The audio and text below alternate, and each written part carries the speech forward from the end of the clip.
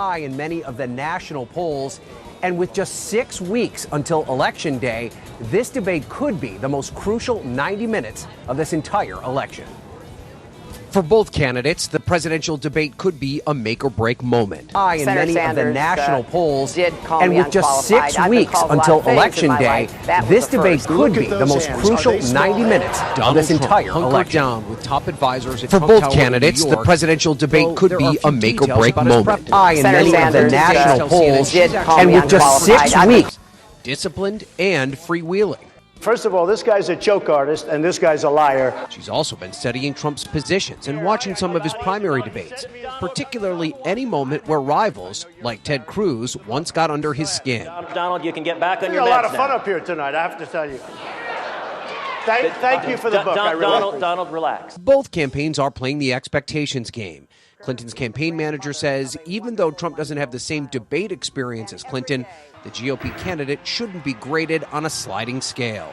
What we don't want to have is some sort of double standard where Donald Trump can get the most improved award, but Hillary Clinton, is getting judged on the fine points of policy. Trump's campaign manager is firing back. I'm just surprised a campaign manager would try to lower expectations that dramatically for his own candidate. But look, they know that campaign debates are not Hillary Clinton's sweet spot. The big question for Clinton, can she provoke Trump without being provoked, all while delivering an earnest and candid performance? And for Trump, can the candidate with the bombastic style stay on script and keep his cool? And perhaps no one facing more pressure tonight than the debate's moderator, Lester Holt, his first time on a stage like this. And while we've heard a lot about how Hillary Clinton and Donald Trump are preparing for tonight's debate, we know almost nothing about Lester Holt's preparation. He hasn't granted an interview to anyone, even his own network, NBC. Mark and Lou. All right, thanks so much, Ryan. Lester Holt, a professional, though. I'm sure he'll be fine. Then you can watch it all for yourself right here. The debate starts at 6 o'clock tonight right here on KTLA. It's also going to be on our app, and it's also going to be streaming on our website, ktla.com. Coming up this afternoon, it's a shocking crime in an Orange County neighborhood. 3 people in custody after 3 people.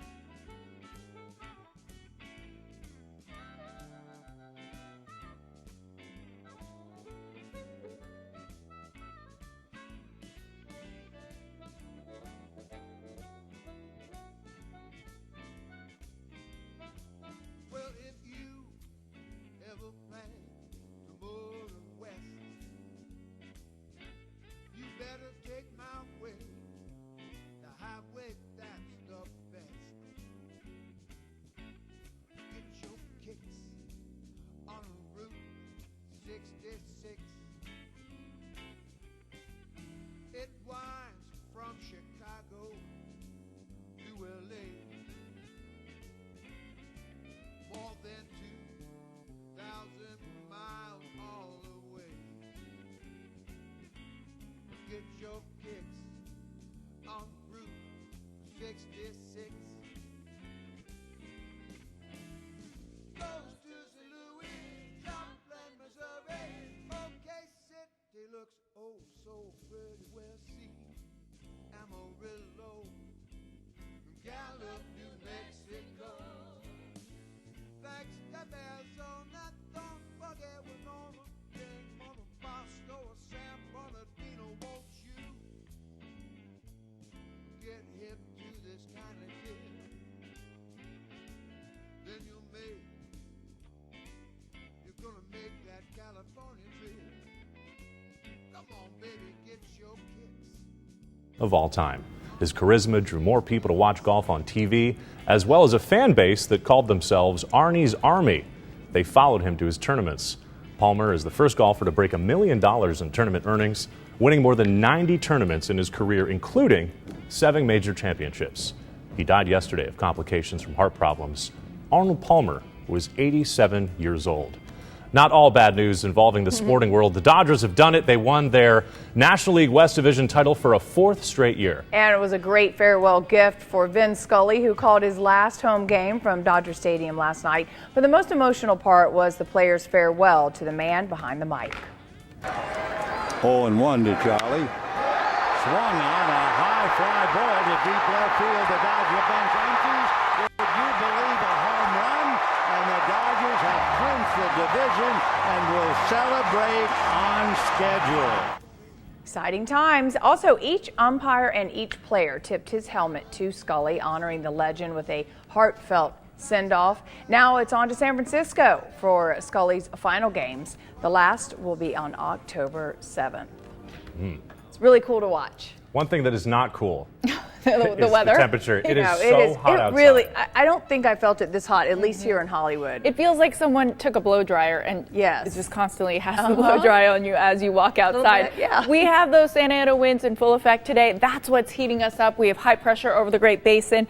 That's drawing in some very strong offshore flow. When we get offshore flow, things heat up around here, not only in those inland valley spots, but also along the coast. That's why we have a fire weather warning till about 3 o'clock this afternoon. Also, a wind advisory in place for all of these areas that are lit up in this tan color. If you are traveling along the I-5 corridor, just keep in mind you could run into some very gusty winds. Yesterday we were hot, but today we are even hotter. Yesterday we hit 96 degrees. We should be sitting at 82, 14 degrees above the average. Today we are above the average by almost 20 degrees in some spots. Right now we have 90 degrees in Lancaster, 88 degrees in Palmdale, 100 degrees in Van Nuys, 104 USC, 103 Long Beach, Santa Monica right now coming in at 98 degrees, and we have 92 Oxnard, 103 in Camarillo. It's also incredibly dry out there, so again, high fire danger out there for sure. Look at this. We're down in the single-digit range. I'm sure you can feel it in your hands. Very, very dry. It's very hot, and it's also very breezy. We're seeing some double-digit wind speeds in Oxnard.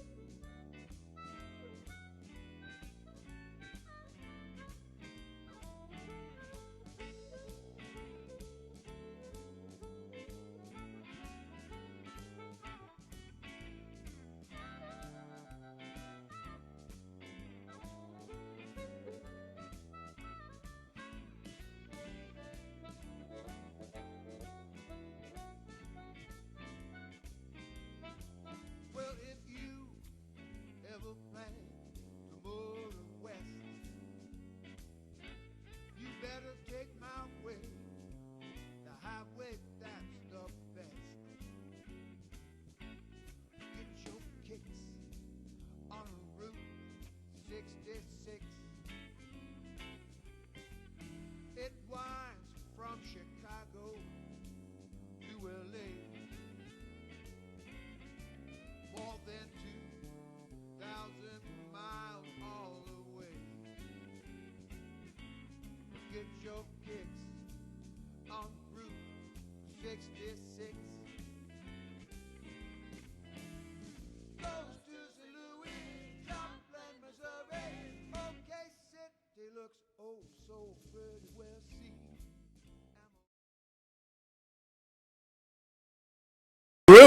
Wow. Beautiful. Thank you.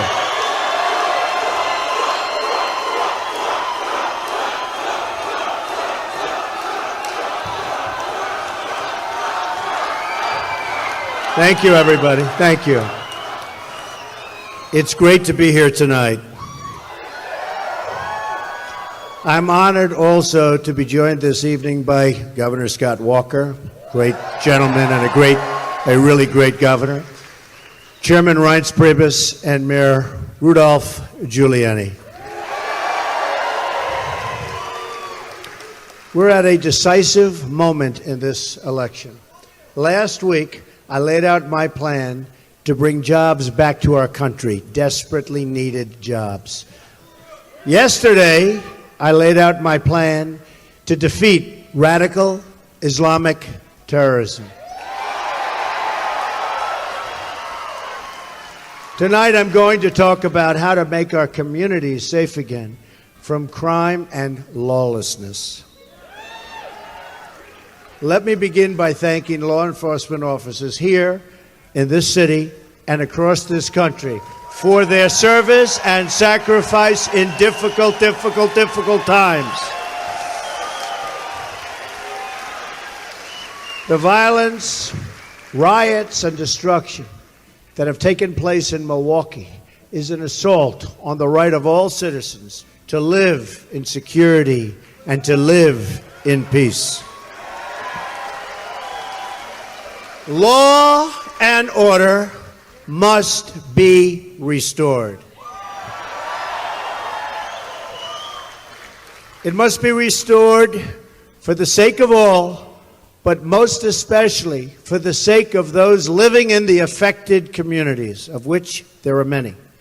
The main victims of these riots are law-abiding African American citizens living in these neighborhoods.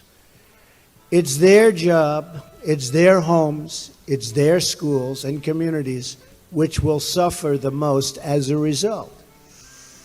There's no compassion in tolerating lawless conduct for anyone.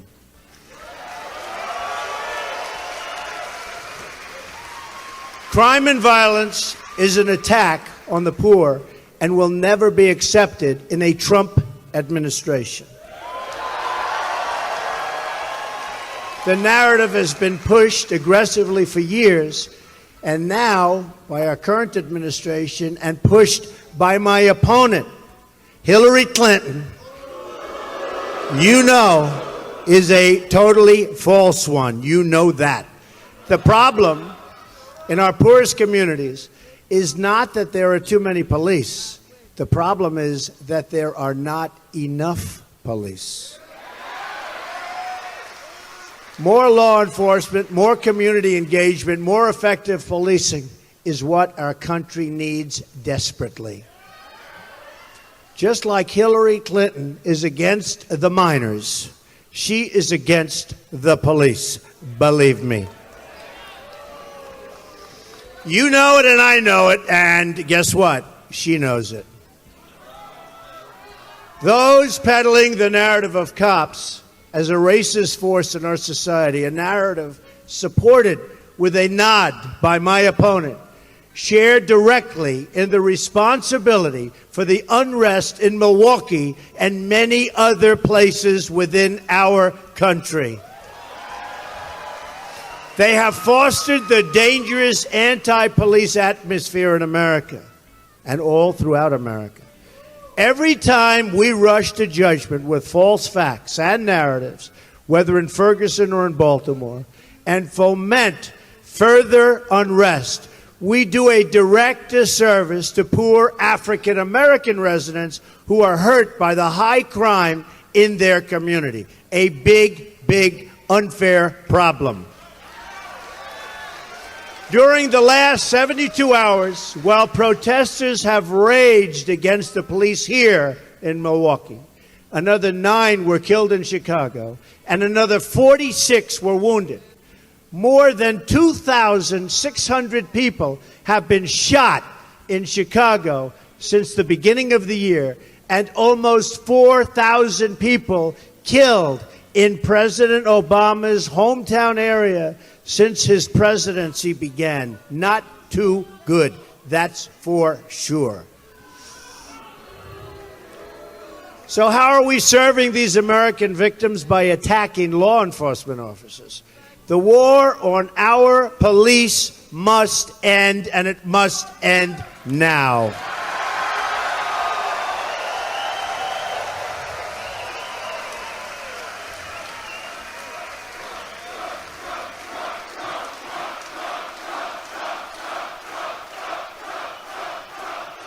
Thank you. The war on police is a war on all peaceful citizens who want to be able to work and live and send their kids to school in safety. Our job is not to make life more comfortable for the rioter or the robber or the looter or the violent disruptor, of which there are many. Our job is to make life more comfortable for the African American parent who wants their kids to be able to safely walk the streets and walk to school, or the senior citizen waiting for a bus, or the young child walking home from school. For every one violent protester, there are 100 moms and dads and kids on the same city block who just want to be able to sleep safely at night. They want safety.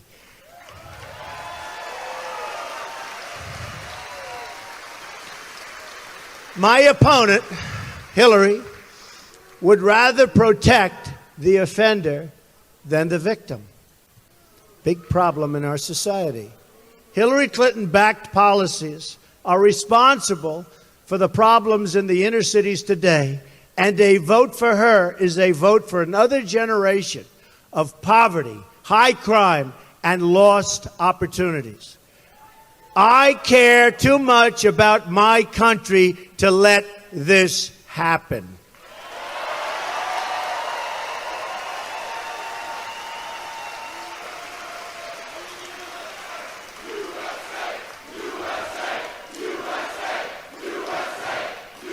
Thank you.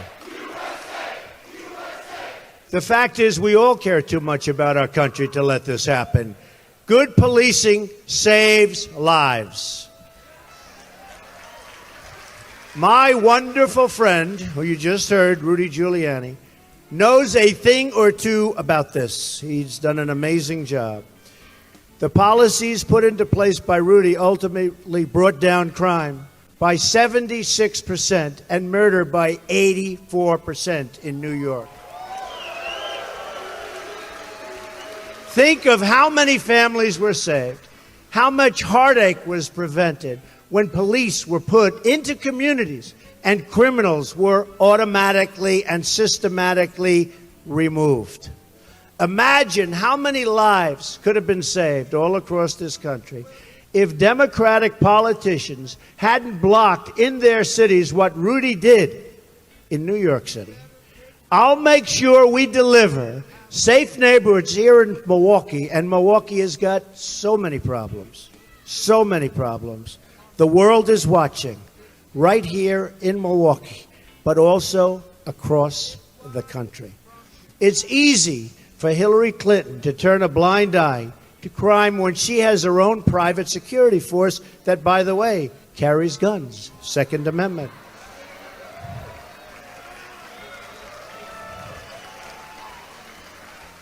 I believe all Americans, not just the powerful, are entitled to security. Hillary Clinton has had her chance. She's failed at so many things, almost everything she's done. Now it's time for new leadership. The Hillary Clinton agenda hurts poor people by far the most. There is no compassion in allowing drug dealers, gang members, and felons to prey on innocent people.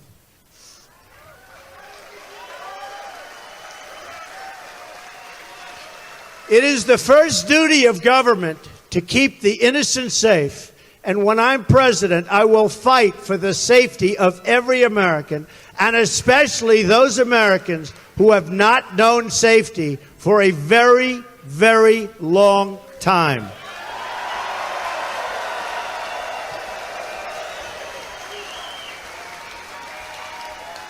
I'm asking for the vote of every African American citizen struggling in our country today who wants a different and much better future. It's time for our society to address some honest and very, very difficult truths. The Democratic Party has failed and betrayed the African American community. Democratic crime policies, education policies, and economic policies have produced only more crime, more broken homes, and more poverty. Thank you. Let us look at the situation right here in Milwaukee, a city run by Democrats for decade after decade. Last year, killings in this city increased by 69%, plus another 634 victims of non-fatal shootings. 18 to 29-year-olds accounted for nearly half of the homicide victims. The poverty rate here is nearly double the national average. Almost 4 in 10 African-American men in Milwaukee between the ages of 25 and 54 do not have a job. Nearly 4 in 10 single-mother households are living in poverty. 55 public schools in the city have been rated as failing to meet expectations despite $10,000 in funding per pupil, which is a very, very high number. There's only a 60% graduation rate, and it's one of the worst public school systems anywhere in the country. 1 in 5 manufacturing jobs has disappeared in Milwaukee since we fully opened our markets, and you understand what that means. We opened these markets to China, and many African-American neighborhoods have suffered. We opened our markets, they've taken our jobs, they give us our products that we don't make anymore, and African-American neighborhoods, along with many other neighborhoods, have suffered greatly. To every voter in Milwaukee, to every voter living in the inner city, or every forgotten stretch of our society, I'm running to offer you a much better future, a much better job.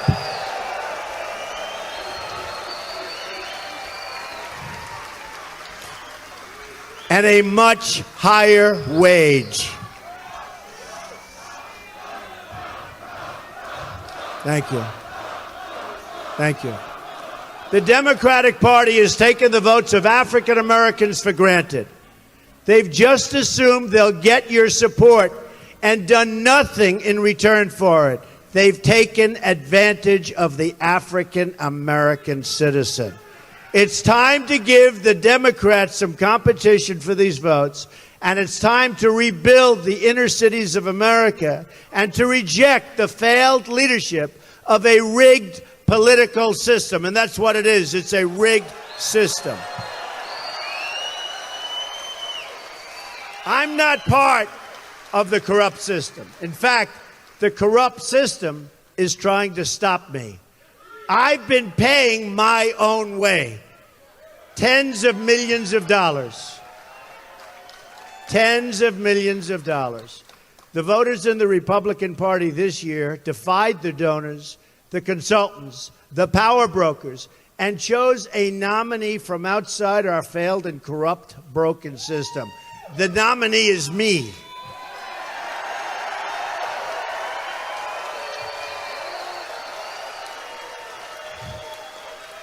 The other party, the Democratic Party, nominated the personification of special interest corruption.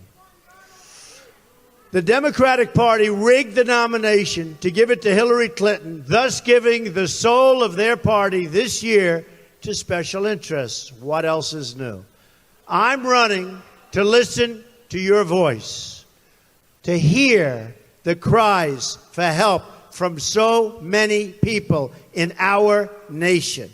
The quiet voices in our society, not the loudest demonstrators, need to have their demands heard.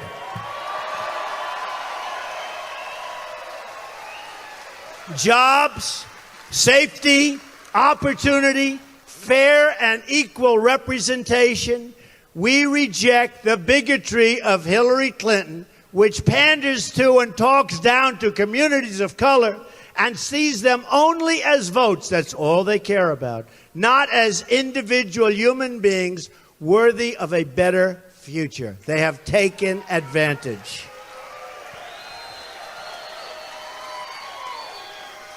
She doesn't care at all about the hurting people of this country or the suffering she has caused them, and she, meaning she and her party officials. There has been tremendous suffering because of what they have brought. The African American community has been taken for granted for decades by the Democratic Party, and look how they're doing. It's time to break with the failures of the past. I want to offer Americans a new and much better future. It's time for rule by the people, not rule for the special interests which we have right now.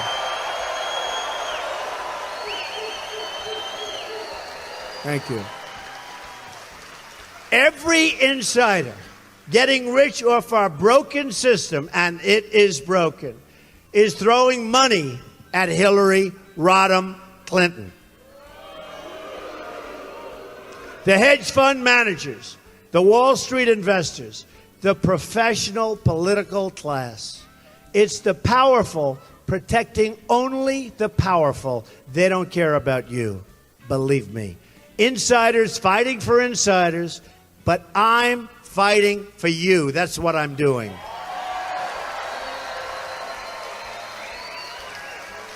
When we talk about the insider, who are we talking about? It's the comfortable politicians looking out for their own interests.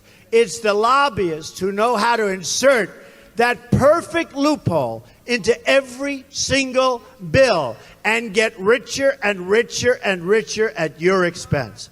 It's the financial industry that knows how to regulate their competition right out of existence so there is no competition. The insiders also include the media executives, anchors, and journalists in Washington, Los Angeles, and New York City who are part of the same failed status quo and want nothing to change. They don't want it to change. They like it just fine the way it is now. Every day you pick up a newspaper or turn on the nightly news, and you hear about some self-interest banker or some self-discredited Washington insider say they oppose Donald Trump's campaign. But you don't oppose it, that I can tell you. You don't oppose it. Thank you. Thank you. Thank you very much. Great honor. It's a great honor. And you have 3 times as many people standing outside trying to get in. So I just want to tell you. Thank you. Amazing. Or some encrusted old politician says they oppose our campaign, or some big-time lobbyist says they oppose the campaign of Trump. I wear their opposition as a badge of honor. Because it means I'm fighting for real change, not just partisan change where everybody else gets rich but you. A rigged system. Remember it. I said it first. I'll probably be saying it for a long time, but eventually we're going to break that system.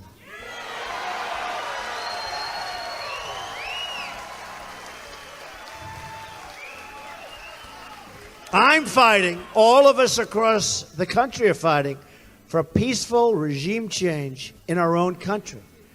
The media donor political complex that's bled this country dry has to be replaced with a new government of, by, and for the people.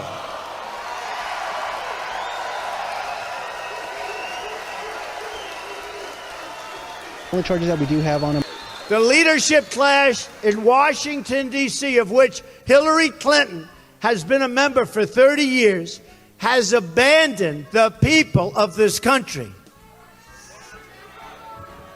They care about themselves. They only care about themselves. I am going to give the people their voice back. Think about it. The people opposing our campaign are the same people who have left our border open and let innocent people suffer as a result, including vast amounts of crime, vast amounts of drugs pouring into our country and poisoning our youth and our people. The people opposing our campaign are the same people who have led us into one disastrous foreign war after another. One after another. No wins, no victory, no nothing. The people opposing our campaign are the same people who lied to us about one trade deal after another. They keep getting worse. Aren't you tired of a system that gets rich at your expense? Because that's what's happening. Aren't you tired of big media, big businesses, and big donors rigging the system to keep your voice from being heard? Are you ready for change? Are you ready for leadership that puts you, the American people, first, together, first? That puts our country first. America first. Remember that. America first. America first. America first.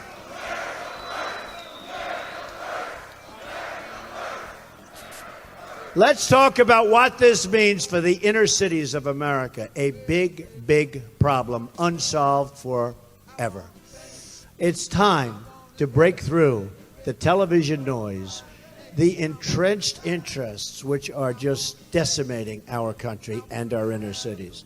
I understand that a lot of powerful people are in our political system. A lot of people who've created our problems will lose a lot of their contracts and a lot of their money if African American voters and all the minority voters support my campaign.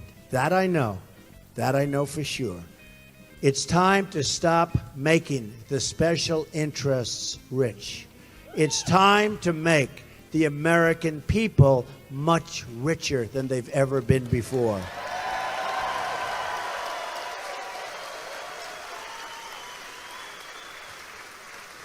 I'm going to make America wealthy again. We have to make America wealthy again. If we're going to do what we want to do, we have to be smart. We have to make America wealthy again. The Democratic Party has run nearly every inner city in this country for 50 years and run them into financial ruin, virtually every single one. They've ruined the schools.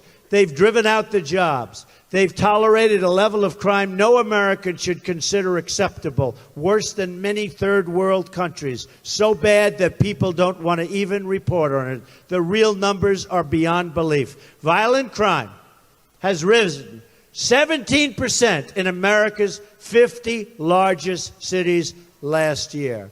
Killings of police officers this year is up nearly 50%. Homicides are up more than 60% in Baltimore alone. They're up more than 50% in Washington, D.C. This is the future offered by the policies of Hillary Clinton and her friends. More poverty, more crime, and basically just more of the same. The future she offers is the most pessimistic thing I can possibly imagine. It's time for a different future. Here is what I'm proposing. First, on immigration. No community in this country has been hurt worse by Hillary Clinton's immigration and all of her policies than the African American community. And she considers them a guaranteed vote. Now she is proposing to print instant work permits for millions of illegal immigrants to come in and take everybody's job, including low-income African Americans. Not right. Not going to happen. I will secure our border, protect our workers, and improve our jobs and wages in your community. We're going to improve our wages, we're going to improve our jobs, and we're not going to let companies leave our country so quickly and so easily for other lands and then take their products and sell it to us. Not going to happen.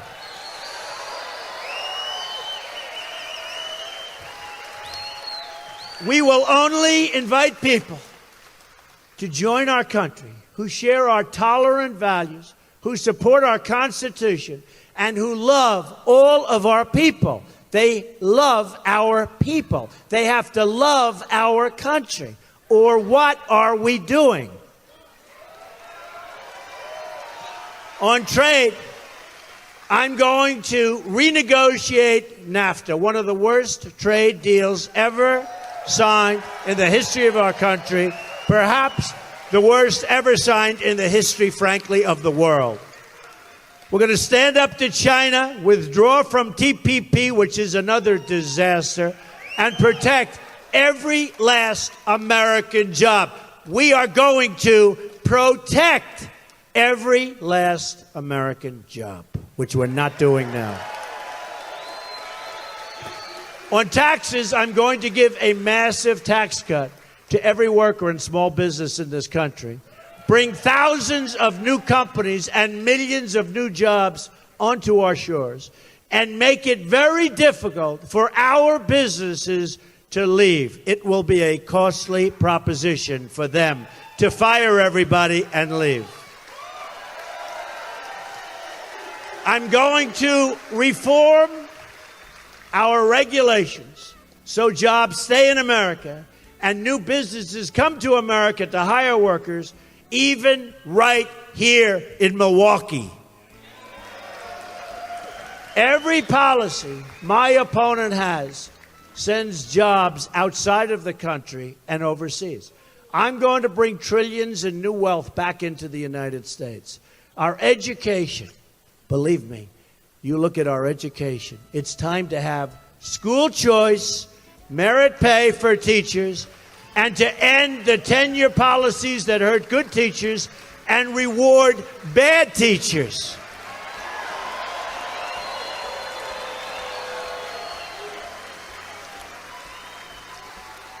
And there is no job more important than a good teacher. Please remember that.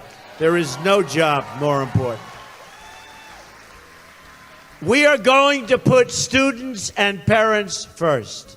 Hillary Clinton would rather deny opportunities to millions of young African American children just so she can curry favor with the education bureaucracy, which is very big and a lot of votes.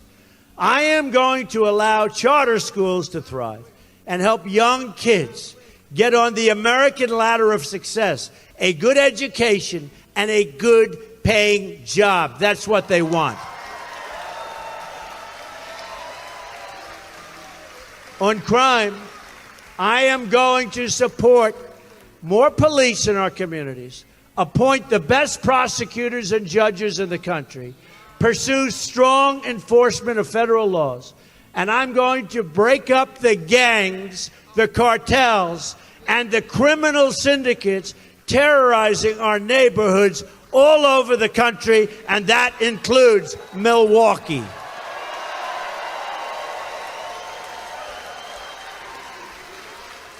To every lawbreaker hurting innocent people in this country, I say, your free reign will soon come crashing to an end.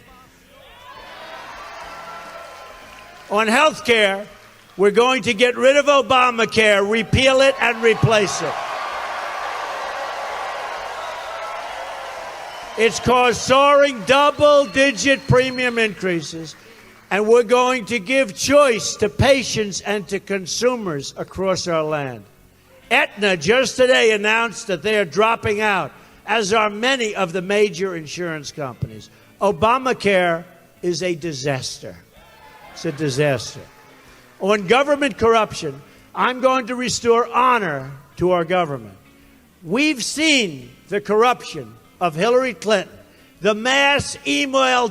Look at what's going on, folks. Look at what's going on. The mass email deletions.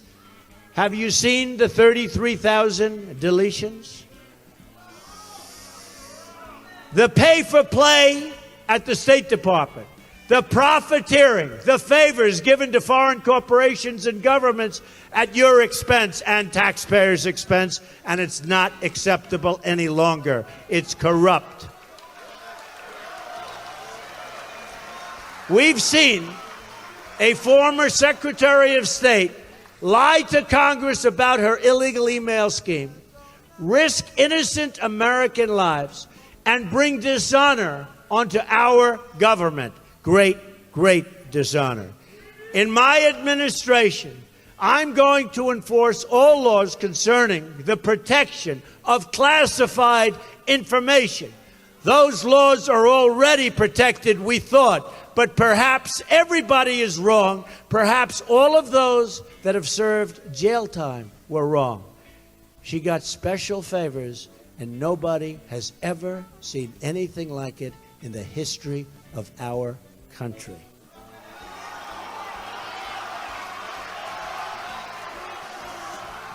No one will be above the law. I am going to forbid senior officials from trading favors for cash by preventing them from collecting lavish speaking fees through their spouses when they serve. I am going to ask my senior officials to sign an agreement not to accept speaking fees from corporations with a registered lobbyist for 5 years after leaving office, or from any entity tied to a foreign government. What's happening is disgraceful. This is all just the beginning. We are going to make this a government of the people once again. This is our chance. This is it. This is it. Your last chance. This is our chance to take back power from all the people who've taken it from you over so many years. The reason you see the establishment and the establishment media lining up behind my opponent is because they are scared that you, with your vote, can take away their power and return it to your family and to your community.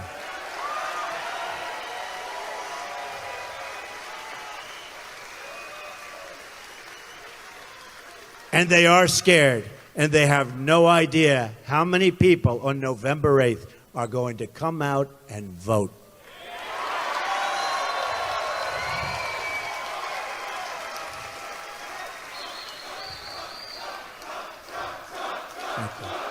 Thank you. Thank you. These are tough times, but I know we can make America greater than ever before. I have absolutely no doubt. I have gotten to know the people of this country, and I'll tell you, there are no people like the people I have gotten to know. No people.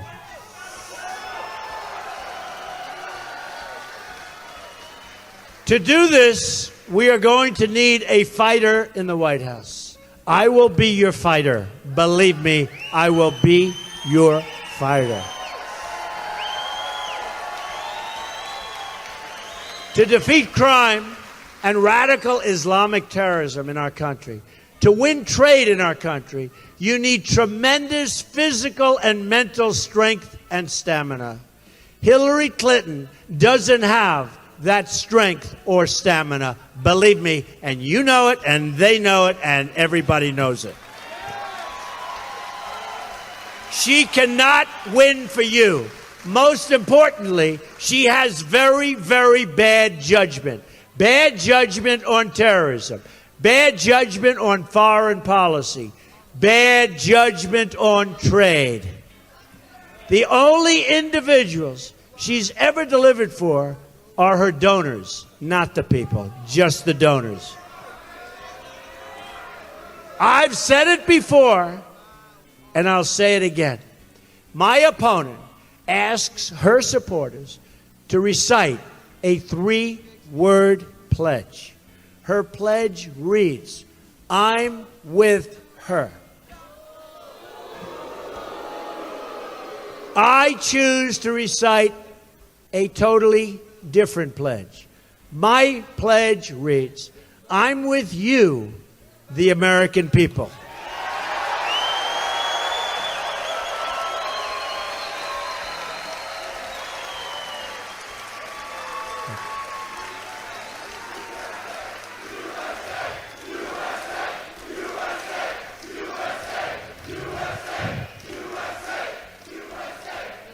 I will fight to ensure that every American is treated equally, protected equally, and honored equally.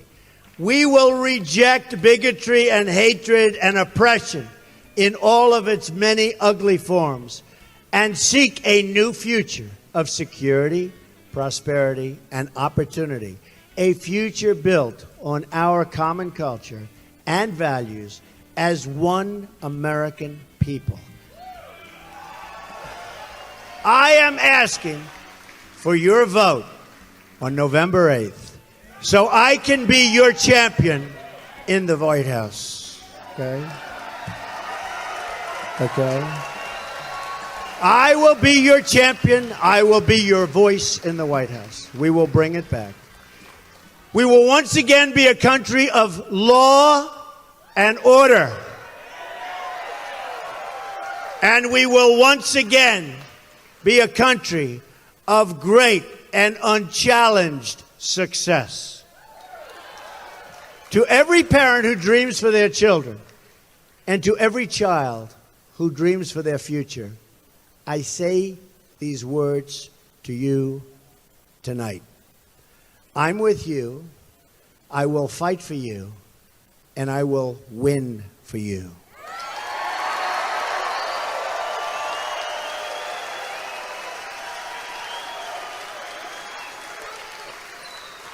Together, we will make America strong again. We will make America safe again. And we will make America great again, greater than ever before. Thank you, and God bless you. Thank you. Thank you.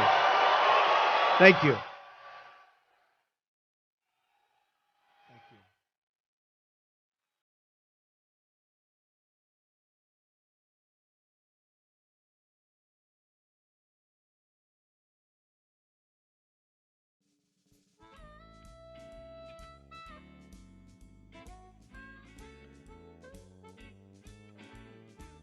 As they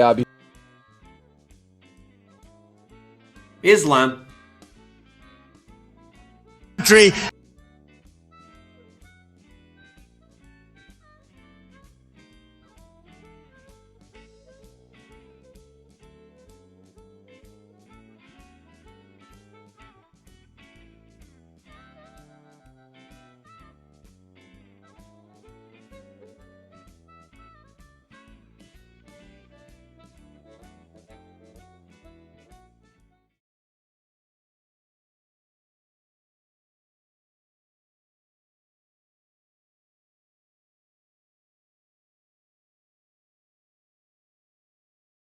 You cannot obtain legal status or become a citizen of the United States by illegally entering our country. Can't do it.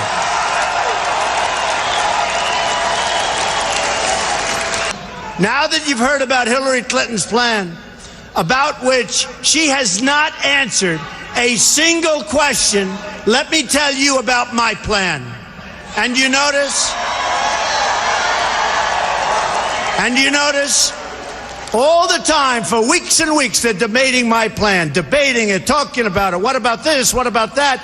They never even mention her plan on immigration because she doesn't want to get into the quagmire. It's a tough one. She doesn't know what she's doing except open borders and let everybody come in and destroy our country, by the way.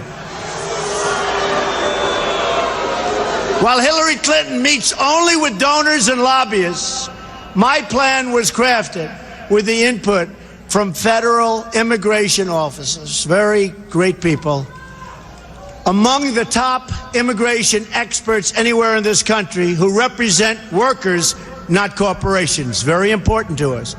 I also worked with lawmakers who've led on this issue on behalf of American citizens for many years. And most importantly, I've met with the people directly impacted by these policies. So important. Number one, are you ready? Are you ready? We will build a great wall along the southern border.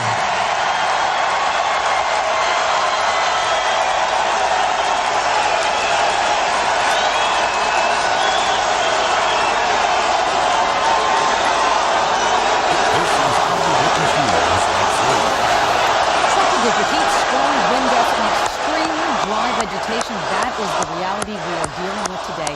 Hello, and thank you for joining us. I'm Colleen Sullivan. And I'm Ellen Leva. This is Eyewitness News at 3 o'clock. And right now, that's like running the news for almost all of LA County. Eyewitness News at 3 o'clock. Yeah, but isn't this supposed to be fall? And Mexico will pay for the wall. Remember.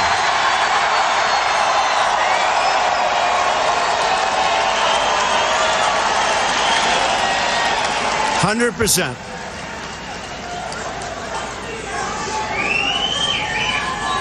They don't know it yet, but they're going to pay for the wall. And they're great people and great leaders, but they're going to pay for the wall. On day one, we will begin working on an impenetrable, physical, tall, powerful, beautiful southern border wall. We will use the best technology, including above and below ground sensors, that's the tunnels. Remember that, above and below. Above and below ground sensors. Towers, aerial surveillance, and manpower to supplement the wall, find and dislocate tunnels, and keep out criminal cartels. And Mexico, you know that, will work with us. I really believe it. Mexico will work with us. I absolutely believe it. And especially after meeting with their wonderful, wonderful president today, I really believe they want to solve this problem along with us, and I'm sure they will. Number two, we are going to end catch and release. We catch them? Oh, go ahead. We catch them? Go ahead. Under my administration, anyone who illegally crosses the border will be detained until they are removed out of our country and back to the country from which they came.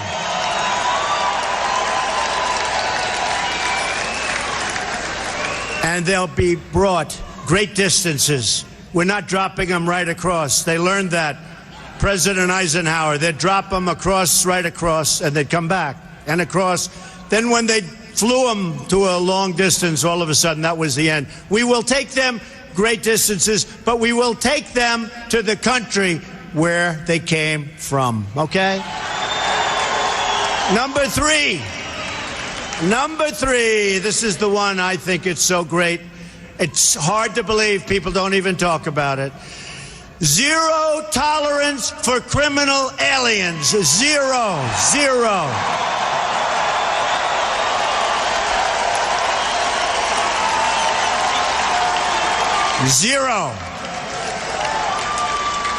They don't come in here. They don't come in here. According to federal data, there are at least 2 million, think of it, criminal aliens now inside of our country. 2 million people, criminal aliens. We will begin moving them out day one, as soon as I take office, day one. In joint operation with local, state, and federal law enforcement. Now, just so you understand, the police, who we all respect. Say hello to the police. Boy, they don't get the credit they deserve, I can tell you. They're great people. But the police and law enforcement, they know who these people are. They live with these people. They get mocked by these people. They can't do anything about these people, and they want to. They know who these people are. Day one, my first hour in office, those people are gone.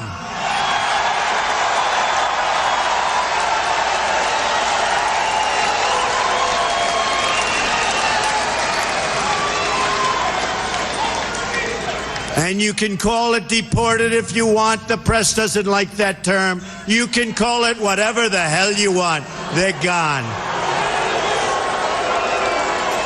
Beyond the 2 million. And there are vast numbers of additional criminal, illegal immigrants who have fled. But their days have run out in this country. The crime will stop. They're going to be gone. It will be over. They're going out fast. Moving forward, we will issue detainers for illegal immigrants who are arrested for any crime whatsoever, and they will be placed into immediate removal proceedings if we even have to do that. We will terminate the Obama administration's deadly, and it is deadly, non-enforcement policies that allow thousands of criminal aliens to freely roam our streets, walk around, do whatever they want to do, crime all over the place. That's over. That's over, folks. That's over. Since 2013 alone, the Obama administration has allowed 300,000 criminal aliens to return back into United States communities. These are individuals encountered or identified by ICE, but who were not detained or processed for deportation, because it wouldn't have been politically correct. My plan also includes cooperating closely with local jurisdictions to remove criminal aliens immediately. We will restore the highly successful Secure Communities program, good program. We will expand and revitalize the popular 287G partnerships, which will help to identify hundreds of thousands of deportable aliens in local jails that we don't even know about. Both of these programs have been recklessly gutted by this administration, and those were programs that worked. This is yet one more area where we are headed in a totally opposite direction. There's no common sense, there's no brain power in our administration by our leader or our leaders.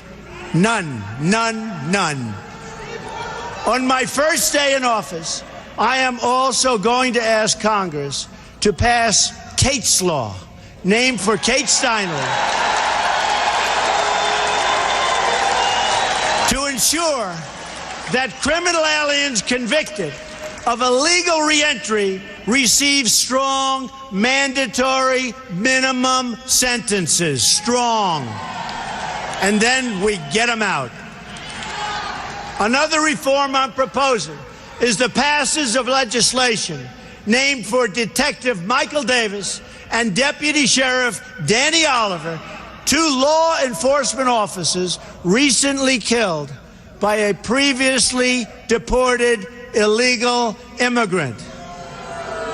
The Davis-Oliver bill will enhance cooperation with state and local authorities to ensure that criminal immigrants and terrorists are swiftly, really swiftly identified and removed. And they will go fast. Believe me, they're going to go fast. We are going to triple the number of ICE deportation officers. Within ICE, I am going to create a new special deportation task force focused on identifying and quickly removing the most dangerous criminal illegal immigrants in America who have evaded justice, just like Hillary Clinton has evaded justice, okay?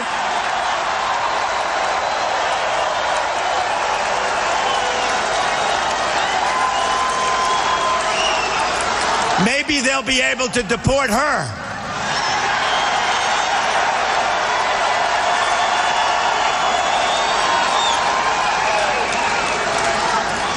The local police, who know every one of these criminals, and they know each and every one by name, by crime, where they live, they will work so fast, and our local police will be so happy that they don't have to be abused by these thugs anymore. There's no great mystery to it. They've put up with it for years. And now, finally, we will turn the tables, and law enforcement and our police will be allowed to clear up this dangerous and threatening mess. We're also going to hire 5,000 more Border Patrol agents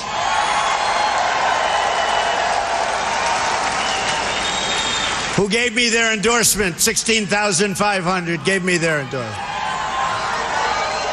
And put more of them on the border instead of behind desks, which is good. We will expand the number of Border Patrol stations significantly.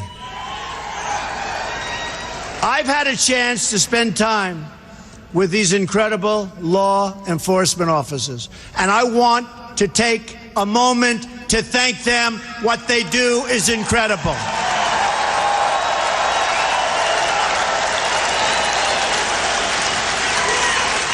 And getting their endorsement means so much to me.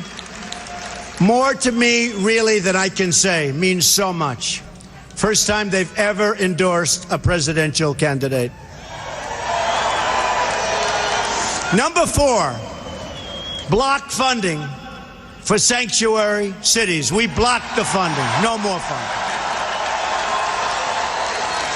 We will end the sanctuary cities that have resulted in so many needless deaths. Cities that refuse to cooperate with federal authorities will not receive taxpayer dollars, and we will work with Congress to pass legislation to protect those jurisdictions that do assist federal authorities. Number 5. Cancel unconstitutional executive orders and enforce all immigration laws. We will immediately terminate President Obama's 2 illegal executive amnesties in which he defied federal law and the Constitution to give amnesty to approximately 5 million illegal immigrants. 5 million. And how about all of the millions that are waiting online, going through the process legally? So unfair. Hillary Clinton has pledged to keep both of these illegal amnesty programs, including the 2014 amnesty, which has been blocked by the United States Supreme Court. Great. Clinton has also pledged to add a 3rd executive amnesty. And by the way, folks, she will be a disaster for our country, a disaster. In so many other ways. And don't forget the Supreme Court of the United States. Don't forget that when you go to vote on November 8th. And don't forget your Second Amendment. And don't forget the repeal and replacement of Obamacare.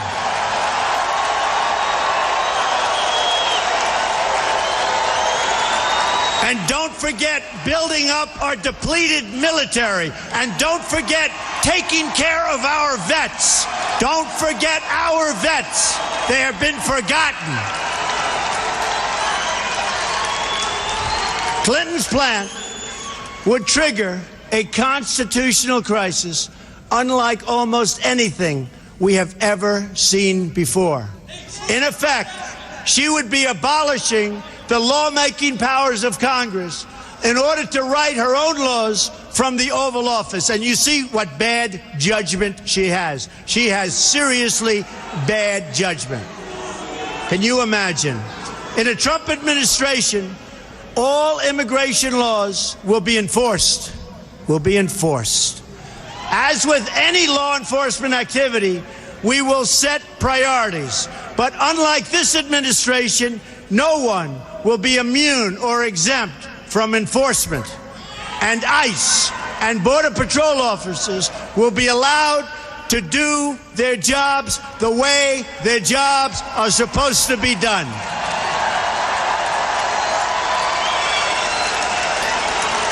Anyone who has entered the United States illegally is subject to deportation. That is what it means to have laws and to have a country. Otherwise, we don't have a country.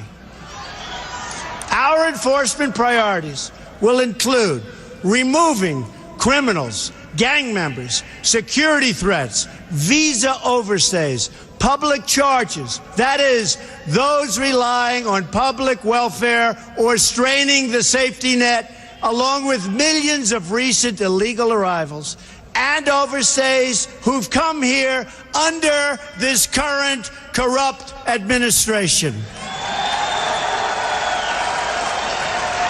Number 6, we are going to suspend the issuance of visas to any place where adequate screening cannot occur. According to data provided by the Senate Subcommittee on Immigration and the National Interest, between 9/11 and the end of 2014, at least 380 foreign-born individuals were convicted in terror cases inside the United States. And even right now, the largest number of people are under investigation for exactly this that we've ever had in the history of our country. Our country is a mess. We don't even know what to look for anymore, folks. Our country has to straighten out, and we have to straighten out fast. The number is likely higher, but the administration refuses to provide this information even to Congress. As soon as I enter office, I am going to ask the Department of State, which has been brutalized by Hillary Clinton, brutalized, Homeland Security, and the Department of Justice to begin a comprehensive review of these cases in order to develop a list of regions and countries from which immigration must be suspended until proven and effective vetting mechanisms can be put in place. I call it extreme vetting, right? Extreme vetting. I want extreme. It's going to be so tough. And if somebody comes in, that's fine, but they're going to be good. It's extreme. And if people don't like it, we got to have a country, folks. Got to have a country.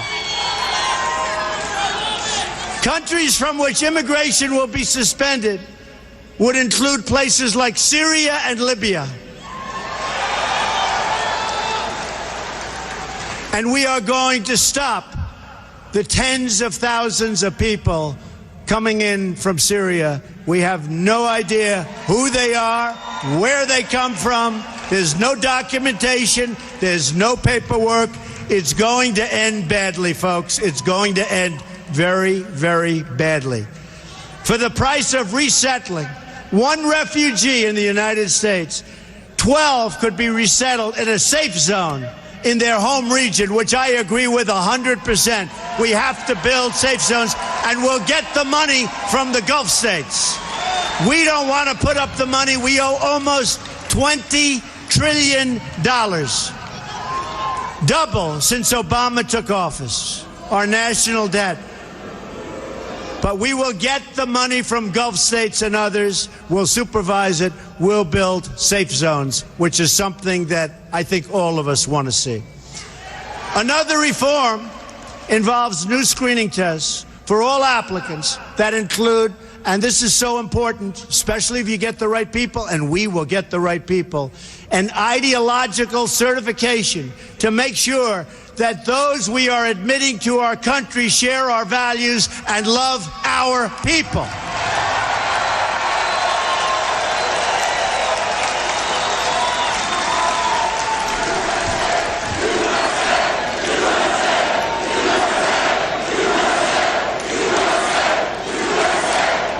Thank you. We're very proud of our country, aren't we? Really? With all it's going through, we're very proud of our country. For instance, in the last 5 years, we've admitted nearly 100,000 immigrants from Iraq and Afghanistan. In these two countries, according to Pew Research, a majority of residents say that the barbaric practice of honor killings against women are often or sometimes justified. That's what they say.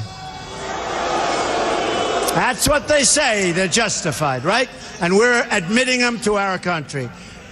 Applicants will be asked for their views about honor killings, about respect for women and gays and minorities, attitudes on radical Islam, which our president refuses to say, and many other topics as part of this vetting procedure.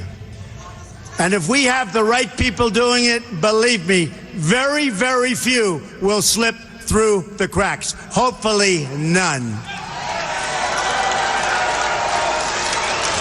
Number 7, we will ensure that other countries take their people back when we order them deported. There are at least 23 countries that refuse to take their people back after they've been ordered to leave the United States, including large numbers of violent criminals. They won't take them back, so we say, okay, we'll keep them. Not going to happen with me, folks. Not going to happen with me.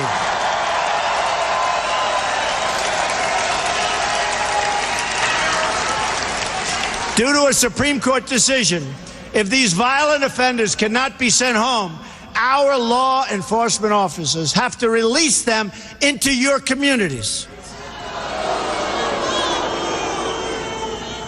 And by the way, the results are horrific. Horrific. There are often terrible consequences, such as Casey Chadwick's tragic death in Connecticut just last year. Yet, despite the existence of a law that commands the Secretary of State to stop issuing visas to these countries, Secretary Hillary Clinton ignored this law and refused to use this powerful tool to bring nations into compliance, and they would comply if we would act properly. In other words, if we had leaders that knew what they were doing, which we don't.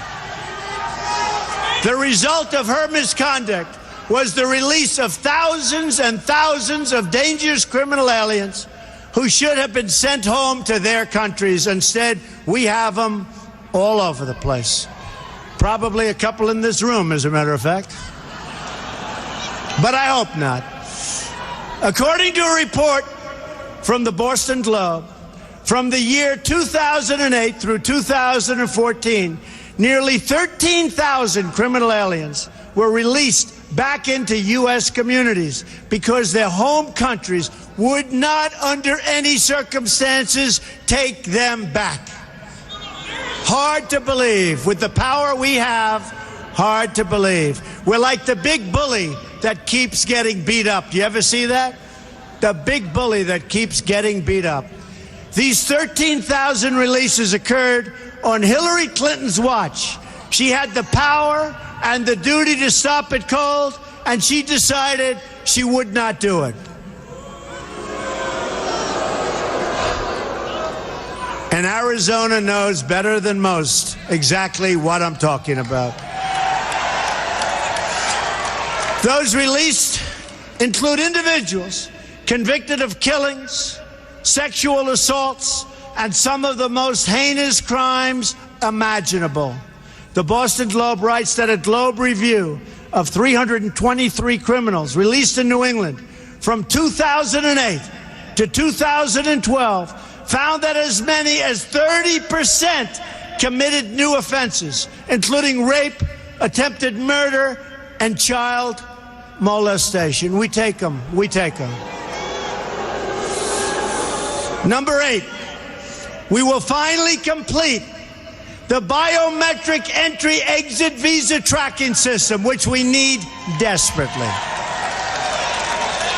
For years, Congress has required biometric entry-exit visa tracking systems, but it has never been completed. The politicians are all talk, no action, never happens, never happens. Hillary Clinton, all talk.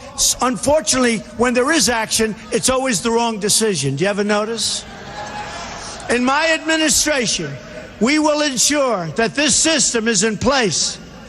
And I will tell you, it will be on land, it will be on sea, it will be in air. We will have a proper tracking system. Approximately half of new illegal immigrants came on temporary visas and then never, ever left. Why should they? Nobody's telling them to leave. Stay as long as you want. We'll take care of you. Beyond violating our laws, visa overstays pose, and they really are a big problem, pose a substantial threat to national security. The 9/11 Commission said that this tracking system should be a high priority and would have assisted law enforcement and intelligence officials in August and September 2001 in conducting a search for 2 of the 9/11 hijackers that were in the United States on expired visas. And you know what that would have meant.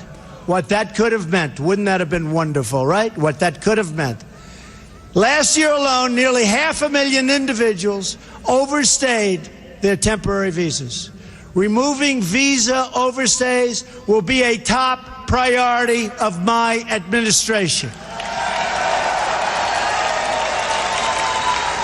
If people around the world believe they can just come on a temporary visa and never, ever leave, the Obama-Clinton policy, that's what it is, then we have a completely open border and we no longer have a country. We must send a message that visa expiration dates will be strongly enforced. Number 9, we will turn off the jobs and benefits magnet. We will ensure that E-Verify is used to the fullest extent possible under existing law, and we will work with Congress to strengthen and expand its use across the country. Immigration law doesn't exist for the purpose of keeping criminals out. It exists to protect all aspects of American life. The work site, the welfare office, the education system, and everything else. That is why immigration limits are established in the first place. If we only enforce the laws against crime, then we have an open border to the entire world. We will enforce all of our immigration laws.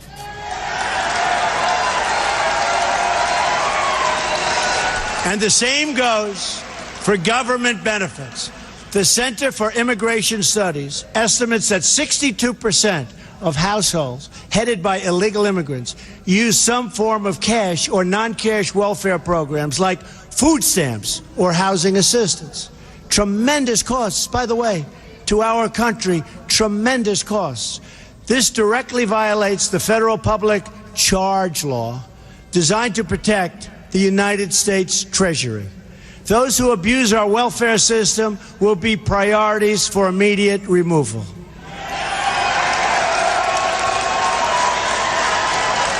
Number 10, we will reform legal immigration to serve the best interests of America and its workers, the forgotten people, workers. We're going to take care of our workers. And by the way,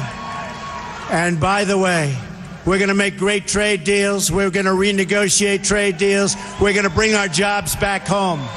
We're going to bring our jobs back home. We have the most incompetently worked trade deals ever negotiated, probably in the history of the world. And that starts with NAFTA.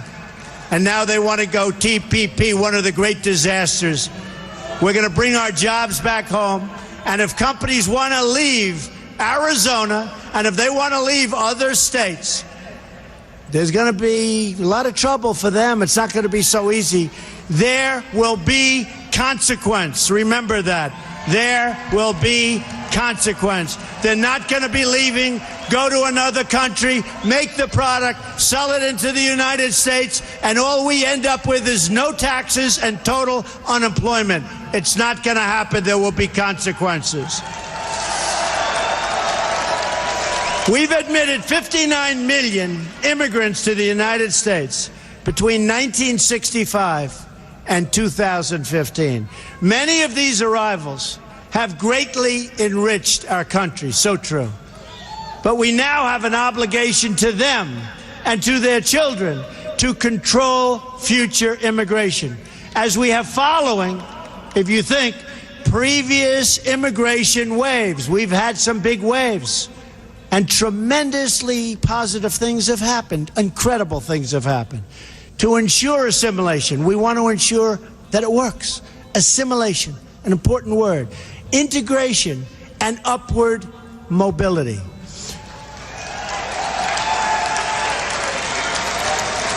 Within just a few years, immigration as a share of national population is set to break all historical records. The time has come for a new immigration commission to develop a new set of reforms to our legal immigration system in order to achieve the following goals: to keep immigration levels measured by population share within historical norms, to select immigrants based on their likelihood of success in U.S. society and their ability to be financially self-sufficient.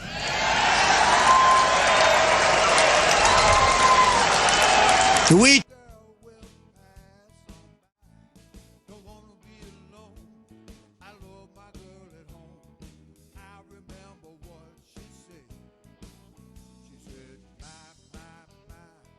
don't tell lies. Keep fidelity in your head. My, don't tell lies. When you're done, the show go to bed. But don't say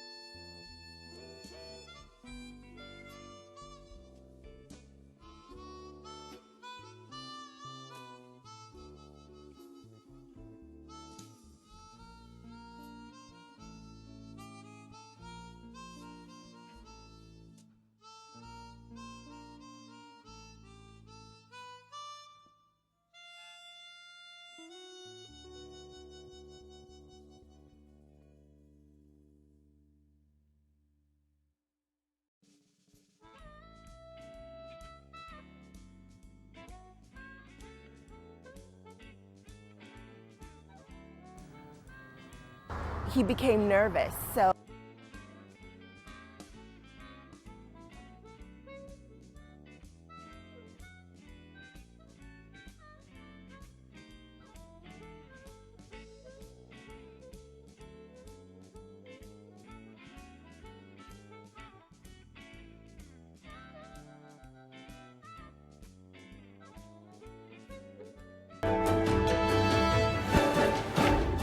Almost 2 hours now to what could be one of the most exciting presidential debates to date. Hillary Clinton and Donald Trump facing off tonight, and what a viewing audience we could have. Up to 100 million Americans expected to tune in tonight for a debate that's set to take place at Hofstra University. That is in Long Island. It's very exciting. To give us some pre-debate analysis, political consultant Matt Klink is here to chat. Great to see you. It's been a while, Thanks, Matt. Mark. Okay, so 43 days to the election. This debate is important, and why is it one of the most important things? Well, a couple reasons. First and foremost is the first debate is usually the most watched debate in an election cycle. And second, 3 polls came out today that show the race is an absolute dead heat. It's 1 point in either direction. So I know that Hillary said she couldn't understand why the race is this close.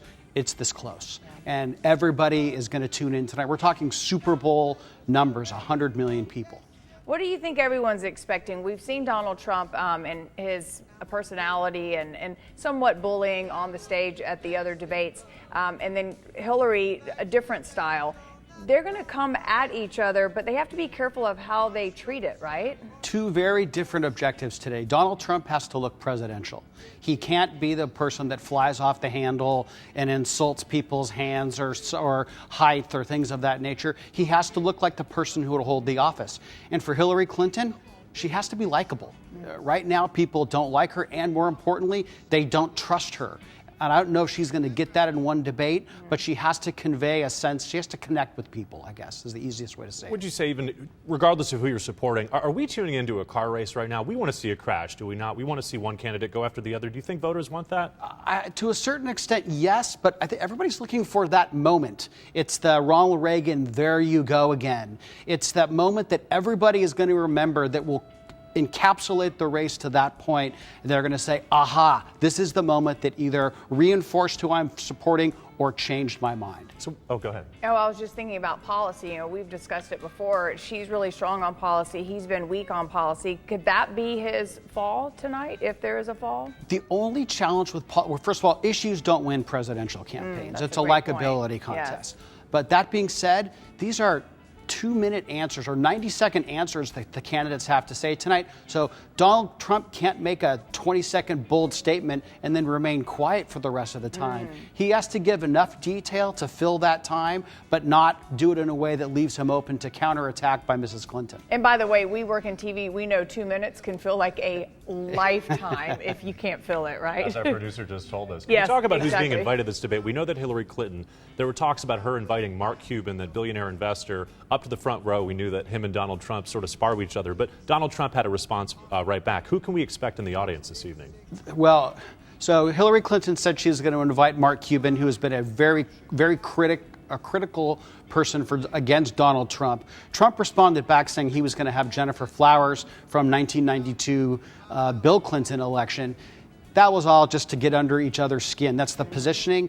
I think that Trump has said he's going to have veterans in the audience tonight. They're all going to make a statement like at the State of the Union when the president brings guests. But that's the sideshow. It's the two people up on that stage and then Lester Holt, depending upon if he injects himself or doesn't, if he lets them go at it. But Mark, I agree. People want to see that collision because if a president can't act under stress, they shouldn't be in the job. But they also have to act under stress and also keep their composure. That is exactly. And so that'll be interesting to see that. But as we all know, the rules have been broken this Yes, election they cycle. have. So I guess that's why so many people are going to watch tonight. Oh, absolutely. It's like trying to watch a car wreck. You're just looking for it and hoping that it's not as bad as you think it's going to be. Well, thank you so much, Matt Klink. We'll see you again soon. Yeah, we appreciate it. 43 days to the election. Can you?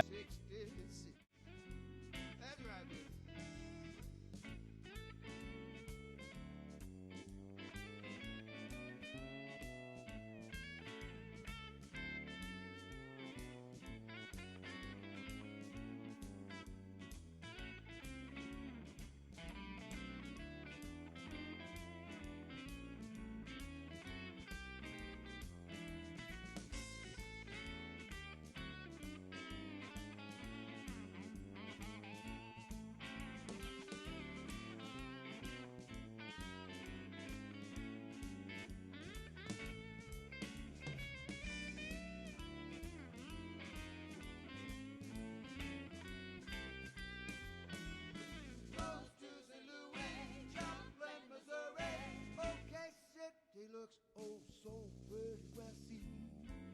Amarillo, Gallup, New Mexico, Flagstaff, Arizona. Don't forget Winona, King, Mama, Bosco, San Bernardino. Won't you get hip to this kindly tune? Then you're gonna make that California dream.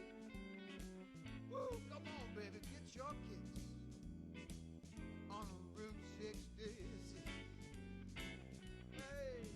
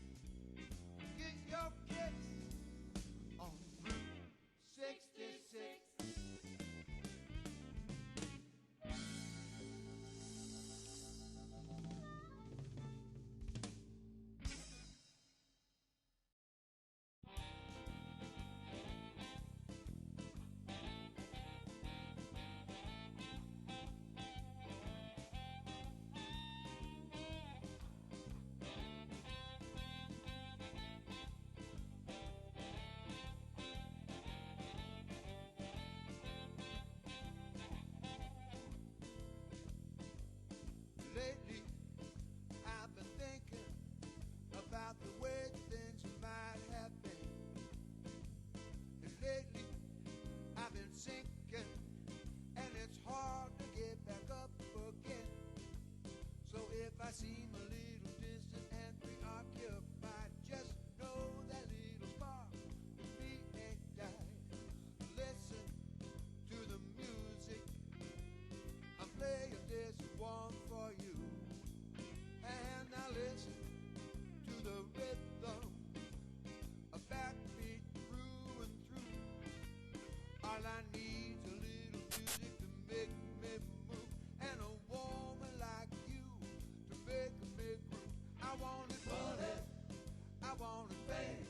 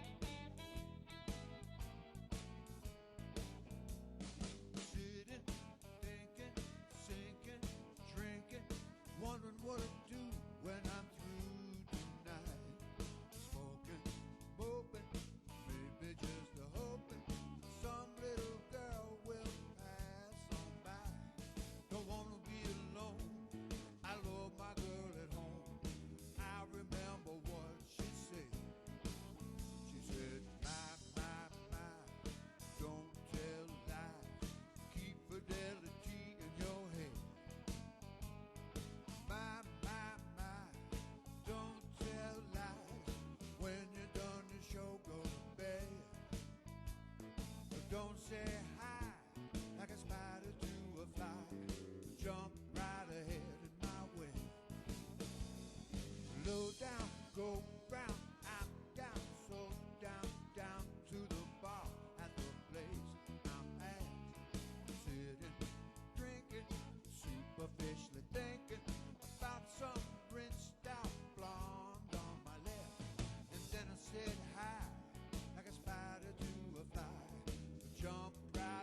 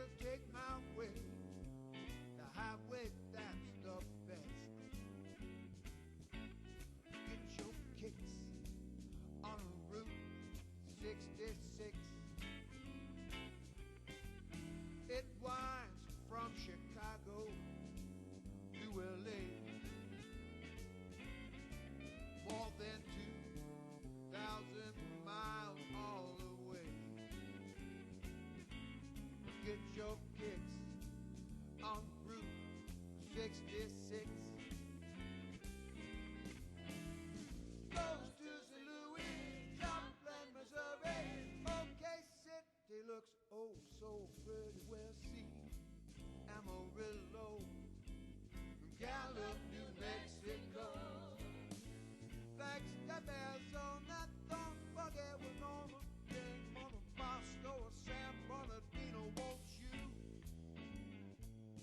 get hip to this kind of shit? Then you're gonna make that California trip. Come on, baby, get your kicks on a Route 66. That's right, baby.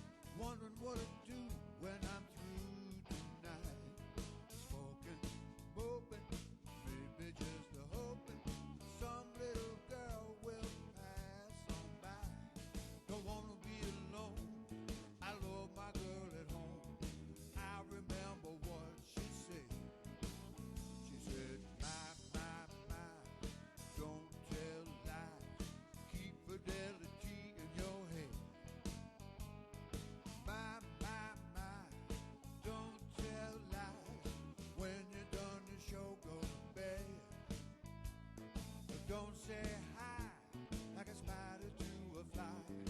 Jump right ahead in my way. Low down, go round, I'm down, so down, down to the bar at the place I'm at. Sitting, drinking, superficially thinking about some rinsed out blonde on my left. And then I said hi like a spider to a fly. Jump right ahead in my way.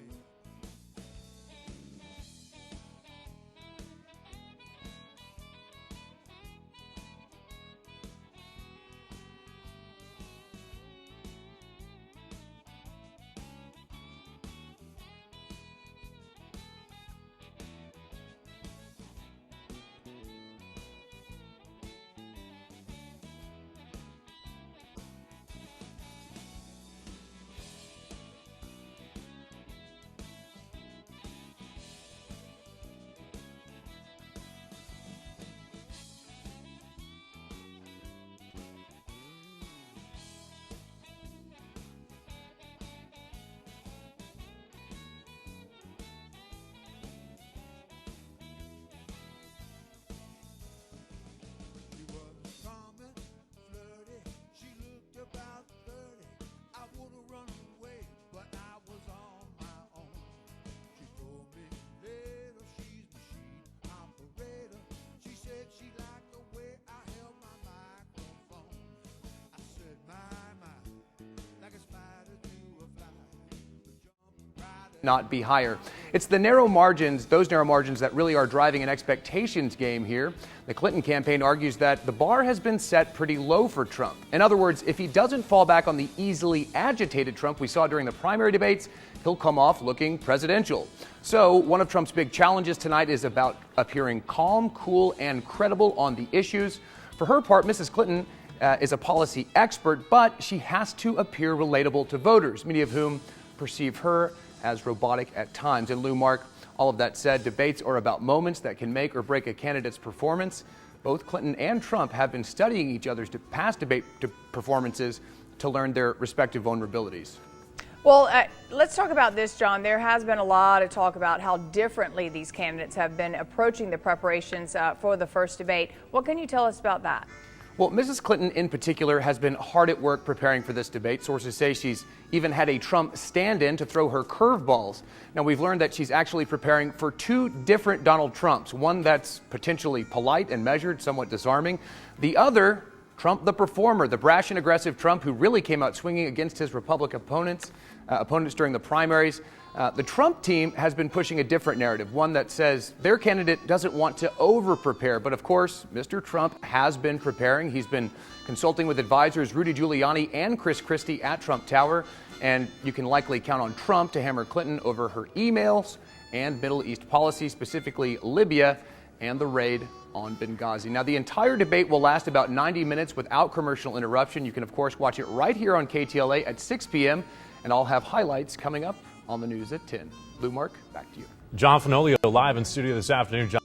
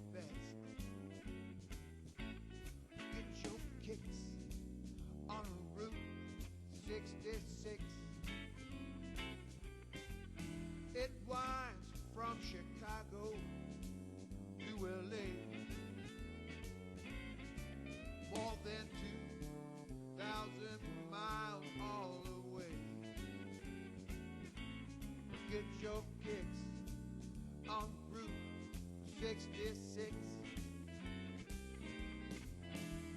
Goes to St. Louis, Joplin, Missouri.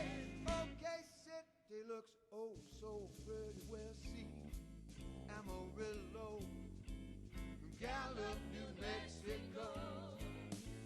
Flagstaff, Arizona, don't forget Winona, Daytona, Bosco, San Bernardino. Won't you get hip to this kind of kid? Then you're gonna make that California trip. Come on, baby, get your on a Route 66. That's right, baby.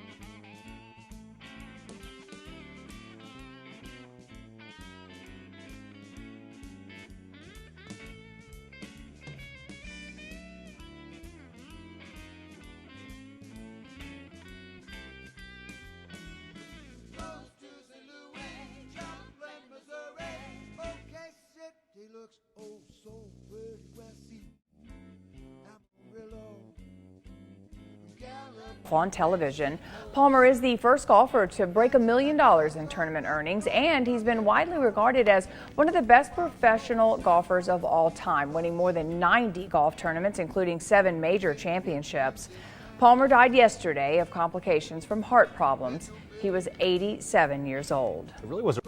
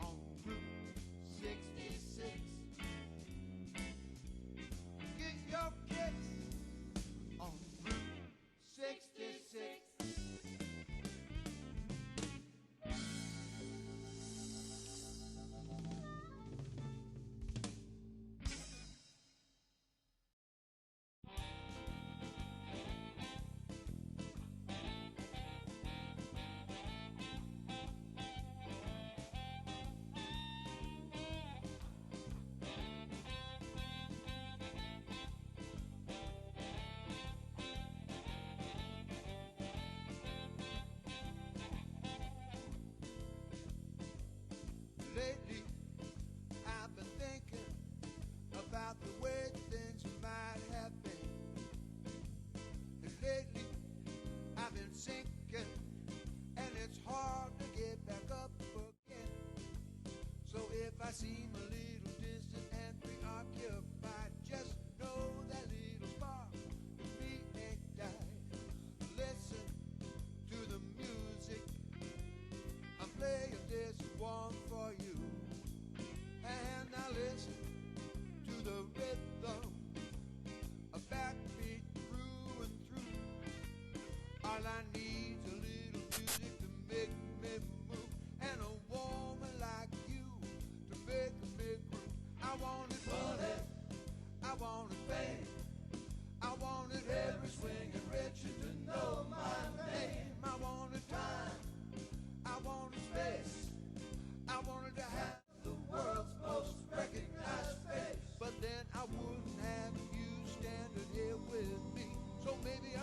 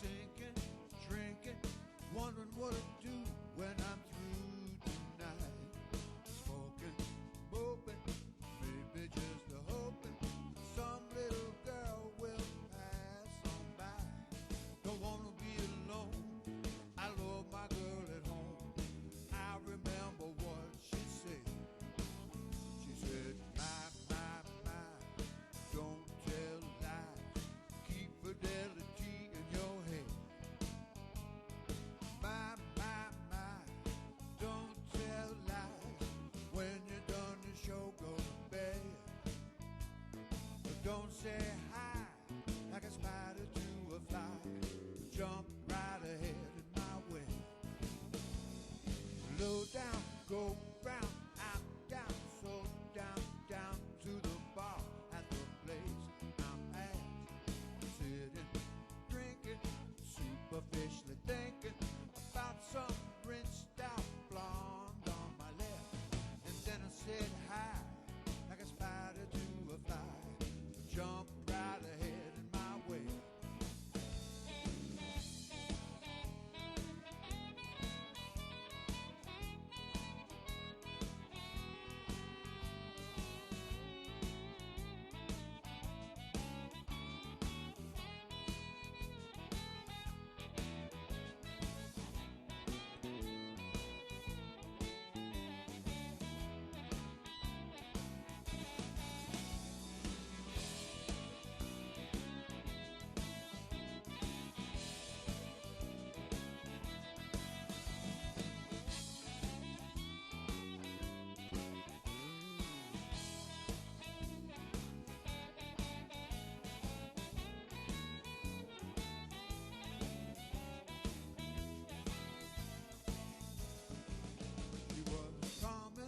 Big impact on Halloween. As in Halloween costumes, featuring the candidates. LA Times business columnist David Lazarus joins us live with more on the very high demand, David. Oh, yeah, Mark. This is the costume that everybody wants this year, and that's Donald Trump. In fact, the world's largest maker of Halloween costumes, a company called Ruby's Costume Company, says they've got to ramp up production at its factory to keep up with the demand for Donald Trump masks. Another manufacturer out there called Costume Agent, they're doing the whole panoply of Donald Trump gear for Halloween, such as a Donald Trump wig that goes for about $10, the wig and Make America Great hat, you can get that for $15, a full Trump costume with a suit jacket and a red tie, that's $29.95, and of course the Mexico will pay jumpsuit, that's about $30. Now, you shouldn't necessarily take this as an indicator of how the election's going to go, experts say, because basically it doesn't take into account the women's vote, and that's because guys, more so than women, like masks that cover the whole face. Women don't much care for that. So we're talking about masks primarily bought by guys. Moreover, again, experts say a lot of these people are buying Donald Trump masks not necessarily because they support the guy. Also, one last thing worth pointing out, Ruby's Costume Company, the world's largest Halloween costume maker, they're ramping up production at their factory, and it's in Mexico. Back to you. Interesting. All right, David, thank you so much. We'll see you again tomorrow on the 1 o'clock. Still to come.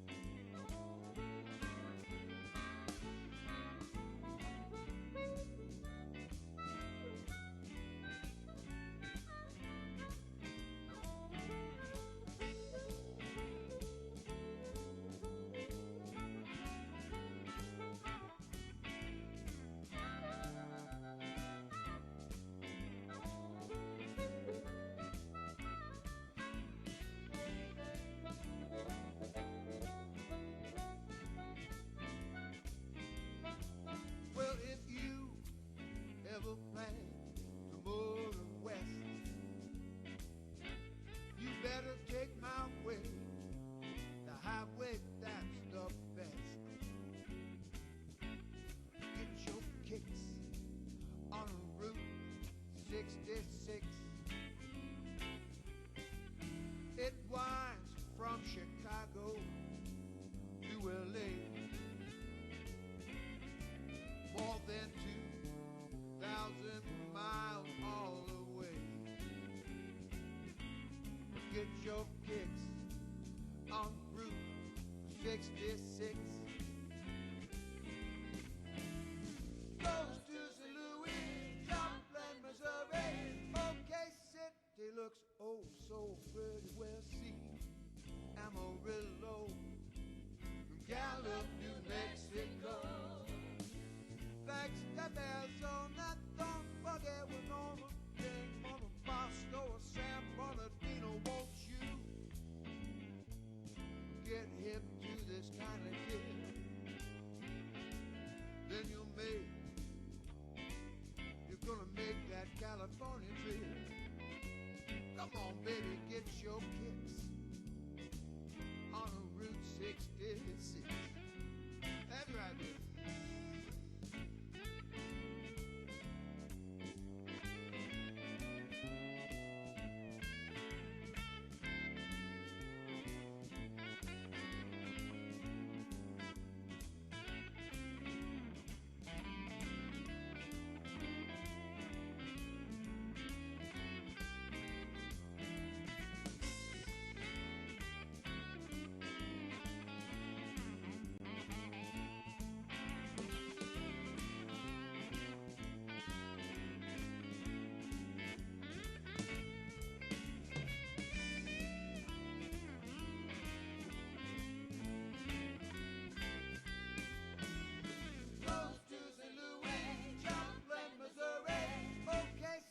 He looks oh so pretty. Well, see Amarillo, Gallup, New Mexico.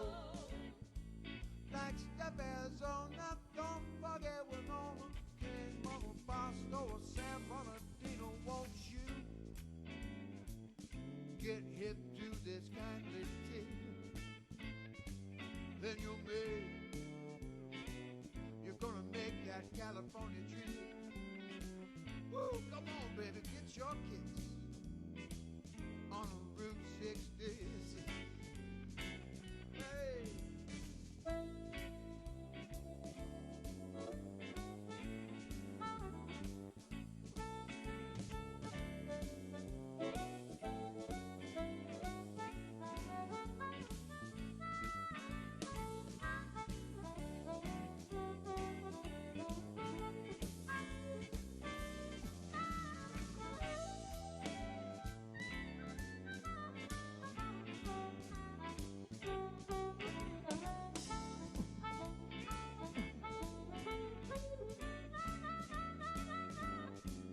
Your kicks on Route 66. Get your kicks on Route 66. Get your kicks on Route 66.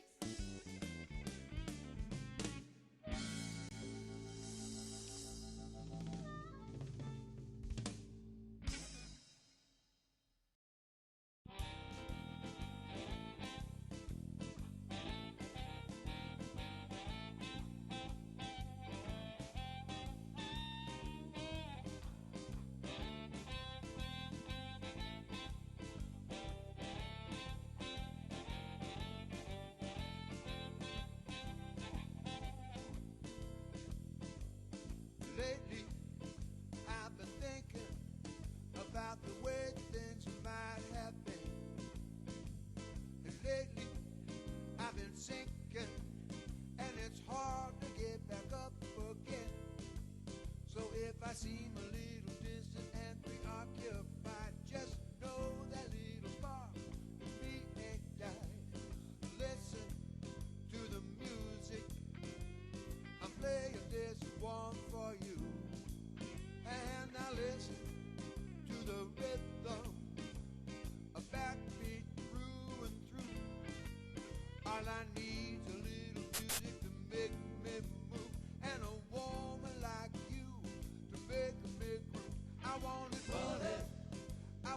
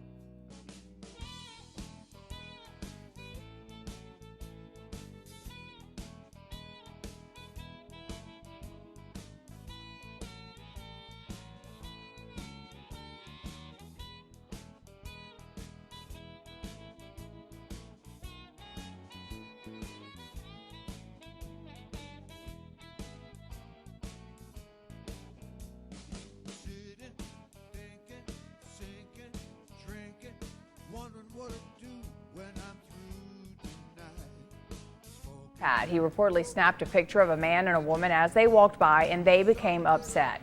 Police say the woman yelled at the boy and pushed him several times. She wouldn't stop, even when the teenager's mom tried to tell them her son has autism and is nonverbal and doesn't know how to react to confrontation.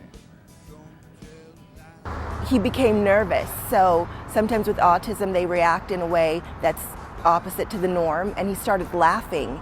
And so it made the lady really angry that he was laughing at her, and I believe that's when she hit him.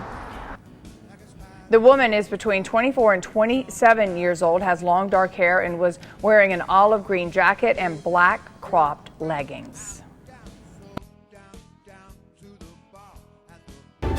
Almost 2 hours now to what could be one of the most exciting presidential debates to date. Hillary Clinton and Donald Trump facing off tonight. And what a viewing audience we could have. Up to 100 million Americans expected to tune in tonight for a debate that's set to take place at Hofstra University. That is in Long Island. It's very exciting. To give us some pre-debate analysis, political consultant Matt Klink is here to chat. Great to see you. It's been a while, Thanks, Matt. Mark. Okay, so 43 days to the election. This debate is important, and why is it one of the most important things? Well, a couple reasons. First and foremost is the first debate is usually the most watched debate in an election cycle. And second, 3 polls came out today that show the race is an absolute dead heat. It's 1 point in either direction. So I know that Hillary said she couldn't understand why the race is this close. It's this close. And everybody is going to tune in tonight. We're talking Super Bowl numbers, 100 million people. What do you think everyone's expecting? We've seen Donald Trump and his personality and somewhat bullying on the stage at the other debates. And then Hillary, a different style. They're going to come at each other, but they have to be careful of how they treat it, right? 2 very different objectives today. Donald Trump has to look presidential. He can't be the person that flies off the handle and insults people's hands or height or things of that nature. He has to look like the person who would hold the office. And for Hillary Clinton, she has to be likable. Right now, people don't like her, and more importantly, they don't trust her. And I don't know if she's going to get that in one debate, but she has to convey a sense, she has to connect with people, I guess, is the easiest way to say it. Would you say, even regardless of who you're supporting, are we tuning into a car race right now? We want to see a crash, do we not? We want to see one candidate go after the other. Do you think voters want that? To a certain extent, yes, but I think everybody's looking for that moment. It's the Ronald Reagan, there you go again. It's that moment that everybody is going to remember that will encapsulate the race to that point. They're going to say, aha, this is the moment that either reinforced who I'm supporting or changed my mind. So, go ahead. Oh, I was just thinking about policy. You know, we've discussed it before. She's really strong on policy. He's been weak on policy. Could that be his fall tonight, if there is a fall? The only challenge with, well, first of all, issues don't win presidential campaigns. It's a likability contest. Yes. But that being said, these are 2-minute answers or 90-second answers that the candidates have to say tonight. So Donald Trump can't make a 20-second bold statement and then remain quiet for the rest of the time. He has to give enough detail to fill that time, but not do it in a way that leaves him open to counterattack by Mrs. Clinton. And by the way, we work in TV. We know 2 minutes can feel like a lifetime if you can't fill it, right? As our producer just told us. Can Yes, we talk about exactly. who's being invited to this debate? We know that Hillary Clinton, there were talks about her inviting Mark Cuban, the billionaire investor, up to the front row. We knew that him and Donald Trump sort of spar with each other, but Donald Trump had a response right back. Who can we expect in the audience this evening? Well, so Hillary Clinton said she's going to invite Mark Cuban, who has been a very critical person against Donald Trump. Trump responded back saying he was going to have Jennifer Flowers from 1992 Bill Clinton election. That was all just to get under each other's skin. That's the positioning. I think that Trump has said he's going to have veterans in the audience tonight. They're all going to make a statement like at the State of the Union when the president brings guests. But that's the sideshow. It's the 2 people up on that stage and then Lester Holt, depending upon if he injects himself or doesn't, if he lets them go at it. But Mark, I agree. People want to see that collision because if a president can't act under stress, they shouldn't be in the job. But they also have to act under stress and also keep their composure. That is exactly. And so that'll be interesting to see that. But as we all know, the rules have been broken this election Yes, they cycle. have. So I guess that's why so many people are going to watch tonight. Oh, absolutely. It's like trying to watch a car wreck. You're just looking for it and hoping that it's not as bad as you think it's going to be. Well, thank you so much, Matt Klink. We'll see you again soon. Yeah, we appreciate it. 43 days to the election. Can you believe it? Thank you. Time is flying. As always, we're going to talk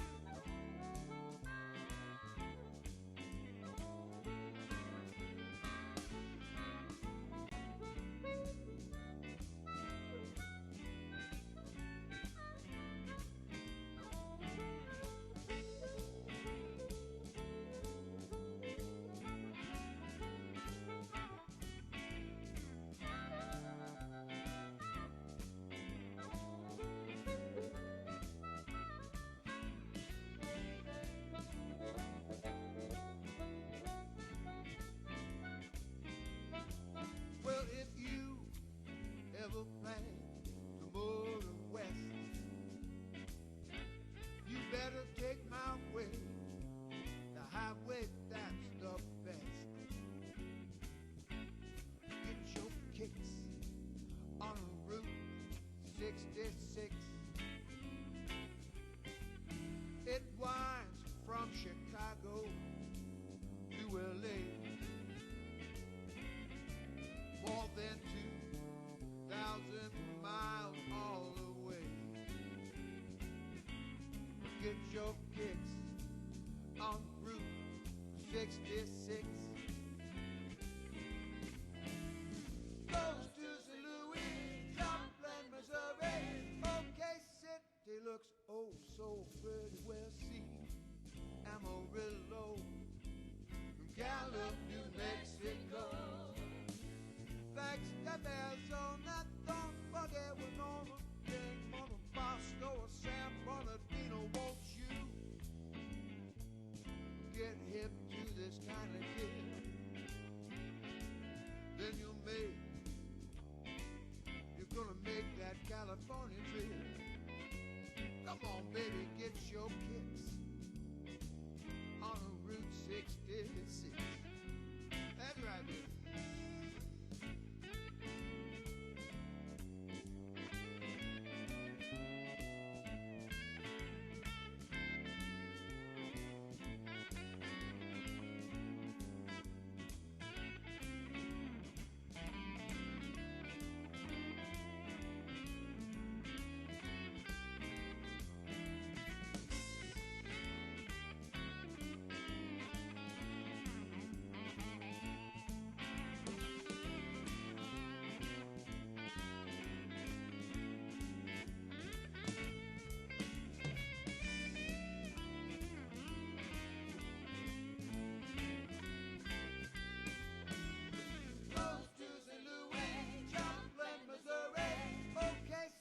He looks oh so pretty. Well, see Amarillo, Gallup, New Mexico.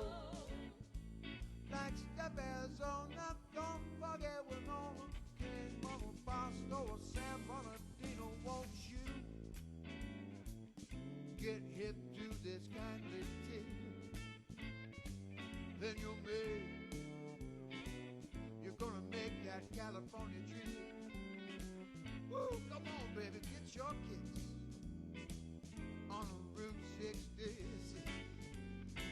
Hey.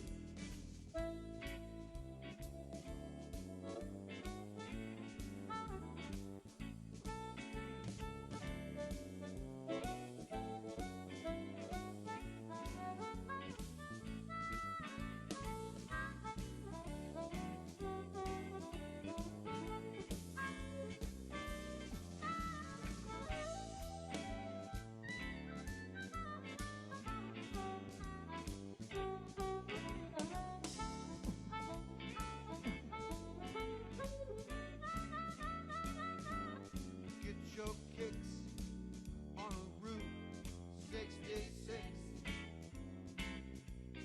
Get your kicks on Route 66. Get your kicks on Route 66.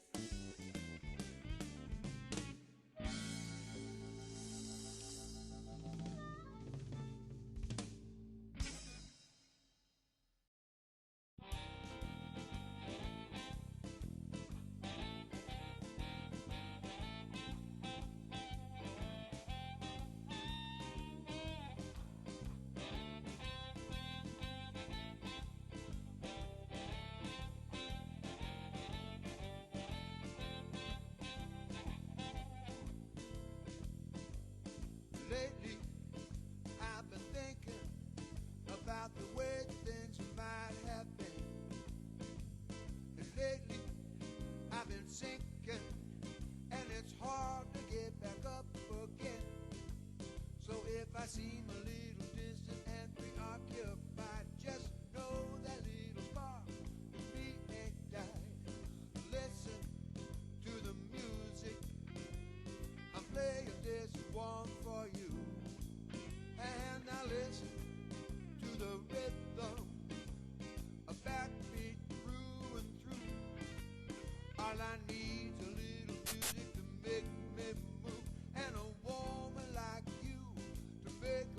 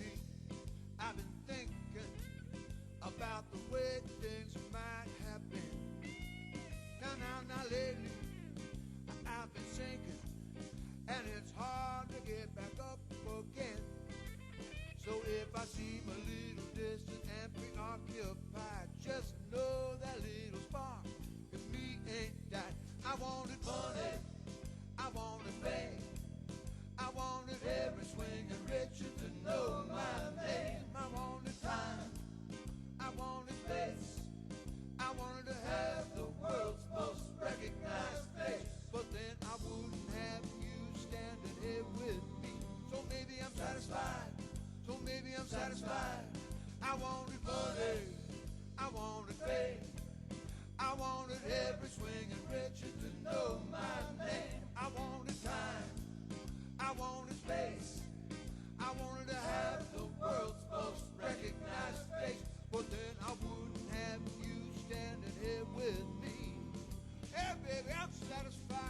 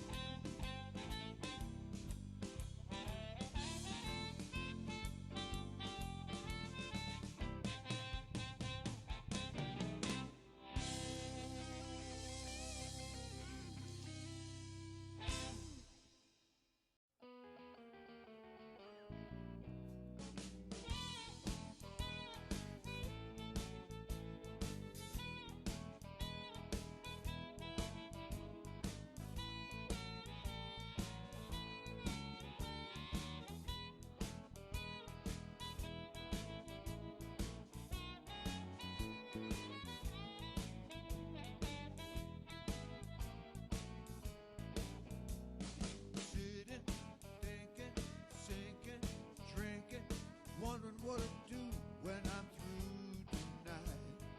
Smoking, hoping, maybe just a hoping some little girl will pass on by. Don't wanna be alone, I love my girl at home. I remember what she said. She said, my, don't tell lies, keep fidelity in your head. My, don't tell lies. When you're done, the show, go to bed. But don't say hi like a spider to a fly. Jump right ahead in my way. Low down, go round, I'm down, so down to the bar at the place I'm at. Sitting, drinking, superficially thinking about some rinsed out blonde on my left. And then I said hi like a spider to a fly. Jump right ahead in my way.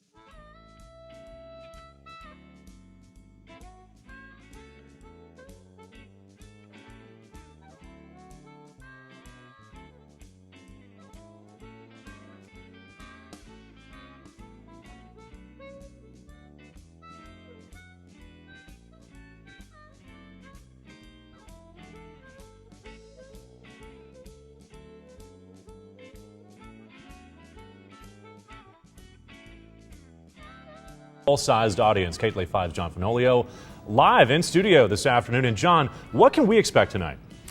Mark, Lou, Super Bowl, World Series, whatever you want to call it, tonight's presidential debate has arrived, and it is expected to be a record-breaking event. Hillary Clinton and Donald Trump will take their long-range fight close range as they square off on stage for the first time.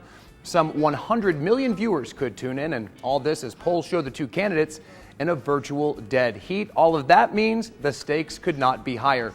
It's the narrow margins, those narrow margins, that really are driving an expectations game here. The Clinton campaign argues that the bar has been set pretty low for Trump. In other words, if he doesn't fall back on the easily agitated Trump we saw during the primary debates, he'll come off looking presidential. So one of Trump's big challenges tonight is about appearing calm, cool, and credible on the issues. For her part, Mrs. Clinton is a policy expert, but she has to appear relatable to voters, many of whom perceive her as robotic at times. And Lou, Mark, all of that said, debates are about moments that can make or break a candidate's performance. Both Clinton and Trump have been studying each other's past debate performances to learn their respective vulnerabilities. Well, let's talk about this, John. There has been a lot of talk about how differently these candidates have been approaching the preparations for the first debate. What can you tell us about that? Well, Mrs. Clinton in particular has been hard at work preparing for this debate. Sources say she's even had a Trump stand-in to throw her curveballs. Now, we've learned that she's actually preparing for two different Donald Trumps, one that's potentially polite and measured, somewhat disarming. The other, Trump the performer, the brash and aggressive Trump who really came out swinging against his Republican opponents during the primaries. The Trump team has been pushing a different narrative, one that says their candidate doesn't want to over-prepare. But of course, Mr. Trump has been preparing. He's been consulting with advisors Rudy Giuliani and Chris Christie at Trump Tower. And you can likely count on Trump to hammer Clinton over her emails and Middle East policy, specifically Libya and the raid on Benghazi. Now, the entire debate will last about 90 minutes without commercial interruption. You can, of course, watch it right here on KTLA at 6 p.m. And I'll have highlights coming up on the news at 10. Lou, Mark, back to you. John Fenolio live in studio this afternoon. John, thanks so much for that report. We're going to move on this afternoon. We have new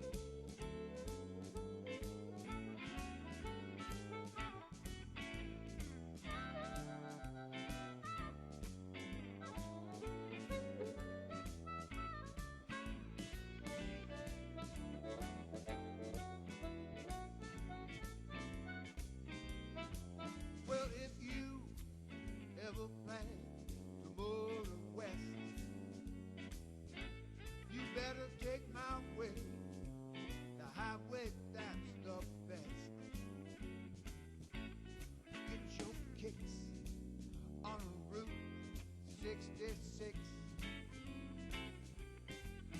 It winds from Chicago to LA. More than 2,000 miles all the way. Get your kicks on Route 66. Goes to St. Louis, Joplin, Missouri. OK City looks oh so pretty. Well, see Amarillo, Gallup, New Mexico. Flagstaff, Arizona, don't forget we're Norma, Mama, Bosco, San Bernardino. Won't you get hip to this kind of kid?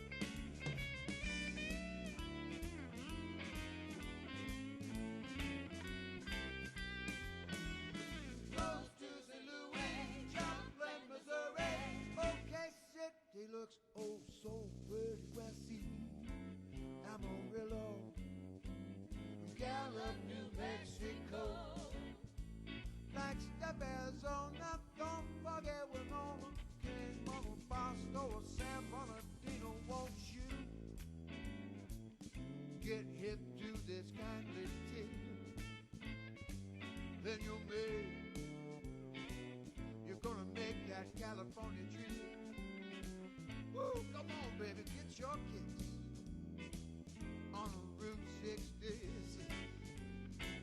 Hey.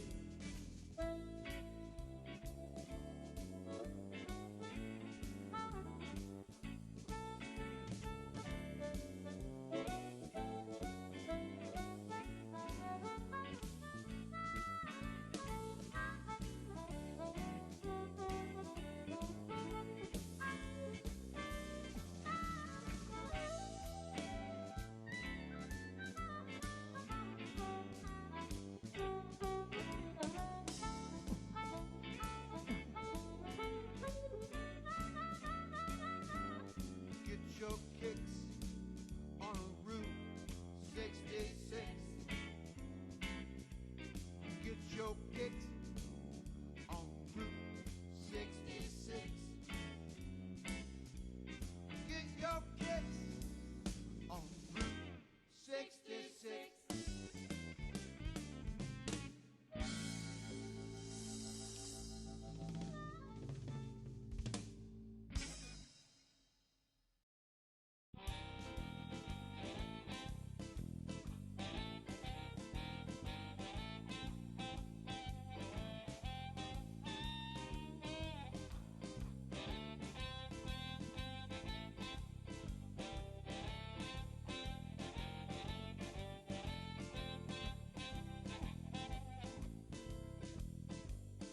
Lately, I've been thinking about the way things might have been. And lately, I've been sinking, and it's hard to get back up again. So if I seem a little distant and preoccupied, just know that little spark in me ain't died. Listen to the music. I'm playing this one for you. And now listen to the rhythm, a backbeat through and through. All I need's a little music to make me move, and a woman like you to make me groove. I want it money, I want it fame, I want it every swinging richer to know my name. I want it time, I wanted space, I wanted to have the world's most recognized face. But then I wouldn't have you standing here with me. So maybe I'm satisfied, oh baby, I'm satisfied.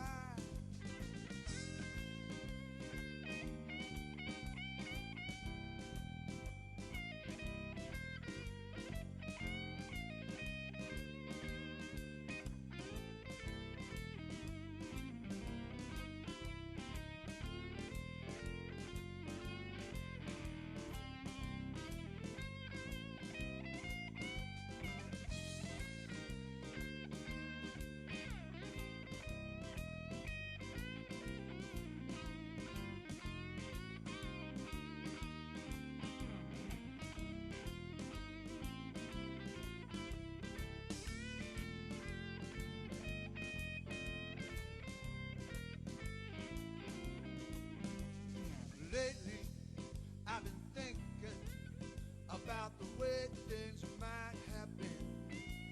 Now, lately, I've been sinking, and it's hard to get back up again.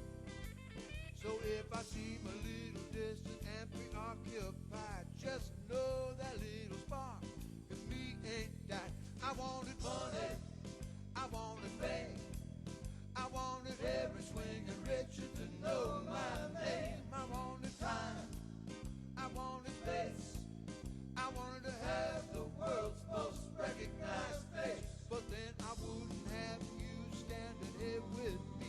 So maybe I'm satisfied, so maybe I'm satisfied.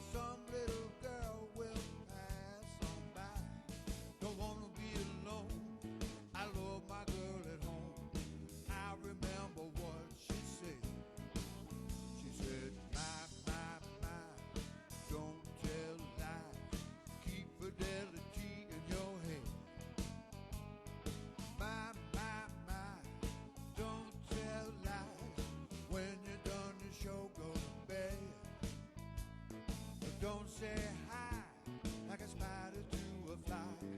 Jump right ahead in my way.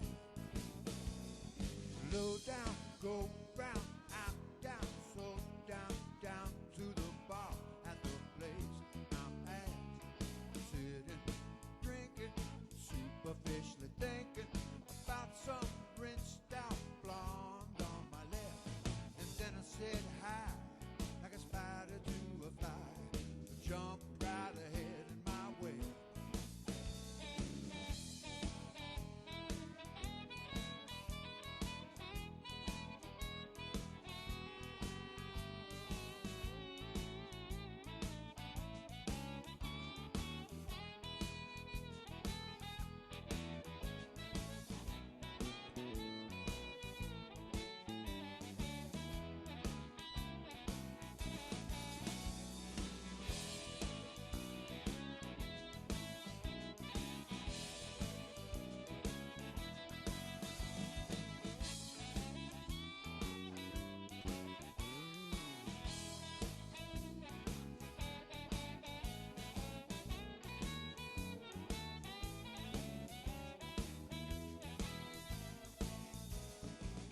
She was charming, flirty, she looked about 30. I would have run away, but I was on my own. She told me later she's machine operator. She said she liked the way I held my microphone. I said, my, like a spider to a fly. Jump right ahead in my web.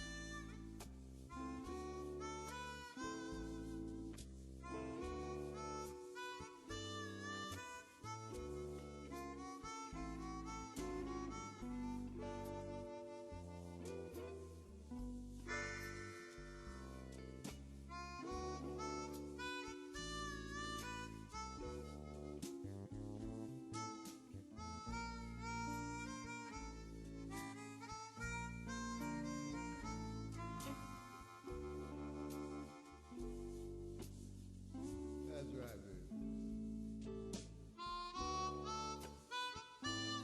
against Donald Trump tend to go crazy by the end. And professional politicians, when they lose to Trump, don't understand why it's happening.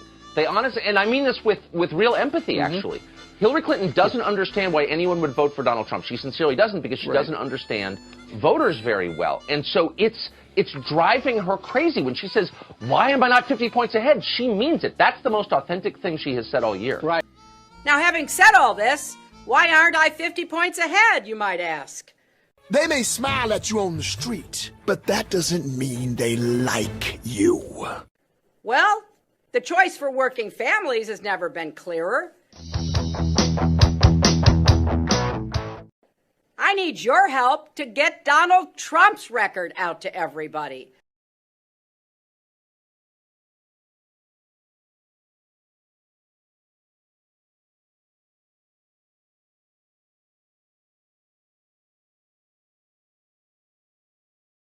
I have been in outhouses that didn't stink that bad. Nobody should be fooled. Are you saying I'm stupid? No. Do I look stupid to you? He proudly declared himself 100% right to work.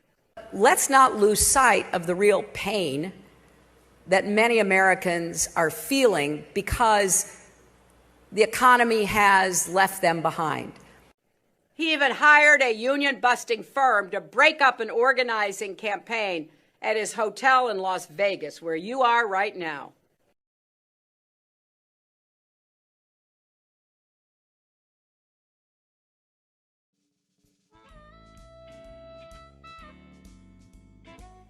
And he built up his wealth by stiffing small businesses and contractors.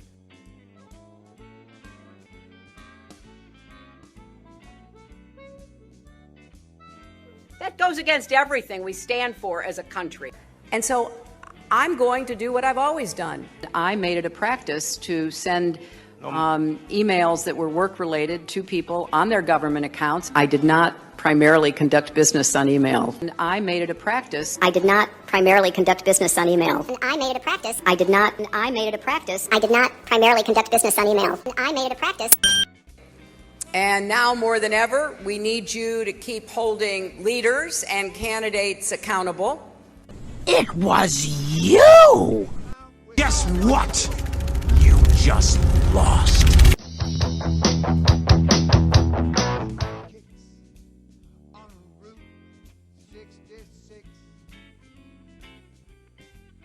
It winds from Chicago to LA.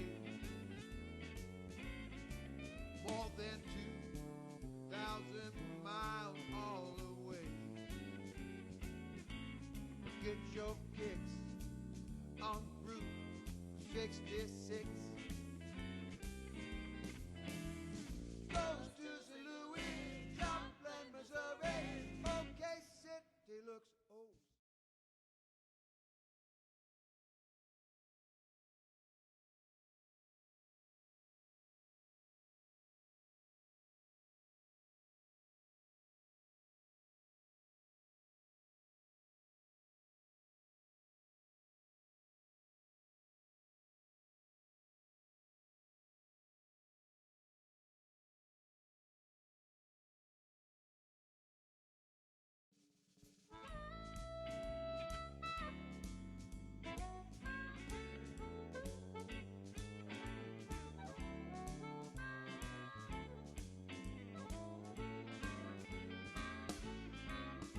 I would now recognize the gentlelady from Indiana, Ms. Brooks.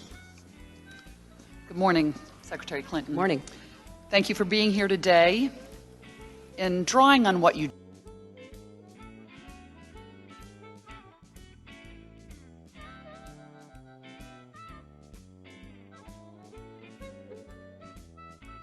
It's not only our men and women in uniform who serve our country, it's their families, their spouses, their children, and we are grateful to each and every one of them. And all of the other electeds and service members, active duty and retired, National Guard and reservists, veterans, military, spouses, family members, all who are with us today.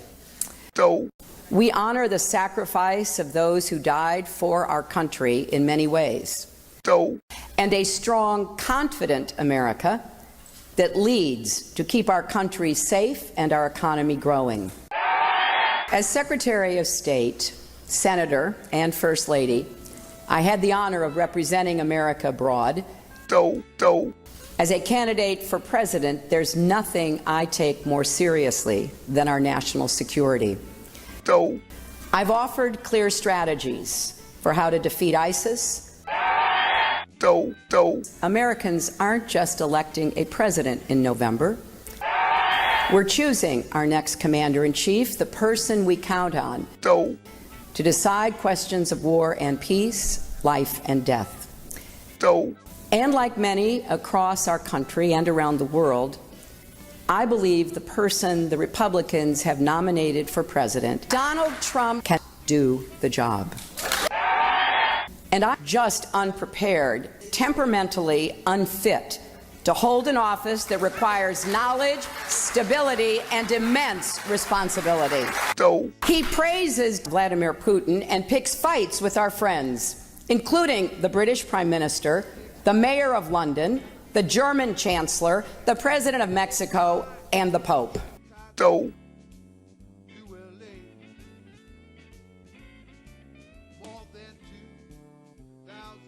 Those are the words, my friends, of someone who doesn't understand America or the world. I'd be doing everything I could to make sure Donald Trump never becomes president, because I believe he will take our country down a truly dangerous path. Unlike him, I have some experience with the tough calls and the hard work of statecraft. And stood up for the rights of women, religious minorities, and LGBT people around the world.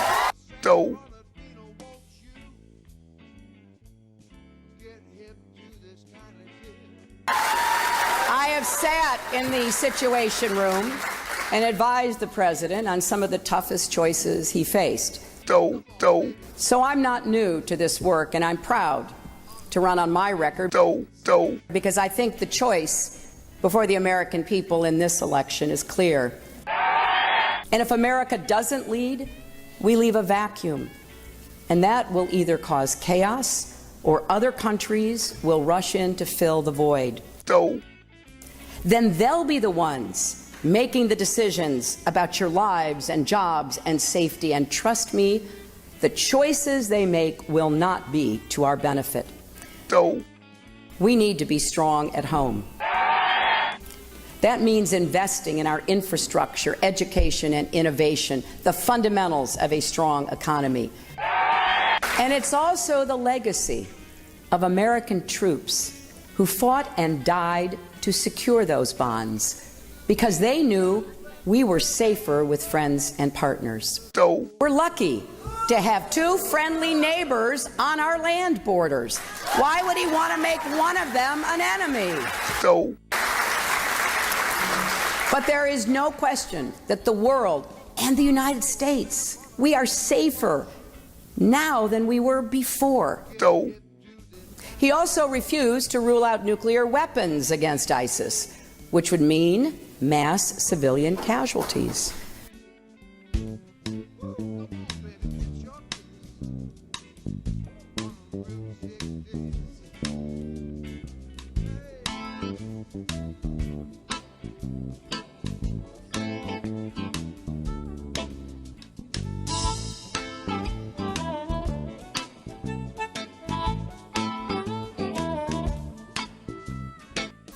Our troops give their all. They deserve a commander-in-chief who knows that. Trump says over and over again, the world is laughing at us. He's been saying this for decades. He didn't just start this year. He bought full-page ads in newspapers across America back in 1987 when Ronald Reagan was president, saying that America lacked a backbone and the world was, you guessed it, laughing at us. And you've got to wonder why somebody who fundamentally has so little confidence in America and has felt that way for at least 30 years wants to be our president. Because if you're convinced you're always right, you'll never ask yourself the hard questions.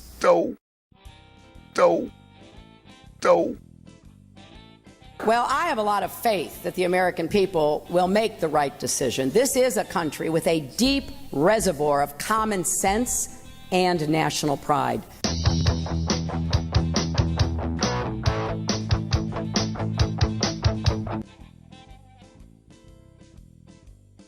Lately, I've been thinking about the way things might have been.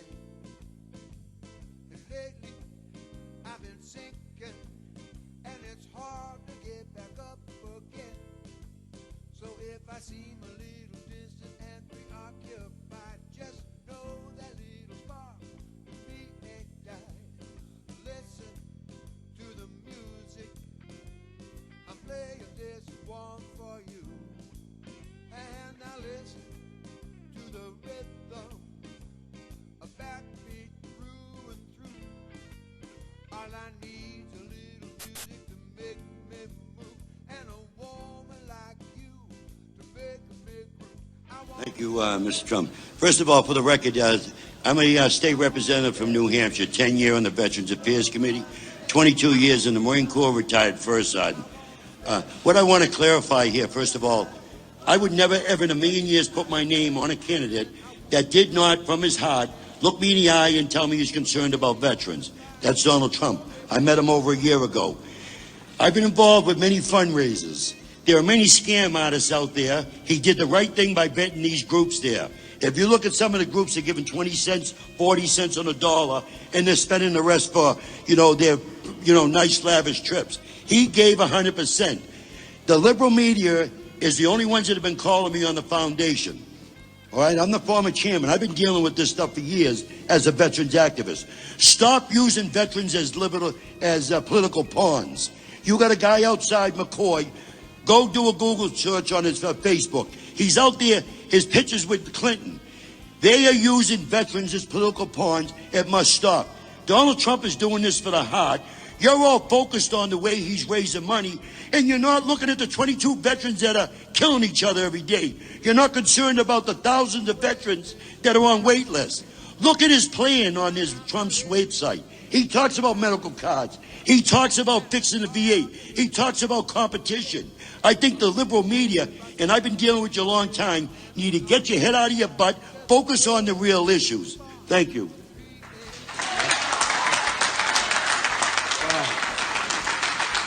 Last week we came out.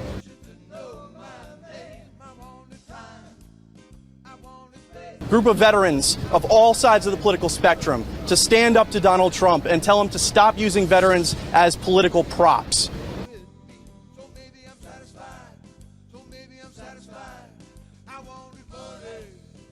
I'm out here because as a Marine Corps officer, I'm opposed to everything Donald Trump stands for. He's used irresponsible and hateful rhetoric for his agenda, and he's used veterans as props for that hate. And rhetoric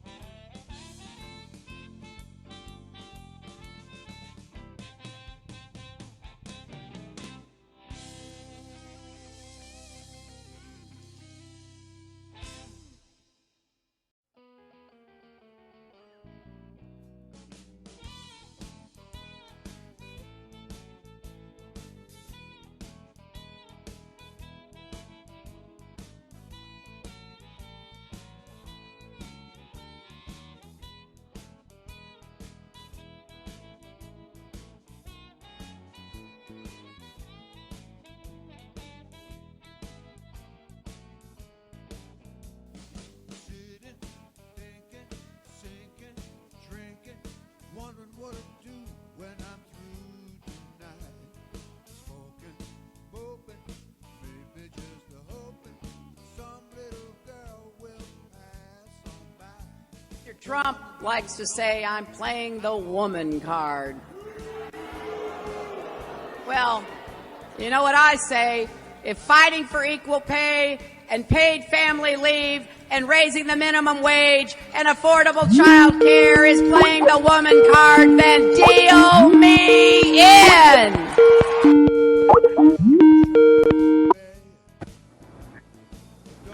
Hey, how you doing? If you can, give me a call, please.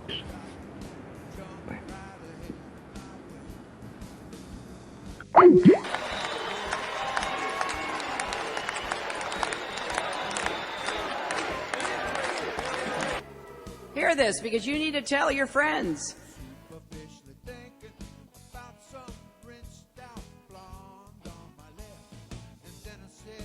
He's hired union busters to break up organizing campaigns on the properties that he owns.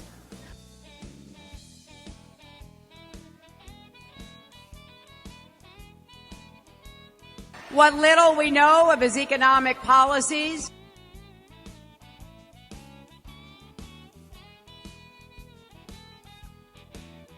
would be running up our debt, starting trade wars, letting Wall Street run wild. All of that could cause another crash and devastate working families and our country.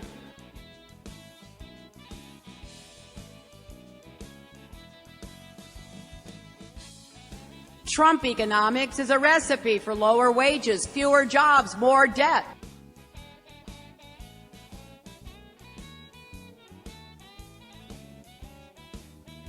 He could bankrupt America like he's bankrupted his companies.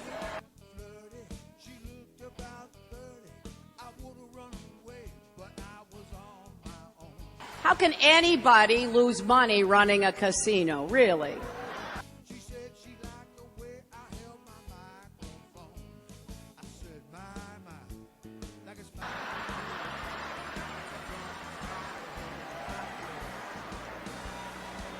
And that's not all. I hear every day from families who are afraid of what a Donald Trump presidency would mean.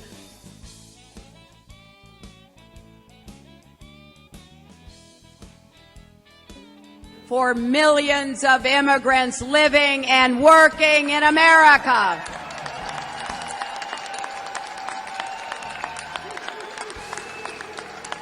$16 million people in America are part of what's called mixed status families, where some loved ones are citizens and some aren't. Maybe the children were born here, but one or both parents are undocumented. I'm sure some of you have families like that. And these are not just statistics, are they? We're talking about real people, men, women, and children. We're talking about neighbors, co-workers, and friends. A few months ago in Las Vegas, I met a 10-year-old girl named Carla Ortiz. She started to cry as she told me that her parents had a letter of deportation, and she was scared they would be taken away from her. In a lot of ways, Carla is a typical bright fifth grader. She loves science experiments, math, and Charlotte's Web. But she leaves for school every day terrified that her mom and dad, who are working hard to support their family, won't be there when she gets home. Her parents had to take her to a heart specialist who explained that living in constant fear was making her little heart beat dangerously fast.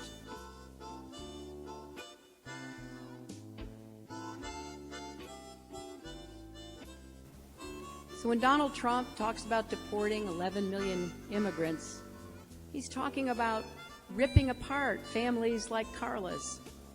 He's talking about sending a deportation force to schools, workplaces, and homes to round up moms, dads, grandparents, even children. When he talks about ending birthright citizenship, he's talking about kicking children who are born here out of the only country they know.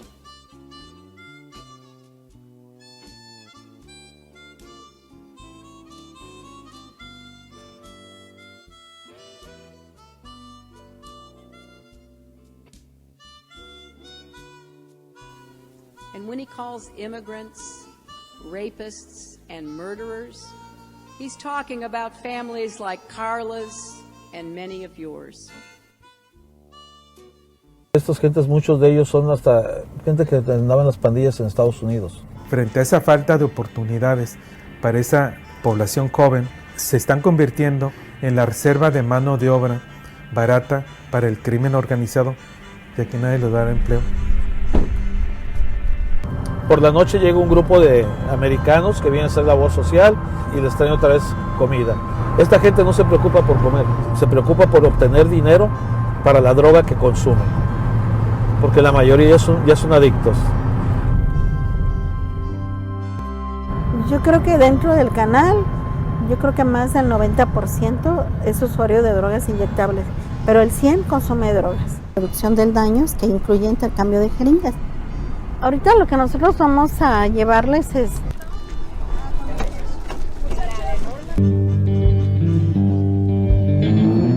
Cuando es nueva no sientes piquete, pero cuando es así ya viejita como este, y ya se achata el filo, pues ya batalla para que entres en tu piel y para que pique la vena, a veces nomás la empuja, porque ya está chata, pues ya no la traspasa así rápido, la empuja nomás.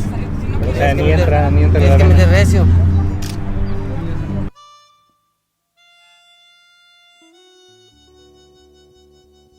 We have to reject this wrong vision for America with a strong, clear voice. We have to stand up for hardworking American families, and that includes hardworking immigrant families.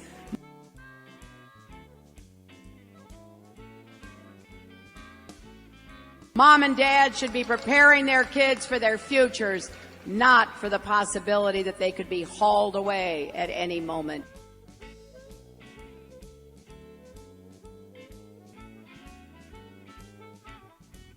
In my first 100 days as president, I will introduce comprehensive immigration reform.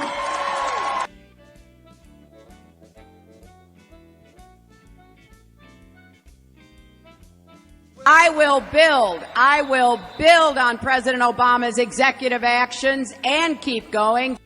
You better take my way, the highway that's the best. Get your kicks on Route 66. It winds from Chicago to LA.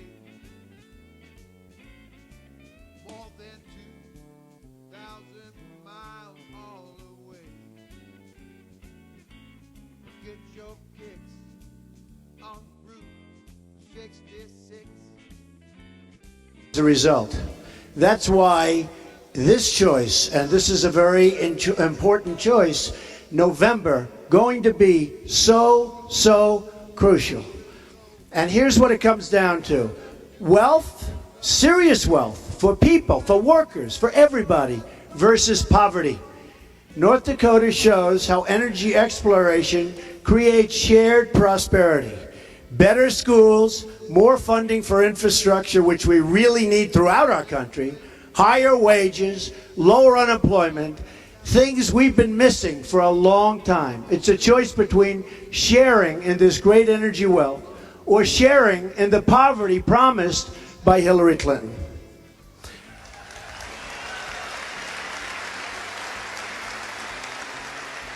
You don't have to take my word for it. Just listen to Hillary in her own words. She's declared war on the American worker. Here's what Hillary Clinton said earlier this year. We are going to put a lot of coal miners and coal companies out of work.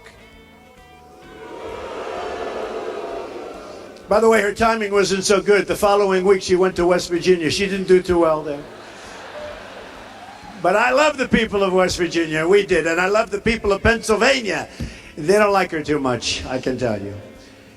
And if Hillary can shut down the mines, she can really shut down our whole country, and your business will be permanently, in many cases, permanently ruined. So let me tell you how President Obama undermined our crisis and our middle class. The president stated that it was his intent to eliminate oil and natural gas production in America, if you can believe this. His policy is death by 1,000 cuts through an onslaught of regulations. For instance, the Environmental Protection Agency's use of totalitarian taxes forces energy operators in North Dakota into paying unprecedented multi-billion-dollar fines before a penalty is even confirmed, which is actually rather hard to believe. Government misconduct goes on and on. The Department of Justice filed a lawsuit against 7 North Dakota oil companies for the death of 28 birds, while the administration fast-tracked wind projects that kill more than 1 million birds a year. Far more than 1 million birds, I have to tell you, far more.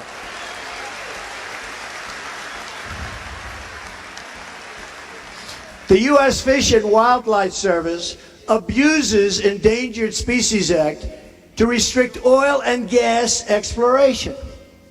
Adding to the pain, President Obama now proposes a $10 per barrel tax on American-produced oil in the middle of a downturn. And you've had a downturn, but we did hit $50 today. I will take credit for that. Harold, they certainly make you feel more alive, but they also could help you with a serious medical condition, why people with kidney stones may want to listen At the same time, I love you too, thank you.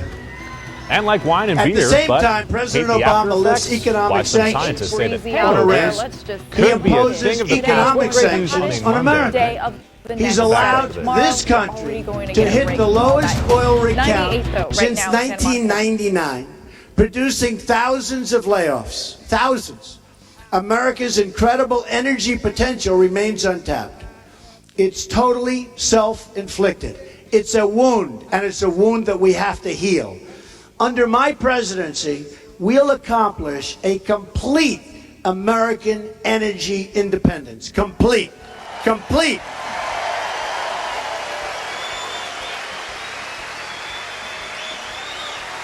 And lots of jobs, lots of jobs. Imagine a world in which our foes and the oil cartels can no longer use energy as a weapon. Wouldn't that be nice? Be very nice. Gonna happen if we win. But we're gonna win. We're gonna win. But President Obama has done everything he can to keep us dependent, and this is so important, on others. He wants us to be dependent on others. It's different thinking. I it's want to from a thank whole different all of school. my Hofstra colleagues Let me list who did all some the of hard the work. good energy As you projects heard, that he's killed. usually you have he 12 rejected weeks, the 12 Keystone. months.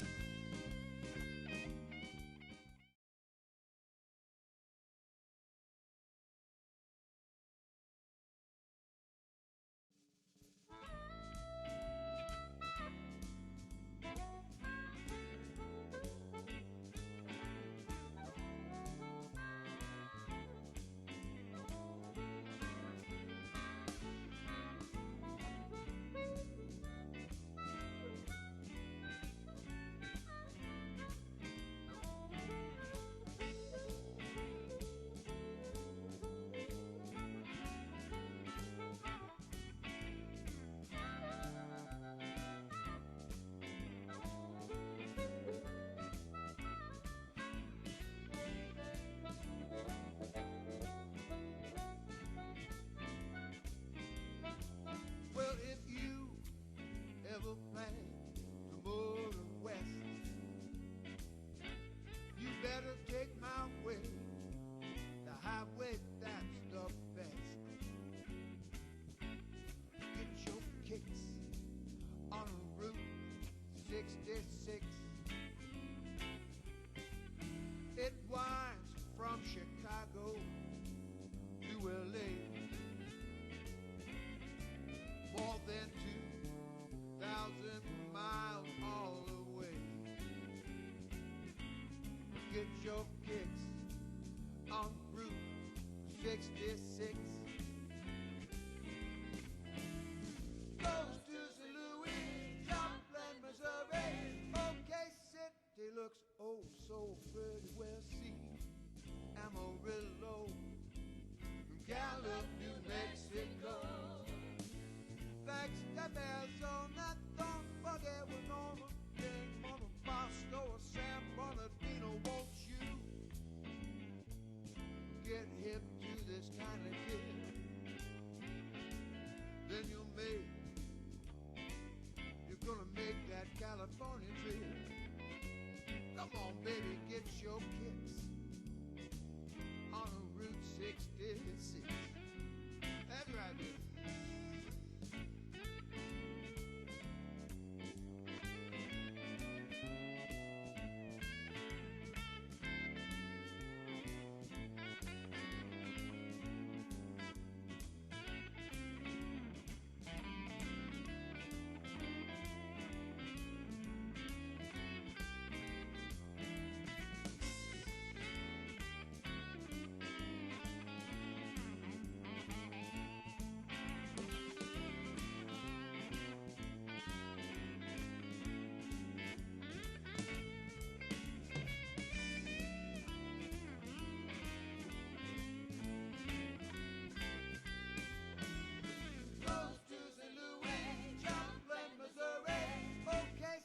He looks oh so pretty. Well, see, Amarillo, Gallup, New Mexico, Flagstaff, Arizona. Don't forget we're Norma, King, Mama, Bosco, or San Bernardino. Won't you get hip to this kind of tip? Then you're gonna make that California trip. Woo, come on, baby, get your kicks on Route 66. Hey.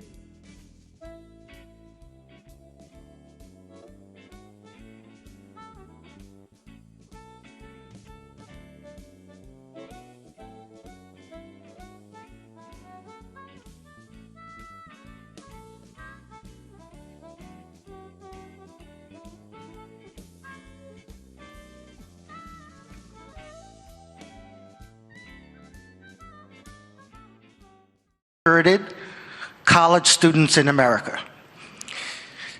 You cannot spend time with these young people and feel pessimistic about the future. You spend time with these young people, you have to feel optimistic about the nation's future. And we host this debate and the past two debates for them. So there were 7,500 students who signed up for the seats available to Hofstra students in this debate hall tonight.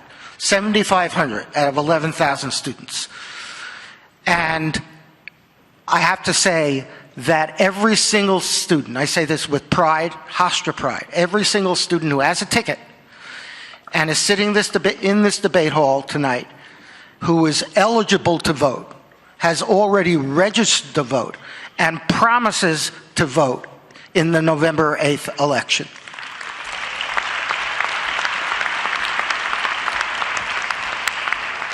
That's why we do this. I will close simply by emphasizing once again how proud the university is to play this very small part in our nation's history. Thank you. I'm going to add one logistical thing that I forgot. Right at 9 o'clock, you're going to hear a lot of noise from behind you.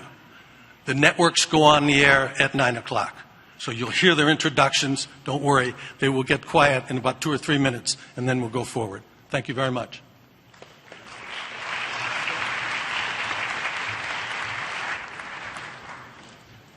There's one additional piece of housekeeping, and that is if you could please turn off your cell phones or anything else, pagers, whatever. No use of cell phones or photography while this is going on. If you could do that now, that would be great. I'd like you to welcome Melania Trump and former President Bill Clinton.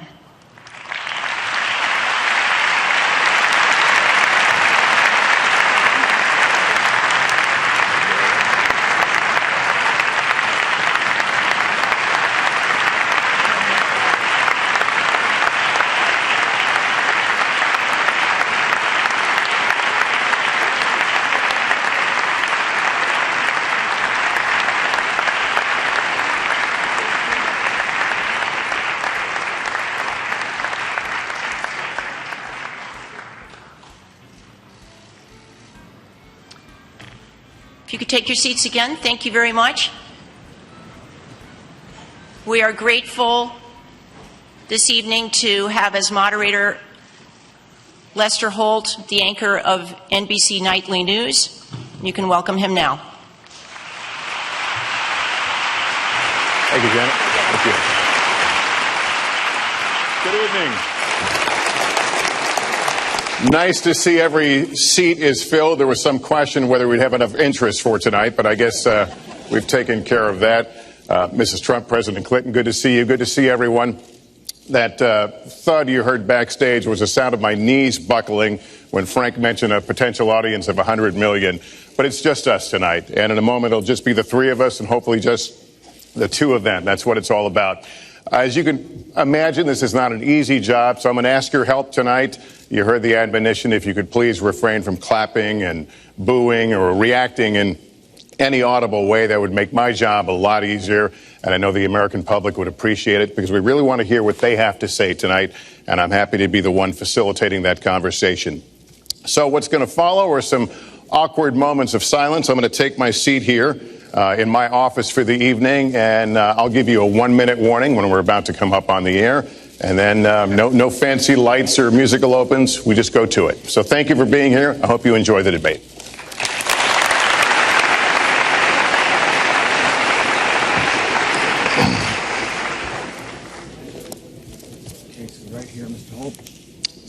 /T, that knob for turning it on. This is your spare lavalier in case Okay. anything goes wrong. Someone will come out to take care of it. It'll probably be me. Got it. All right, you're good to go. Thank you.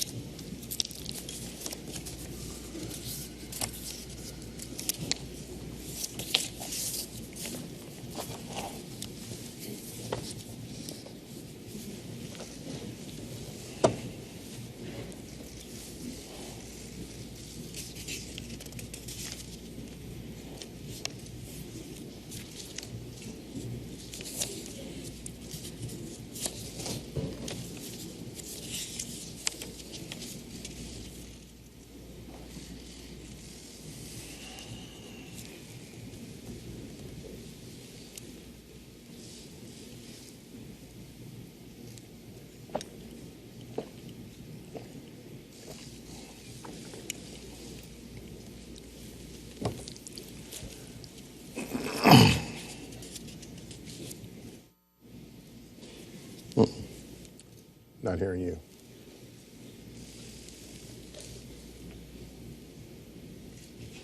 Not hearing you. You're broken up. You're broken up.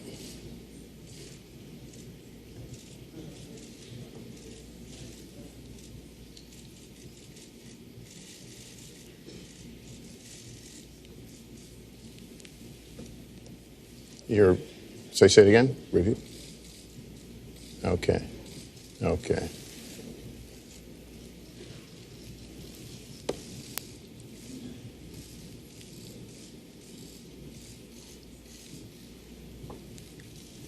No, it's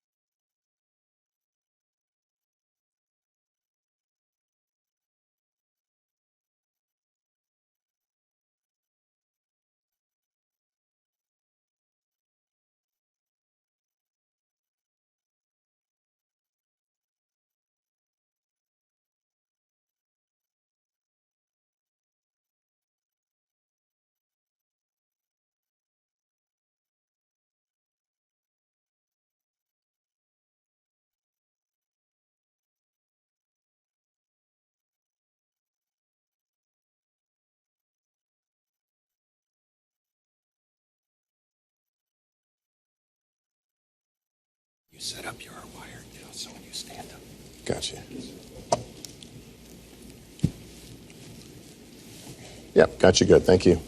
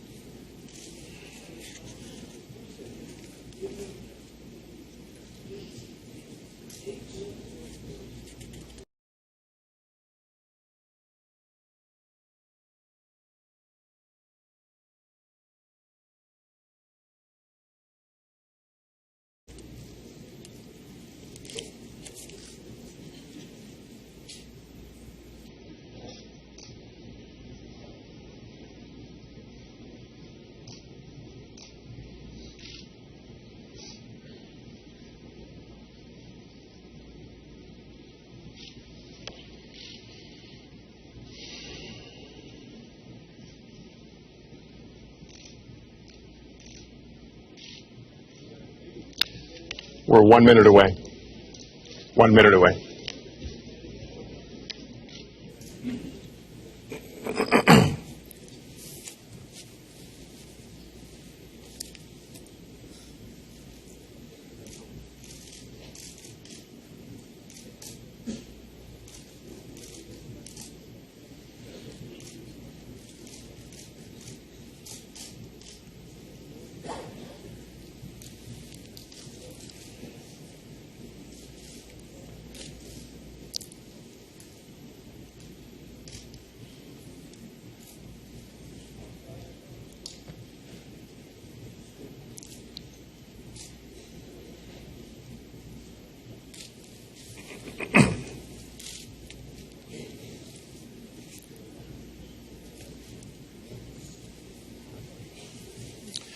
Good evening from Hofstra University in Hempstead, New York. I'm Lester Holt, anchor of NBC Nightly News. I want to welcome you to the first presidential debate. The participants tonight are Donald Trump and Hillary Clinton. This debate is sponsored by the Commission on Presidential Debates, a nonpartisan, nonprofit organization. The commission drafted tonight's format, and the rules have been agreed to by the campaigns. The 90-minute debate is divided into 6 segments, each 50 minutes long.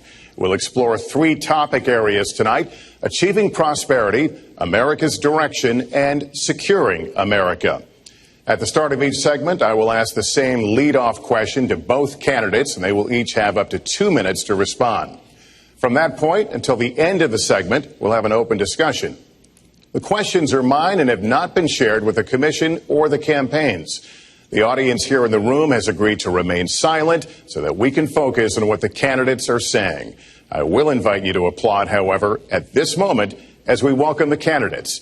Democratic nominee for President of the United States, Hillary Clinton, and Republican nominee for President of the United States, Donald J. Trump.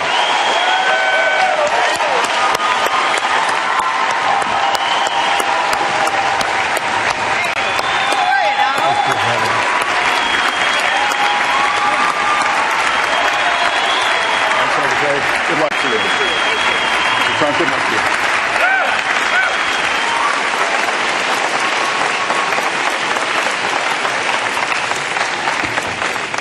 you. Well, I don't expect us to cover all the issues of this campaign tonight, but I remind everyone there are 2 more presidential debates scheduled. We are going to focus on many of the issues that voters tell us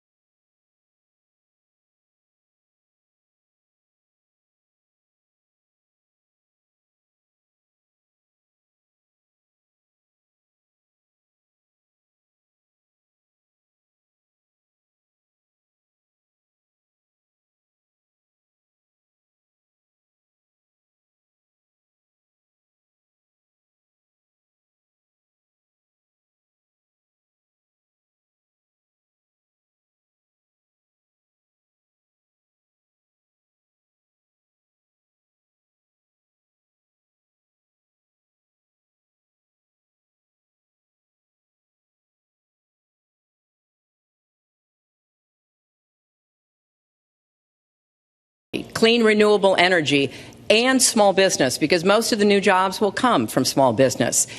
We also have to make the economy fairer. That starts with raising the national minimum wage and also guarantee, finally, equal pay for women's work.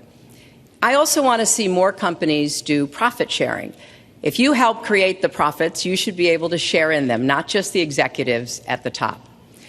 And I want us to do more to support people who are struggling to balance family and work. I've heard from so many of you about the difficult choices you face and the stresses that you're under. So let's have paid family leave, earned sick days.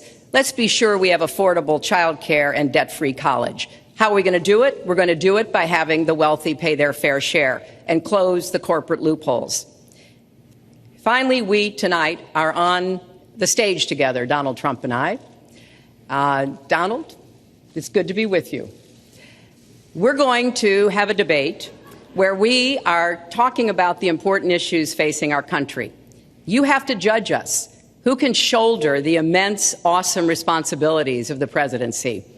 Who can put into action the plans that will make your life better? I hope that I will be able to earn your vote on November 8th. Secretary Clinton, thank you. Mr. Trump, the same question to you. It's about putting more money into the pockets of American workers. You have up to 2 minutes. Thank you, Lester. Our jobs are fleeing the country. They're going to Mexico. They're going to many other countries. You look at what China is doing to our country in terms of making our product. They're devaluing their currency, and there's nobody in our government to fight them. And we have a very good fight, and we have a winning fight, because they're using our country as a piggy bank to rebuild China, and many other countries are doing the same thing. So we're losing our good jobs, so many of them. When you look at what's happening in Mexico, a friend of mine who builds plants said it's the 8th wonder of the world. They're building some of the biggest plants anywhere in the world, some of the most sophisticated, some of the best plants. With the United States, as he said, not so much. So Ford is leaving. You see that, their small car division leaving. Thousands of jobs, leaving Michigan, leaving Ohio. They're all leaving, and we can't allow it to happen anymore. As far as child care is concerned and so many other things, I think Hillary and I agree on that. We probably disagree a little bit as to numbers and amounts and what we're going to do, but perhaps we'll be talking about that later. But we have to stop our jobs from being stolen from us. We have to stop our companies from leaving the United States, and with it, firing all of their people. All you have to do is take a look at Carrier Air Conditioning in Indianapolis. They fired 1,400 people. They're going to Mexico. So many, hundreds and hundreds of companies are doing this. We cannot let it happen. Under my plan, I'll be reducing taxes tremendously, from 35% to 15% for companies, small and big businesses. That's going to be a job creator like we haven't seen since Ronald Reagan. It's going to be a beautiful thing to watch.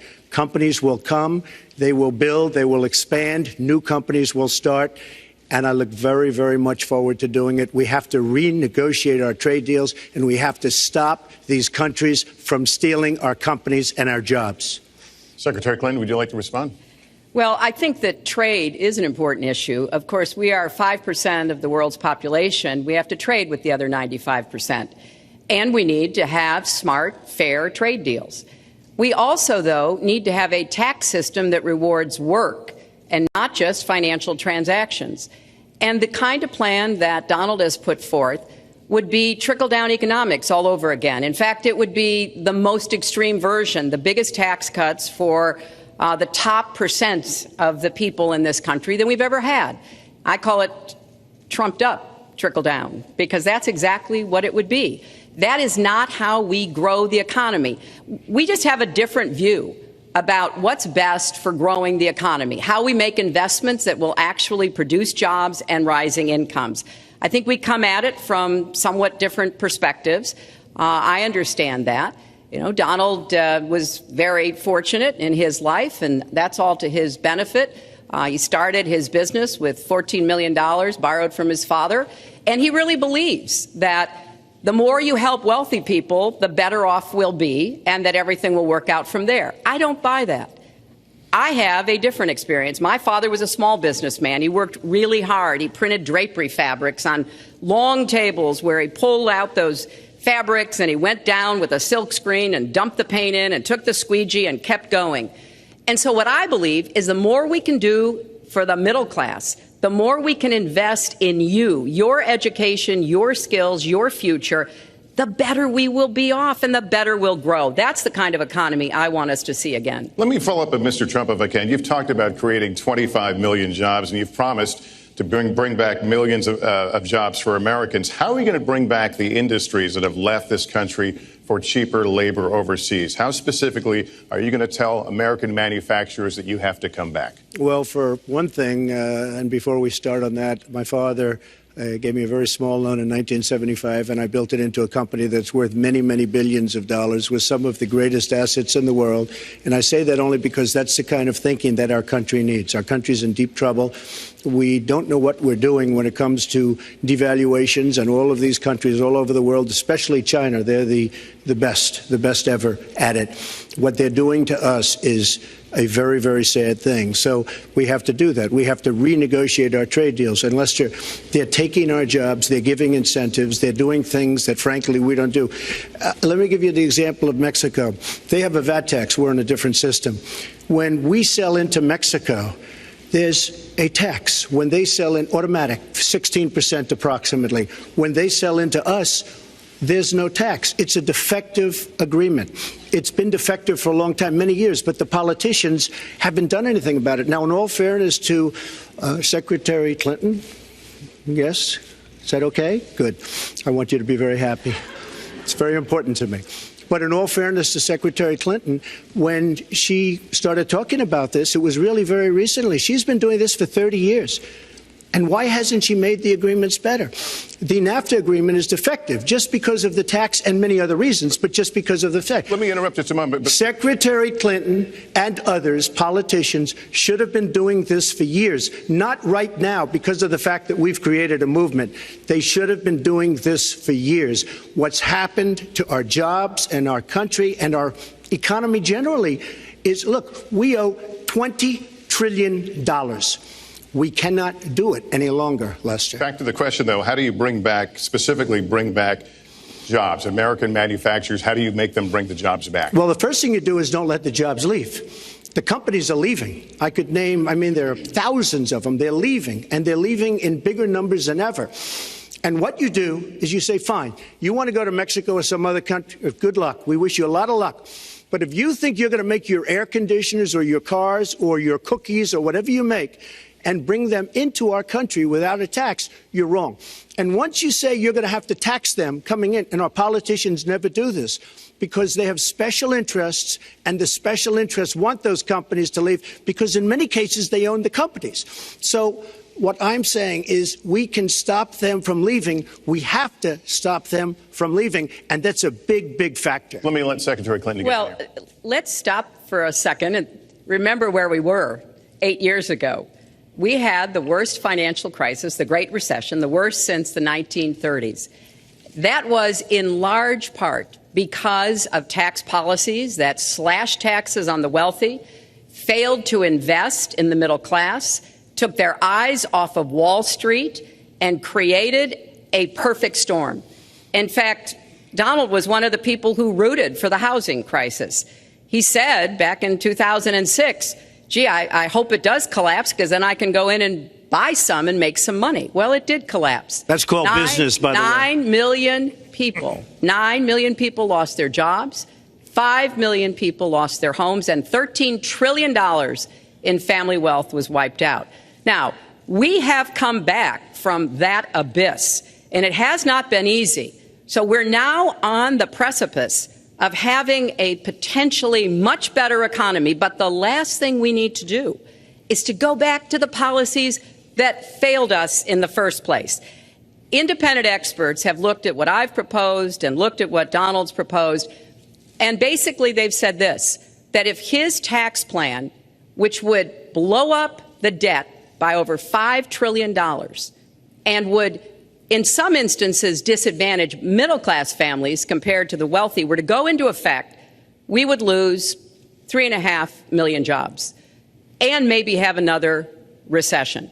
They've looked at my plans and they've said, okay, if we can do this, and I intend to get it done, we will have 10 million more new jobs because we will be making investments where we can grow the economy. Take clean energy. Some country is going to be the clean energy superpower of the 21st century. Donald thinks that climate change is a hoax perpetrated by the Chinese. I think it's real. I did not. Science is real. I do not say that. And I think it's important that we grip this and deal with it, both at home and abroad. And here's what we can do. We can deploy 500 million more solar panels. We can have enough clean energy to power every home. We can build a new modern electric grid. That's a lot of jobs. That's a lot of new economic activity. So I've tried to be very specific about what we can and should do, and I am determined that we're going to get the economy really moving again, building on the progress we've made over the last 8 years, but never going back to what got us in trouble in the first place. Mr. Trump. She talks about solar panels. We invested in a solar company, our country. That was a disaster. They lost plenty of money on that one. Now, look, I'm a great believer in all forms of energy, but we're putting a lot of people out of work. Our energy policies are a disaster.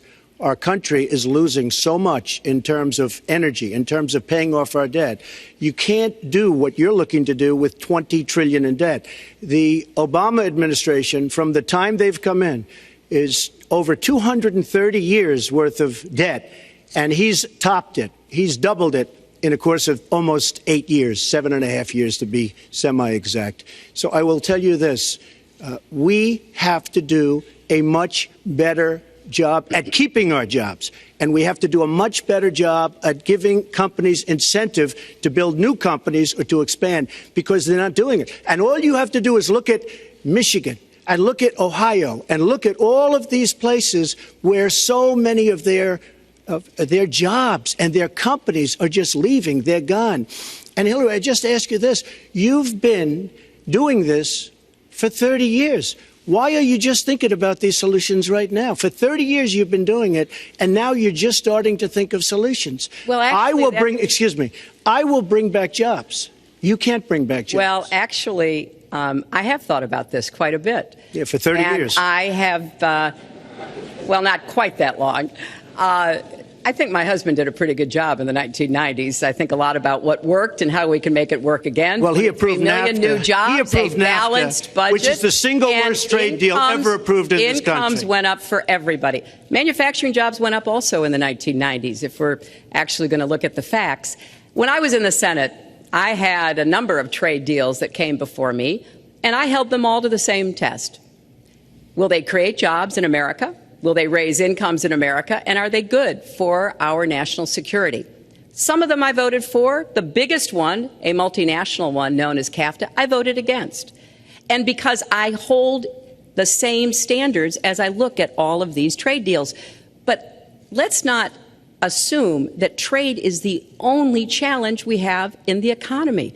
I think it is a part of it, and I've said what I'm going to do. I'm going to have a special prosecutor. We're going to enforce the trade deals we have, and we're going to hold people accountable. When I was Secretary of State, we actually increased American exports globally 30%.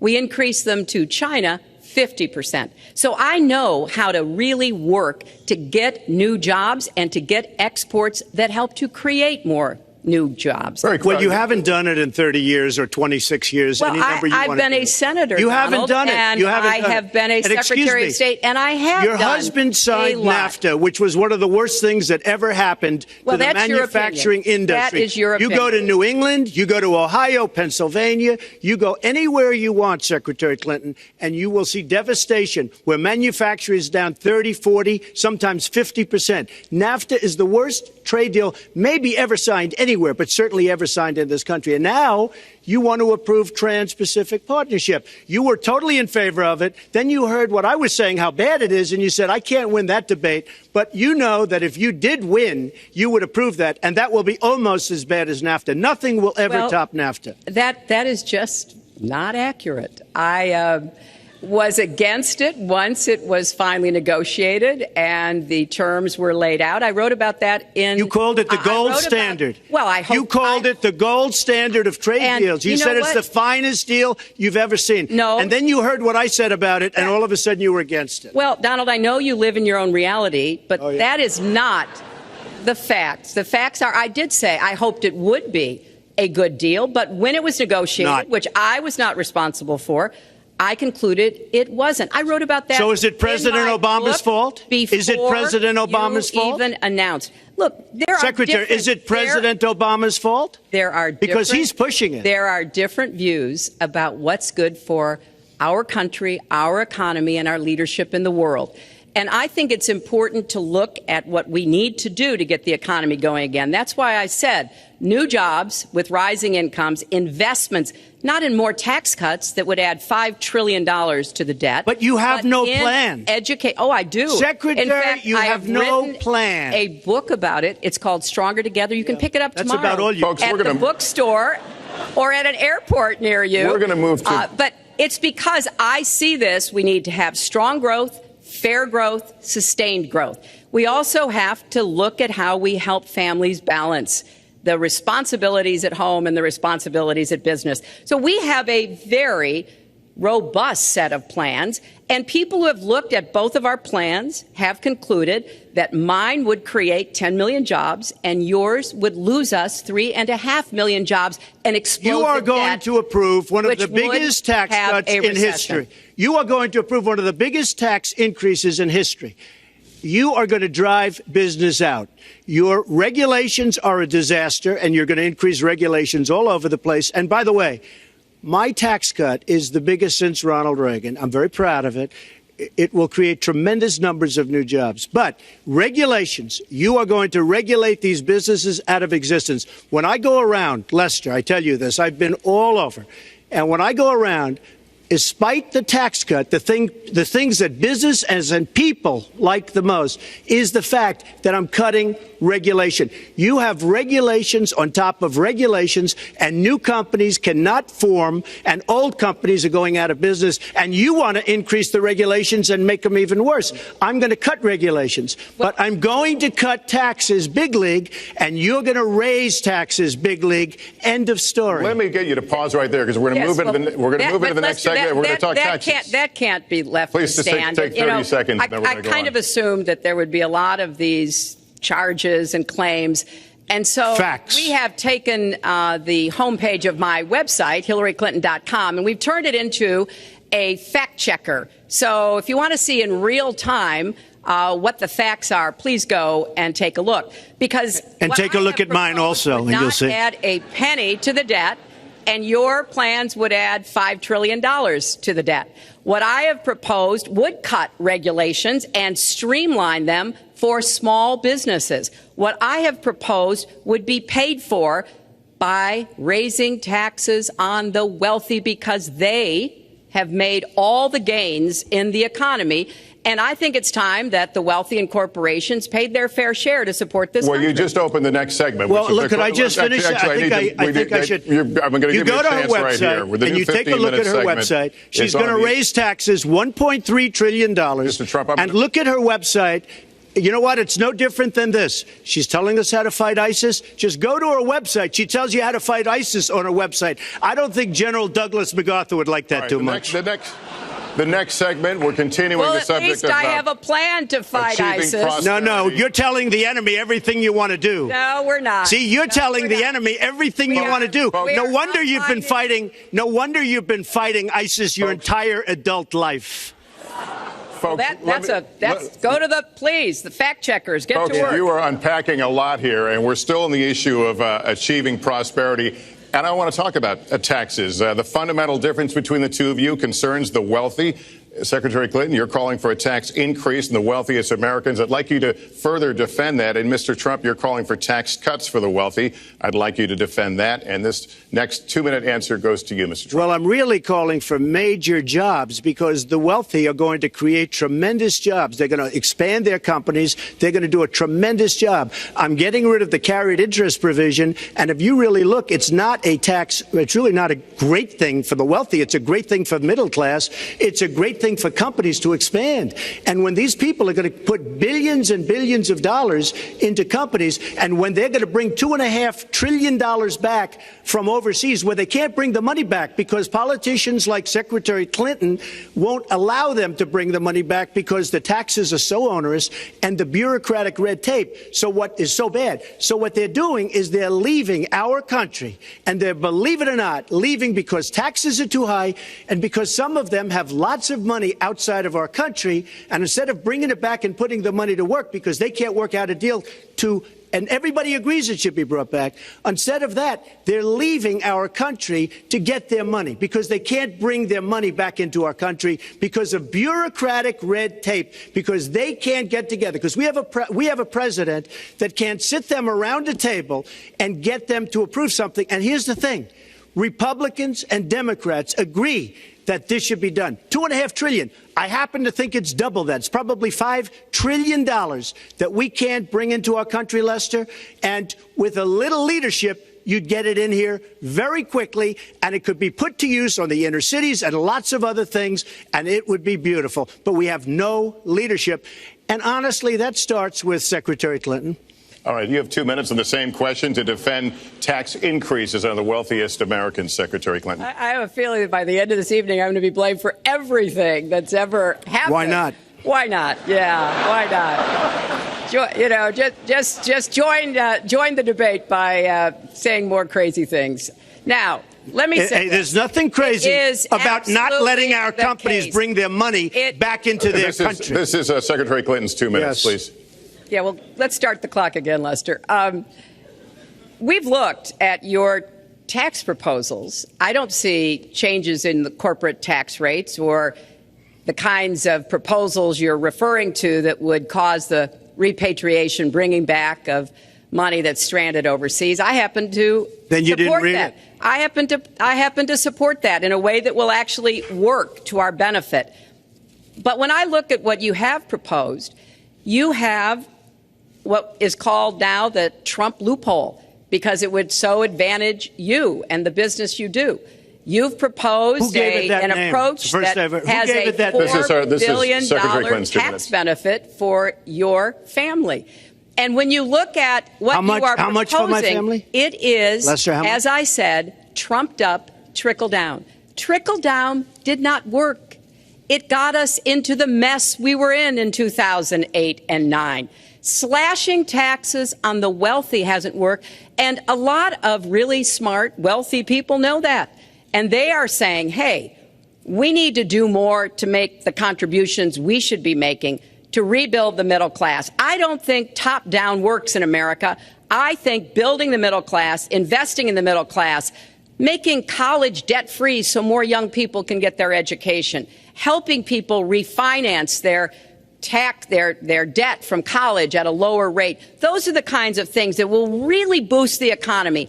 Broad-based, inclusive growth is what we need in America, not more advantages for people at the very top. Mr. Trump, typical politician, all talk, no action, sounds good, doesn't work, never going to happen.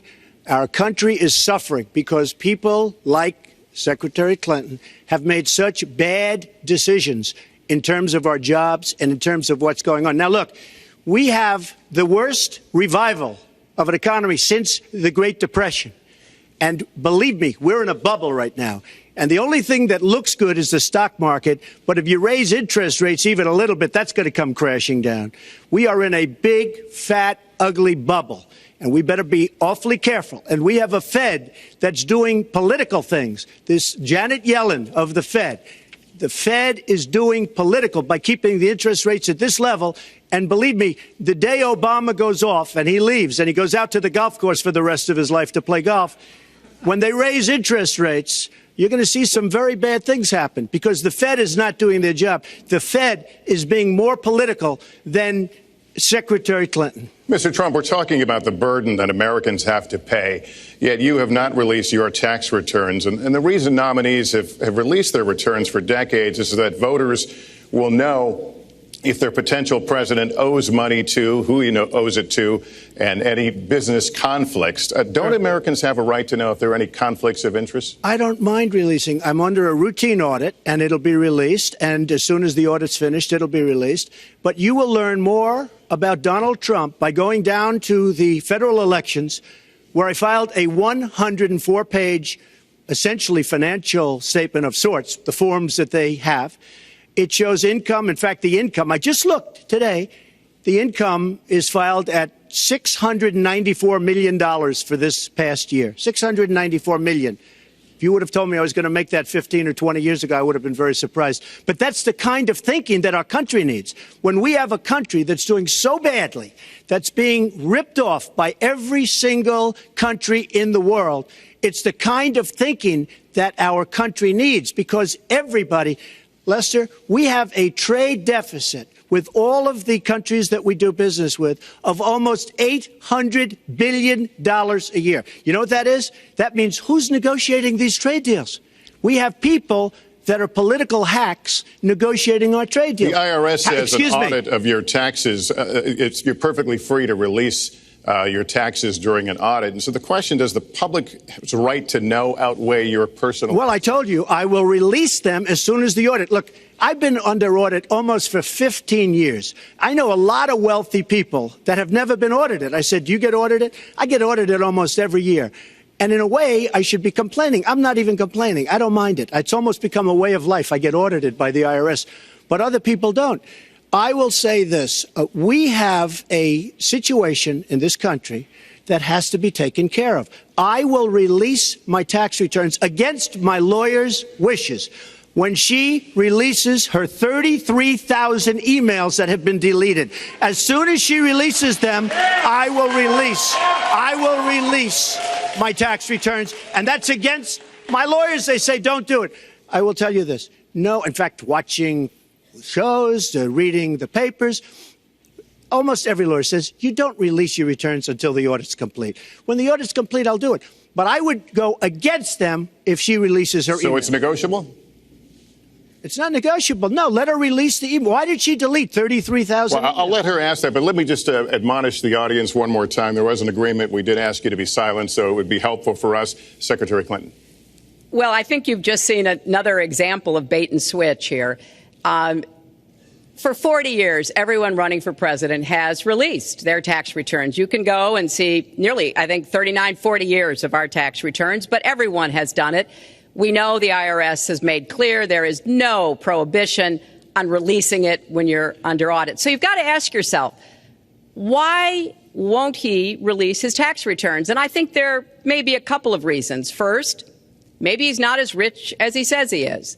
Second, maybe he's not as charitable as he claims to be. Third, we don't know all of his business dealings, but we have been told through investigative reporting that he owes about $650 million to Wall Street and foreign banks. Or maybe he doesn't want the American people, all of you watching tonight, to know that he's paid nothing in federal taxes, because the only years that anybody's ever seen were a couple of years when he had to turn them over to state authorities when he was trying to get a casino license, and they showed he didn't pay any federal income tax. So if he's paid zero, that means zero for troops, zero for vets, zero for schools or health.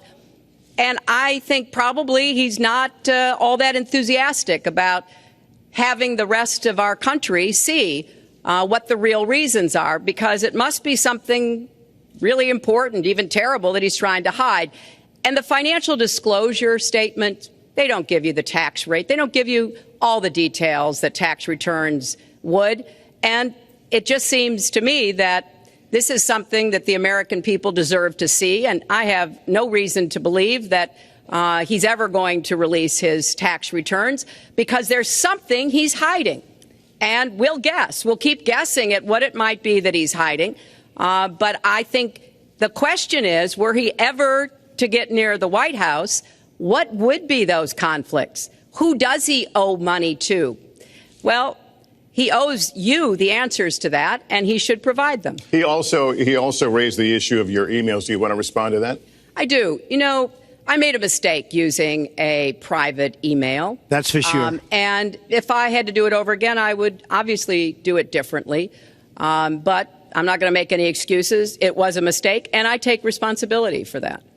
Mr. Trump? That was more than a mistake. That was done purposely. Okay, that was not a mistake. That was done purposely. When you have your staff taking the Fifth Amendment, taking the Fifth, so they're not prosecuted. When you have the man that set up the illegal server taking the Fifth, I think it's disgraceful. And believe me, this country thinks it's it really thinks it's disgraceful also. As far as my tax returns, you don't learn that much from tax returns, that I can tell you. You learn a lot from financial disclosure. And you should go down and take a look at that.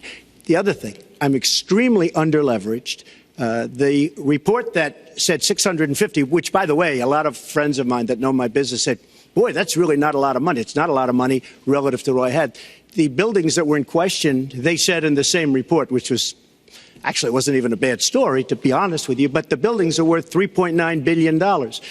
And the 650 isn't even on that. But it's not 650. It's much less than that. But I could give you a list of banks. I would, if that would help you, I would give you a list of banks. These are very fine institutions, very fine banks. I could do that very quickly.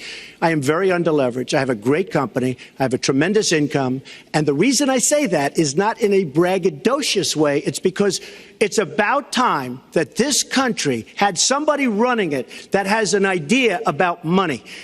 When we have $20 trillion in debt and our country's a mess, you know, it's one thing to have $20 trillion in debt and our roads are good and our bridges are good and everything's in great shape. Our airports are like from a third world country. You land at LaGuardia, you land at Kennedy, you land at LAX, you land at Newark, and you come in from Dubai and Qatar and you see these incredible, you come in from China, you see these incredible airports and you land, we've become a third world country. So, the worst of all things has happened. We owe $20 trillion, and we're a mess. We haven't even started. And we've spent $6 trillion in the Middle East, according to a report that I just saw, whether it's 6 or 5, but it looks like it's 6. $6 trillion in the Middle East. We could have rebuilt our country twice. And it's really a shame. And it's politicians like Secretary Clinton that have caused this problem. Our country has tremendous problems. We're a debtor nation, we're a serious debtor nation, and we have a country that needs new roads, new tunnels, new bridges, new airports, new schools, new hospitals, and we don't have the money because it's been squandered on so many of your ideas. Let you and respond, maybe and we'll move to our because next. you haven't paid any federal income tax for a lot of years. And the other thing I think is important It would be squandered too, is, believe me. If your main claim to be president of the United States is your business, then I think we should talk about that. You know, your campaign manager said that you built a lot of businesses on the backs of little guys. And indeed, I have met a lot of the people who were stiffed by you and your businesses, Donald.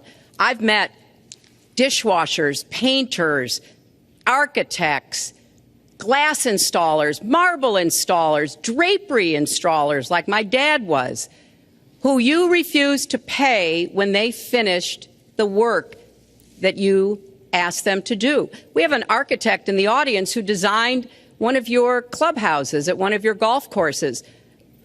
It's a beautiful facility. It immediately was put to use, and you wouldn't pay what the man needed to be paid, what he was charging you. Maybe he didn't do a good job, and I was unsatisfied with his work, which our country should do too. The thousands of people that you have stiffed over the course of your business not deserve some kind of apology from someone who has taken their labor, taken the goods that they produced, and then refused to pay them? I can only say that I'm certainly relieved that my late father never did business with you. He provided a good middle-class life for us, but the people he worked for, he expected the bargain to be kept on both sides. And when we talk about your business, you've taken business bankruptcy 6 times. There are a lot of great business people that have never taken bankruptcy once. You call yourself the king of debt. You talk about leverage. You even at one time suggested that you would try to negotiate down the national debt of the United States. Well, sometimes there's not a direct transfer of skills from business to government, but sometimes what happened in business would be really bad for government. Let's let Mr. And Trump. we need to be very clear about that. Look, it's all words. It's all sound bites. I built an unbelievable company, some of the greatest assets anywhere in the world, real estate assets anywhere in the world, beyond the United States, in Europe, lots of different places. It's an unbelievable company. But on occasion, 4 times, we used certain laws that are there. And when Secretary Clinton talks about people that didn't get paid, first of all, they did get paid a lot, but taking advantage of the laws of the nation. Now, if you want to change the laws, you've been there a long time, change the laws. But I take advantage of the laws of the nation because I'm running a company. My obligation right now is to do well for myself, my family, my employees, for my companies. And that's what I do. But what she doesn't say is the tens of thousands of people that are unbelievably happy and that love me. I'll give you an example. We're just opening up on Pennsylvania Avenue, right next to the White House. So if I don't get there one way, I'm going to get to Pennsylvania Avenue another. But we're opening the old post office. Under budget, ahead of schedule, saved tremendous money. I'm a year ahead of schedule. And that's what this country should be doing. We build roads and they cost 2 and 3 and 4 times what they're supposed to cost. We buy products for our military and they come in at costs that are so far above what they were supposed to be because we don't have people that know what they're doing. When we look at the budget is bad to a large extent because we have people that have no idea as to what to do and how to buy.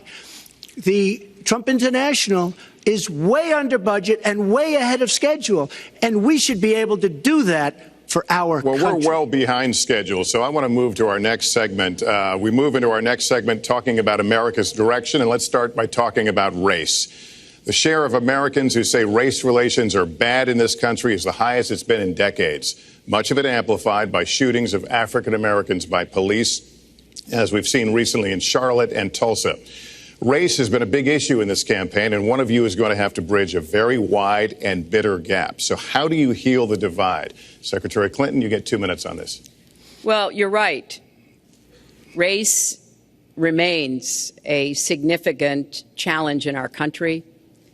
Unfortunately, race still determines too much, often determines where people live, determines what kind of education in their public schools they can get, and yes, it determines how they're treated in the criminal justice system. We've just seen those 2 tragic examples in both Tulsa and Charlotte. And we've got to do several things at the same time. We have to restore trust between communities and the police. We have to work to make sure that our police are using the best training, the best techniques, that they're well prepared to use force only when necessary. Everyone should be respected by the law, and everyone should respect the law. Right now, that's not the case in a lot of our neighborhoods.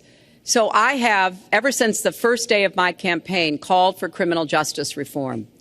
I've laid out a platform that I think would begin to remedy some of the problems we have in the criminal justice system. But we also have to recognize, in addition to the challenges that we face with policing, there are so many good, brave police officers who equally want reform. So we have to bring communities together in order to begin working on that as a mutual goal. And we've got to get guns out of the hands of people who should not have them. The gun epidemic is the leading cause of death of young African American men, more than the next 9 causes put together. So we have to do 2 things, as I said. We have to restore trust. We have to work with the police. We have to make sure they respect the communities and the communities respect them. And we have to tackle the plague of gun violence, which is a big contributor to a lot of the problems that we're seeing today. All right, Mr. Trump, you have 2 minutes. How do you heal the divide? Well, first of all, Secretary Clinton doesn't want to use a couple of words, and that's law and order. And we need law and order. If we don't have it, we're not going to have a country. And when I look at what's going on in Charlotte, a city I love, a city where I have investments, when I look at what's going on throughout various parts of our country, whether it's, I can just keep naming them all day long. We need law and order in our country. And I just got today, as you know, the endorsement of the Fraternal Order of Police. We just came in. We have endorsements from, I think, almost every police group, a large percentage of them in the United States. We have a situation where we have our inner cities, African Americans, Hispanics, are living in hell because it's so dangerous. You walk down the street, you get shot. In Chicago, they've had thousands of shootings, thousands, since January 1st. Thousands of shootings. And I'm saying, where is this? Is this a war-torn country? What are we doing? And we have to stop the violence. We have to bring back law and order. In a place like Chicago, where thousands of people have been killed, thousands over the last number of years. In fact, almost 4,000 have been killed since Barack Obama became president. Almost 4,000 people in Chicago have been killed. We have to bring back law and order. Now, whether or not in a place like Chicago you do stop and frisk, which worked very well, Mayor Giuliani is here, it worked very well in New York, it brought the crime rate way down. But you take the gun away from criminals that shouldn't be having it. We have gangs roaming the street, and in many cases, they're illegally here, illegal immigrants, and they have guns, and they shoot people. And we have to be very strong, and we have to be very vigilant. We have to know what we're doing. Right now, our police, in many cases, are afraid to do anything. We have to protect our inner cities because African American communities are being decimated by crime. Your 2 minutes has expired, but I do want to follow up. Stop and frisk was ruled unconstitutional in New York because it largely singled out black and Hispanic young men. No, you're wrong. It went before a judge who was a very against police judge. It was taken away from her, and our new mayor, refused to go forward with the case. They would have won an appeal. If you look at it throughout the country, there are many places where the argument is that it's a form of racial profiling. No, the argument is that we have to take the guns away from these people that have them and that are bad people that shouldn't have them. These are felons. These are people that are bad people that shouldn't be. When you have 3,000 shootings in Chicago from January 1st, when you have 4,000 people killed in Chicago by guns from the beginning of the presidency of Barack Obama, his hometown, you have to have stop and frisk. You need more police. You need a better community relation. You don't have good community relations in Chicago. It's terrible. I have property there. It's terrible what's going on in Chicago. But when you look, and Chicago's not the only, you go to Ferguson, you go to so many different places. You need better relationships. I agree with Secretary Clinton on this. You need better relationships between the communities and the police, because in some cases it's not good. But you look at Dallas, where the relationships were really studied. The relationships were really a beautiful thing. And then 5 police officers were killed one night very violently. So there's some bad things going on, some really bad things. Secretary Clinton, but we need, Lester, we need law and order. And we need law and order in the inner cities, because the people that are most affected by what's happening are African American and Hispanic people. And it's very unfair to them what our politicians are allowing to happen. Secretary Clinton. Well, I've heard Donald say this at his rallies, and it's really unfortunate that he paints such a dire, negative picture of black communities in our country. Oh. You know, the vibrancy of the black church, the black businesses that employ so many people, the opportunities that so many families are working to provide for their kids. There's a lot that we should be proud of and we should be supporting and lifting up. But we do always have to make sure we keep people safe. There are the right ways of doing it, and then there are ways that are ineffective. Stop and frisk was found to be unconstitutional, and in part because it was ineffective. It did not do what it needed to do. Now, I believe in community policing, and in fact, violent crime is 1/2 of what it was in 1991. Property crime is down 40%. We just don't want to see it creep back up. We've had 25 years of very good cooperation, but there were some problems, some unintended consequences. Too many young African American and Latino men ended up in jail for nonviolent offenses, and it's just a fact that if you're a young African American man and you do the same thing as a young white man, you are more likely to be arrested, charged, convicted, and incarcerated. So we've got to address the systemic racism in our criminal justice system. We cannot just say law and order. We have to say we have to come forward with a plan that is going to divert people from the criminal justice system, deal with mandatory minimum sentences, which have put too many people away for too long for doing too little. We need to have more second chance programs. I'm glad that we're ending private prisons in the federal system. I want to see them ended in the state system. You shouldn't have a profit motivation to fill prison cells with young Americans. So there are some positive ways we can work on this. And I believe strongly that common sense gun safety measures would assist us right now. And this is something Donald has supported along with the gun lobby. Right now, we've got too many military-style weapons on the streets. In a lot of places, our police are outgunned. We need comprehensive background checks, and we need to keep guns out of the hands of those who will do harm. And we finally need to pass a prohibition on anyone who's on the terrorist watch list from being able to buy a gun in our country. If you're too dangerous to fly, you are too dangerous to buy a gun. So there are things we can do, and we ought to do it in a bipartisan way. Secretary Clinton, last week you said we've got to do everything possible to improve policing, to go right at implicit bias. Do you believe that police are implicitly biased against black people? Lester, I think implicit bias is a problem for everyone, not just police. I think, unfortunately, too many of us in our great country jump to conclusions about each other.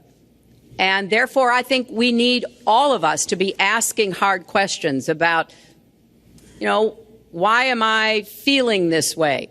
But when it comes to policing, since it can have literally fatal consequences, I have said in my first budget we would put money into that budget to help us deal with implicit bias by retraining a lot of our police officers. I've met with a group of very distinguished, experienced police chiefs a few weeks ago.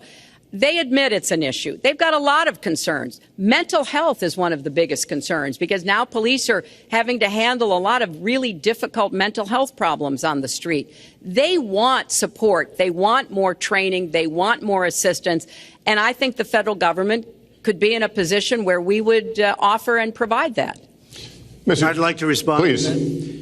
First of all, I agree, and a lot of people, even within my own party, want to give certain rights to people on watch lists and no-fly lists.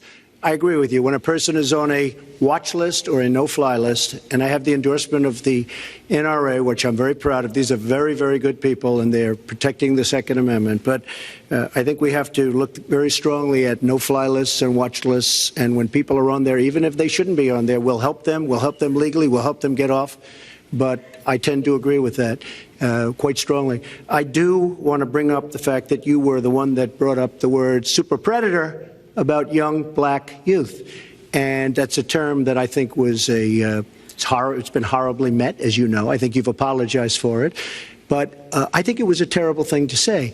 And when it comes to stop and frisk, you're talking about taking guns away. Well, I'm talking about taking guns away from gangs and people that use them. And I really don't think you disagree with me on this, if you want to know the truth. I think maybe there's a political reason why you can't say it, but I really don't believe. In New York City, stop and frisk, we had 2,200 murders, and stop and frisk brought it down to 500 murders. 500 murders is a lot of murders. Hard to believe. 500 is supposed to be good. But we went from 2,200 to 500, and it was continued on by Mayor Bloomberg, and it was terminated by current mayor. But stop and frisk had a tremendous impact on the safety of New York City, tremendous beyond belief. So when you say it has no impact, it really did. It had a very, very big impact. Well, it's also fair to say, if we're going to talk about mayors, that under the current mayor, crime has continued to drop, including murders. So there is. You're wrong. No, I'm not. Murders are up. All right, you'll check. New York has done an excellent job, and I give credit. I give credit across the board, going back to mayors, to police chiefs, because it has worked, and other communities need to come together to do what will work as well.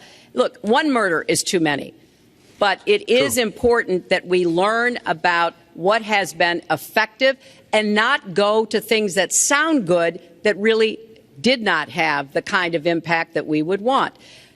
Who disagrees with keeping neighborhoods safe?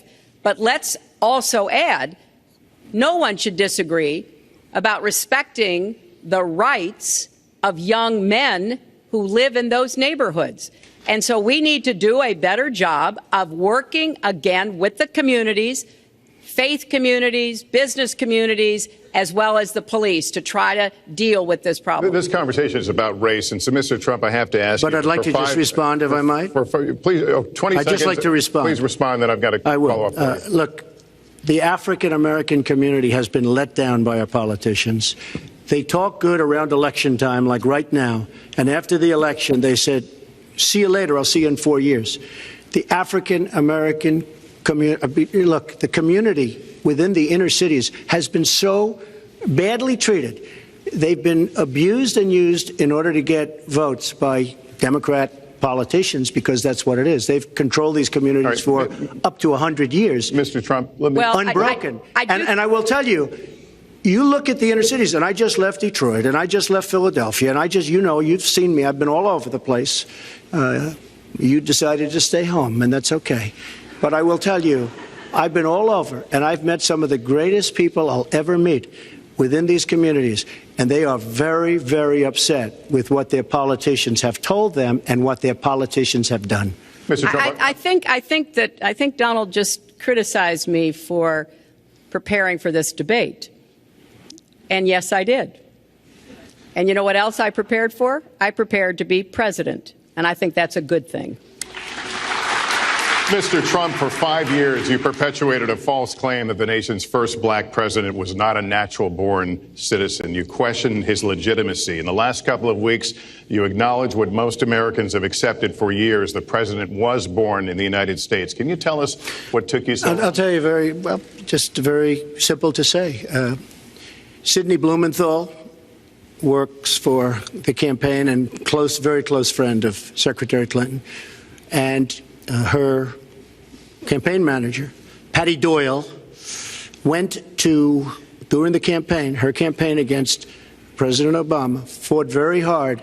And you can go look it up and you can check it out. And if you look at CNN this past week, Patty Solis Doyle was on Wolf Blitzer saying that this happened. Blumenthal sent McClatchy, highly respected reporter at McClatchy, to Kenya to find out about it. They were pressing it very hard. She failed to get the birth certificate. When I got involved, I didn't fail. I got him to give the birth certificate. So I'm satisfied with it, and I'll tell you why I'm satisfied with it. That was because I want to get on to defeating ISIS, because I want to get on to creating jobs, because I want to get on to having a strong border, because I want to get on to things that are very important to me and that are very important to the country. I will let you respond. It's important, but I just want to get the answer here. The birth certificate was produced in 2011. You continued to tell the story and question the president's legitimacy in 2012, 13, 14, 15, as recently as January. So the question is, what changed your mind? Well, nobody was pressing it. Nobody was caring much about it. I figured you'd ask the question tonight, of course, but nobody was caring much about it. But I was the one that got him to produce the birth certificate, and I think I did a good job. Secretary Clinton also fought it. I mean, now everybody in mainstream is going to say, oh, that's not true. Look, it's true. Sidney Blumenthal sent a reporter. You just have to take a look at CNN last week, the interview with your former campaign manager, and she was involved. But just like she can't bring back jobs, she can't produce. I'm sorry, I'm just going to follow up, and I will let you respond to that, because if there's a lot there. But we're talking about racial healing in this segment. What do you say to Americans? Well, it was I say nothing. I say nothing because I was able to get him to produce it. He should have produced it a long time before. I say nothing. But let me just tell you, when you talk about healing, I think that I've developed very, very good relationships over the last little while with the African-American community. I think you can see that. And I feel that they really wanted me to come to that conclusion, and I think I did a great job and a great service, not only for the country, but even for the president, in getting him to produce his birth certificate. Secretary Clinton. Well, just listen to what you heard. And clearly, as Donald just admitted, he knew he was going to stand on this debate stage and Lester Holt was going to be asking us questions. So he tried to put the whole racist birther lie to bed. But it can't be dismissed that easily. He has really started his political activity based on this racist lie that our first black president was not an American citizen. There was absolutely no evidence for it, but he persisted. He persisted year after year because some of his supporters, people that he was trying to bring into his fold, apparently believed it or wanted to believe it. But remember, Donald started his career back in 1973 being sued by the Justice Department for racial discrimination because he would not rent apartments in one of his developments to African Americans, and he made sure that the people who worked for him understood that was the policy. He actually was sued twice by the Justice Department. So he has a long record of engaging in racist behavior. And the birther lie was a very hurtful one. You know, Barack Obama is a man of great dignity, and I could tell how much it bothered him and annoyed him that this was being touted and used against him. But I like to remember what Michelle Obama said in her amazing speech at our Democratic National Convention. When they go low, we go high. And Barack Obama went high, despite Donald Trump's best efforts to bring him down. Mr. Trump, you can respond, then we're going to move on to the next segment. I would love to respond. First of all, I got to watch, in preparing for this, some of your debates against Barack Obama. You treated him with terrible disrespect. And I watched the way you talk now about how lovely everything is and how wonderful you are. It doesn't work that way. You were after him. You were trying to. You even sent out, or your campaign sent out, pictures of him in a certain garb. Very famous pictures. I don't think you can deny that. But just last week, your campaign manager said it was true. So when you try to act holier than thou, it really doesn't work. It really doesn't. Now, as far as the lawsuit, yes, when I was very young, I went into my father's company, had a real estate company in Brooklyn and Queens, and we, along with many, many other companies throughout the country, it was a federal lawsuit, were sued. We settled the suit with no admission of guilt. It was very easy to do, but they sued many people. I notice you bring that up a lot, and I also noticed the very nasty commercials that you do on me in so many different ways, which I don't do on you. Maybe I'm trying to save the money, but frankly, I look at that and I say, isn't that amazing? Because I settled that lawsuit with no admission of guilt, but that was a lawsuit brought against many real estate firms, and it's just one of those things. I'll go on one step further. In Palm Beach, Florida, tough community, a brilliant community, a wealthy community, probably the wealthiest community there is in the world. I opened a club and really got great credit for it.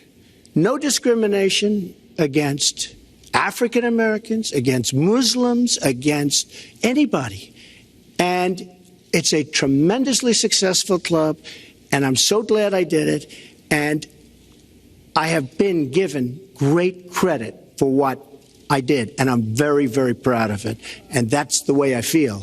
That is the true way I feel. Our next segment is called Securing America. We want to start with a 21st century war happening every day in this country. Our institutions are under cyber attack, and our secrets are being stolen. So my question is, who's behind it, and how do we fight it? Secretary Clinton, this answer goes to you. Well, I think cybersecurity, cyber warfare will be one of the biggest challenges facing the next president, because clearly we're facing at this point two different kinds of adversaries. There are the independent hacking groups that do it mostly for commercial reasons, to try to steal information that they then can use to make money. But increasingly, we are seeing cyber attacks coming from states, organs of states. The most recent and troubling of these has been Russia. There's no doubt now that Russia has used cyber attacks against all kinds of organizations in our country, and I am deeply concerned about this. I know Donald's very praiseworthy of Vladimir Putin, but Putin is playing a really tough, long game here.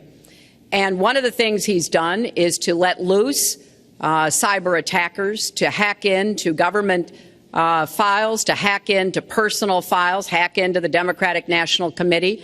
And we've recently have learned that, that this is one of their preferred methods of trying to wreak havoc and collect information. We need to make it very clear, whether it's Russia, China, Iran, or anybody else, the United States has much greater capacity, and we are not going to sit idly by and permit state actors to go after our information, our private sector information or our public sector information. And we're going to have to make it clear that we don't want to use the kinds of tools that we have. We don't want to engage in a different kind of warfare, but we will defend the citizens of this country. And the Russians need to understand that. I think they've been treating it as almost a probing. How far would we go? How much would we do? And that's why I was so shocked when Donald publicly invited Putin to hack into Americans. That is just unacceptable. It's one of the reasons why 50 national security officials who served in Republican administration have said that Donald is unfit to be the commander-in-chief. It's comments like that that really worry people who understand the threats that we face. Mr. Trump, you have 2 minutes in the same question. Who's behind it and how do we find it? I do want to say that I was just endorsed, and more are coming next week. It'll be over 200 admirals, many of them are here, admirals and generals endorsed me to lead this country. That just happened, and many more are coming, and I'm very proud of it. In addition, I was just endorsed by ICE. They've never endorsed anybody before on immigration. I was just endorsed by ICE. I was just recently endorsed 16,500 Border Patrol agents.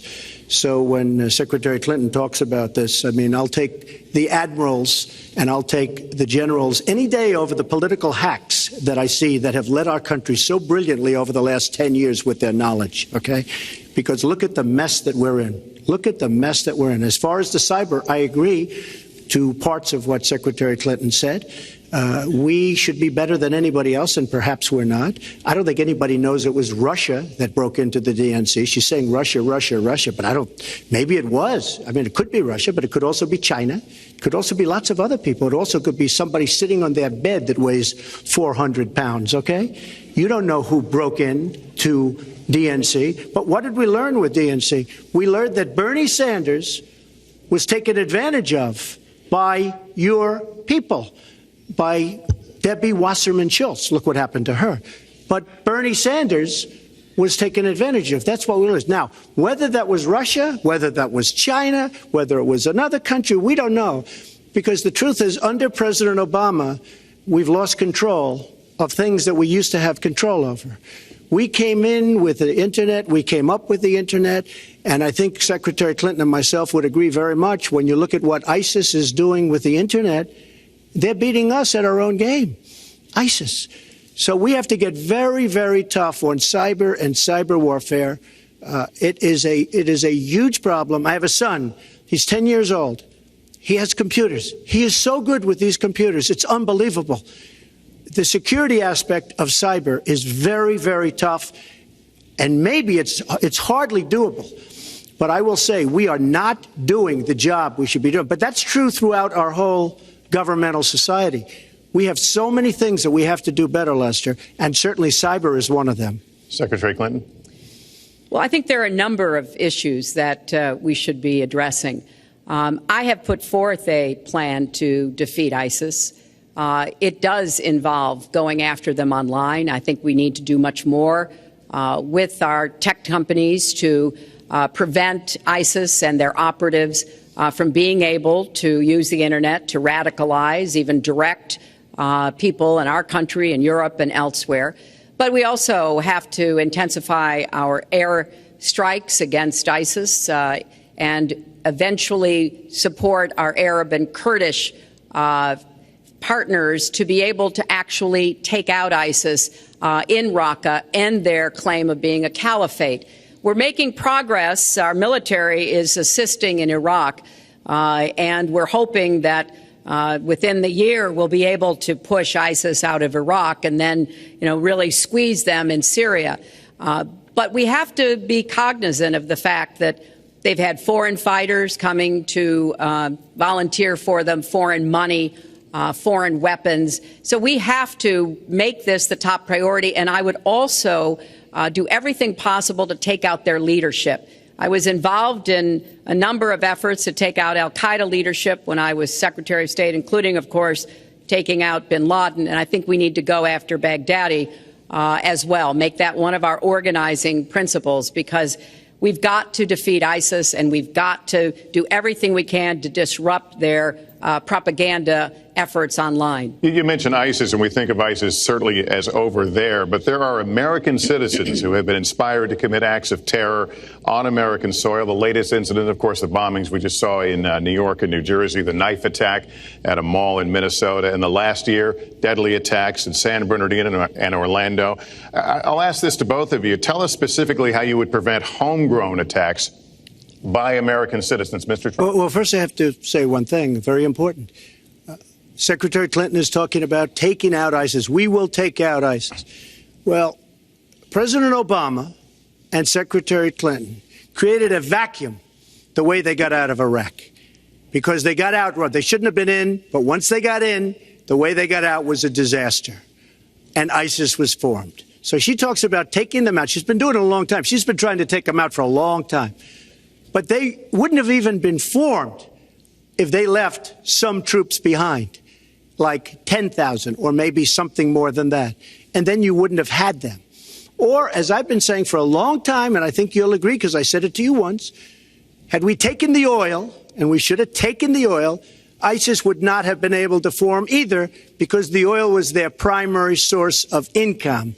And now they have the oil all over the place, including the oil, a lot of the oil in Libya, which was another one of her disasters. Secretary Clinton. Well, I hope the fact checkers are turning up the volume and really working hard. Donald supported the invasion of Iraq. Wrong. That is absolutely wrong. Proved over and over again. Wrong. He actually advocated for the actions we took in Libya and urged that Gaddafi be taken out after actually doing some business with him one time. But the larger point, he says this constantly, is George W. Bush made the agreement about when American troops would leave Iraq, not Barack Obama. And the only way that American troops could have stayed in Iraq is to get an agreement from the then Iraqi government that would have protected our troops. And the Iraqi government would not give that.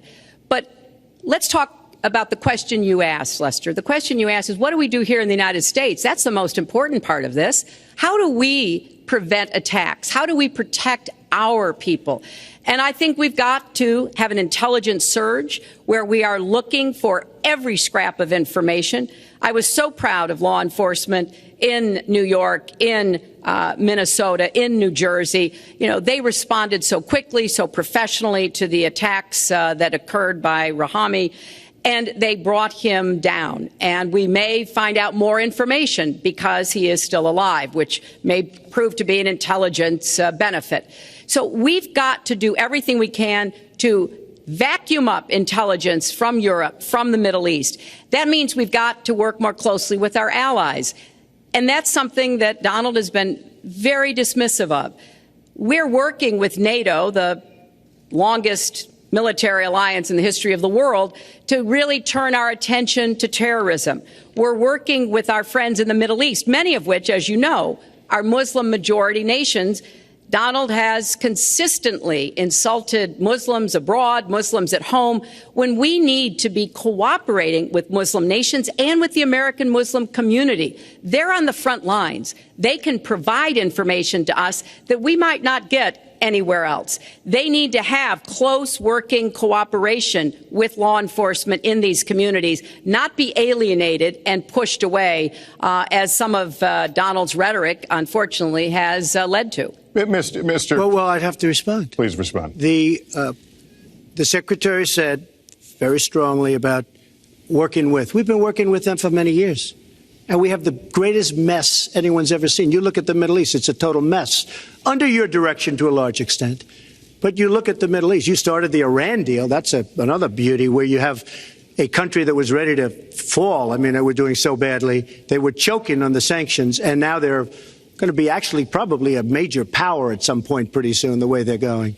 But when you look at NATO, I was asked on a major show, what do you think of NATO? Now, you have to understand, I'm a business person. I did really well, but I have common sense.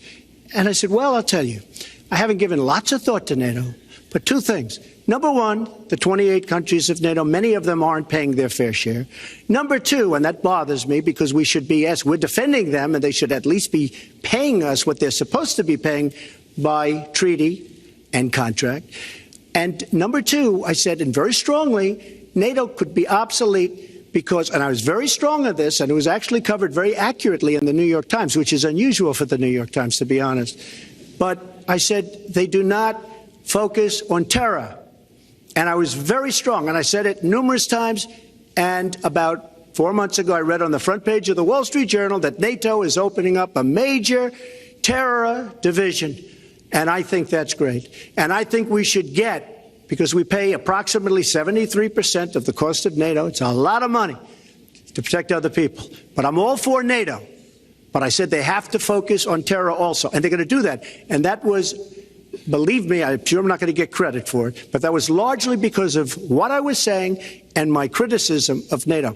I think we have to get NATO to go into the Middle East with us, in addition to surrounding nations, and we have to knock the hell out of ISIS, and we have to do it fast. When ISIS formed in this vacuum created by Barack Obama and Secretary Clinton, and believe me, you were the ones that took out the troops. Not only that, you named the day. They couldn't believe it. They sat back probably and said, I can't believe it. They said, no, wait a minute. We've covered when they formed, this is something that never should have happened. It should have never happened. Now, you're talking about taking out ISIS, but you were there and you were Secretary of State when it was a little infant. Now it's in over 30 countries. And you're going to stop them? I don't think so. Mr. Trump, a lot of these are judgment questions. You had supported the war in Iraq before the invasion. What makes your judgment? I did not support the war in Iraq. 2002. That is a mainstream media nonsense put out by her because she, frankly, I think the best person in her campaign is mainstream media. My question is, since you would you like to hear? Why is your against the war. Wait a minute. I was against the war in Iraq, just so you put it out. The record shows otherwise. The record does not show that. Why is your judgment? The record shows that I'm right. When I did an interview with Howard Stern, very lightly, first time anyone's asked me that, I said, very lightly, I don't know, maybe, who knows, essentially. I then did an interview with Neil Cavuto. We talked about the economy is more important. I then spoke to Sean Hannity, which everybody refuses to call Sean Hannity. I had numerous conversations with Sean Hannity at Fox, and Sean Hannity said, and he called me the other day, and I spoke to him about it. He said, you were totally against the war, because he was for the war. Why is your judgment better than... And that was before the war started. Sean Hannity said very strongly to me and other people, he's willing to say, but nobody wants to call him, I was against the war. He said, you used to have fights with me because Sean was in favor of the war. And I understand that side also, not very much, because we should have never been there. But nobody called Sean Hannity. And then they did an article in a major magazine shortly after the war started, I think in 2004, but they did an article which had me totally against the war in Iraq. And one of your compatriots said, you know, whether it was before or right after, Trump was definitely, because if you read this article, there's no doubt. But if somebody, and I'll ask the press, if somebody would call up Sean Hannity, this was before the war started, he and I used to have arguments about the war. I said it's a terrible and a stupid thing. It's going to destabilize the Middle East, and that's exactly what it's done. It's been a disaster. My reference was to what you had said in 2002, and my question was, why is your judgment any different than Mrs. Clinton? Well, I have much better judgment than she does. There's no question about that. I also have a much better temperament than she has. You know, I have a much better. She spent, let me tell you, she spent hundreds of millions of dollars on an advertising. You know, they get Madison Avenue into a room, they put names. Oh, temperament, let's go after. I think my strongest asset, maybe by far, is my temperament. I have a winning temperament. I know how to win. She does not know how to win. Clinton. Wait, the AFL-CIO the other day, behind the blue screen, I don't know who you were talking to, Secretary Clinton, but you were totally out of control. I said, there's a person with a temperament that's got a problem. Secretary Clinton. Woo, okay. Let's talk about two important issues that were briefly mentioned by Donald. First, NATO. You know, NATO as a military alliance has something called Article 5, and basically it says this: an attack on one is an attack on all. And do you know the only time it's ever been invoked? After 9/11, when the 28 nations of NATO said that they would go to Afghanistan with us to fight terrorism, something that they still are doing by our side. With respect to Iran, when I became Secretary of State, Iran was weeks away from having enough nuclear material to form a bomb. They had mastered the nuclear fuel cycle under the Bush administration. They had built covert facilities. They had stocked them with centrifuges that were whirling away. And we had sanctioned them. I voted for every sanction against Iran when I was in the Senate, but it wasn't enough. So I spent a year and a half putting together a coalition that included Russia and China to impose the toughest sanctions on Iran. And we did drive them to the negotiating table. And my successor, John Kerry, and President Obama got a deal that put a lid on Iran's nuclear program without firing a single shot. That's diplomacy. That's coalition building. That's working with other nations. The other day, I saw Donald saying that there were some Iranian sailors on a ship in the waters off of Iran, and they were taunting American sailors who were on a nearby ship. He said, you know, if they taunted our sailors, I'd blow them out of the water and start another war. That would not good judgment. That is not the right temperament to be commander-in-chief, to be taunted. And the worst part of what we've heard Donald say has been about nuclear weapons.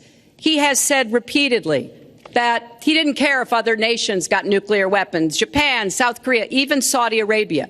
It has been the policy of the United States, Democrats and Republicans, to do everything we could to reduce the proliferation of nuclear weapons. He even said, well, you know, if there were a nuclear war in East Asia, well, you know, that's fine. You know, have a good time, folks. And in fact, his cavalier attitude about nuclear weapons is so deeply troubling. That is the number one threat we face in the world, and it becomes particularly threatening if terrorists ever get their hands on any nuclear material.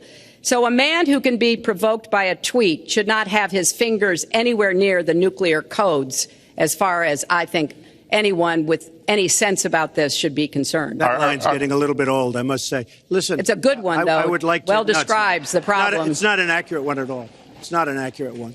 So I just want to give a lot of things and just to respond.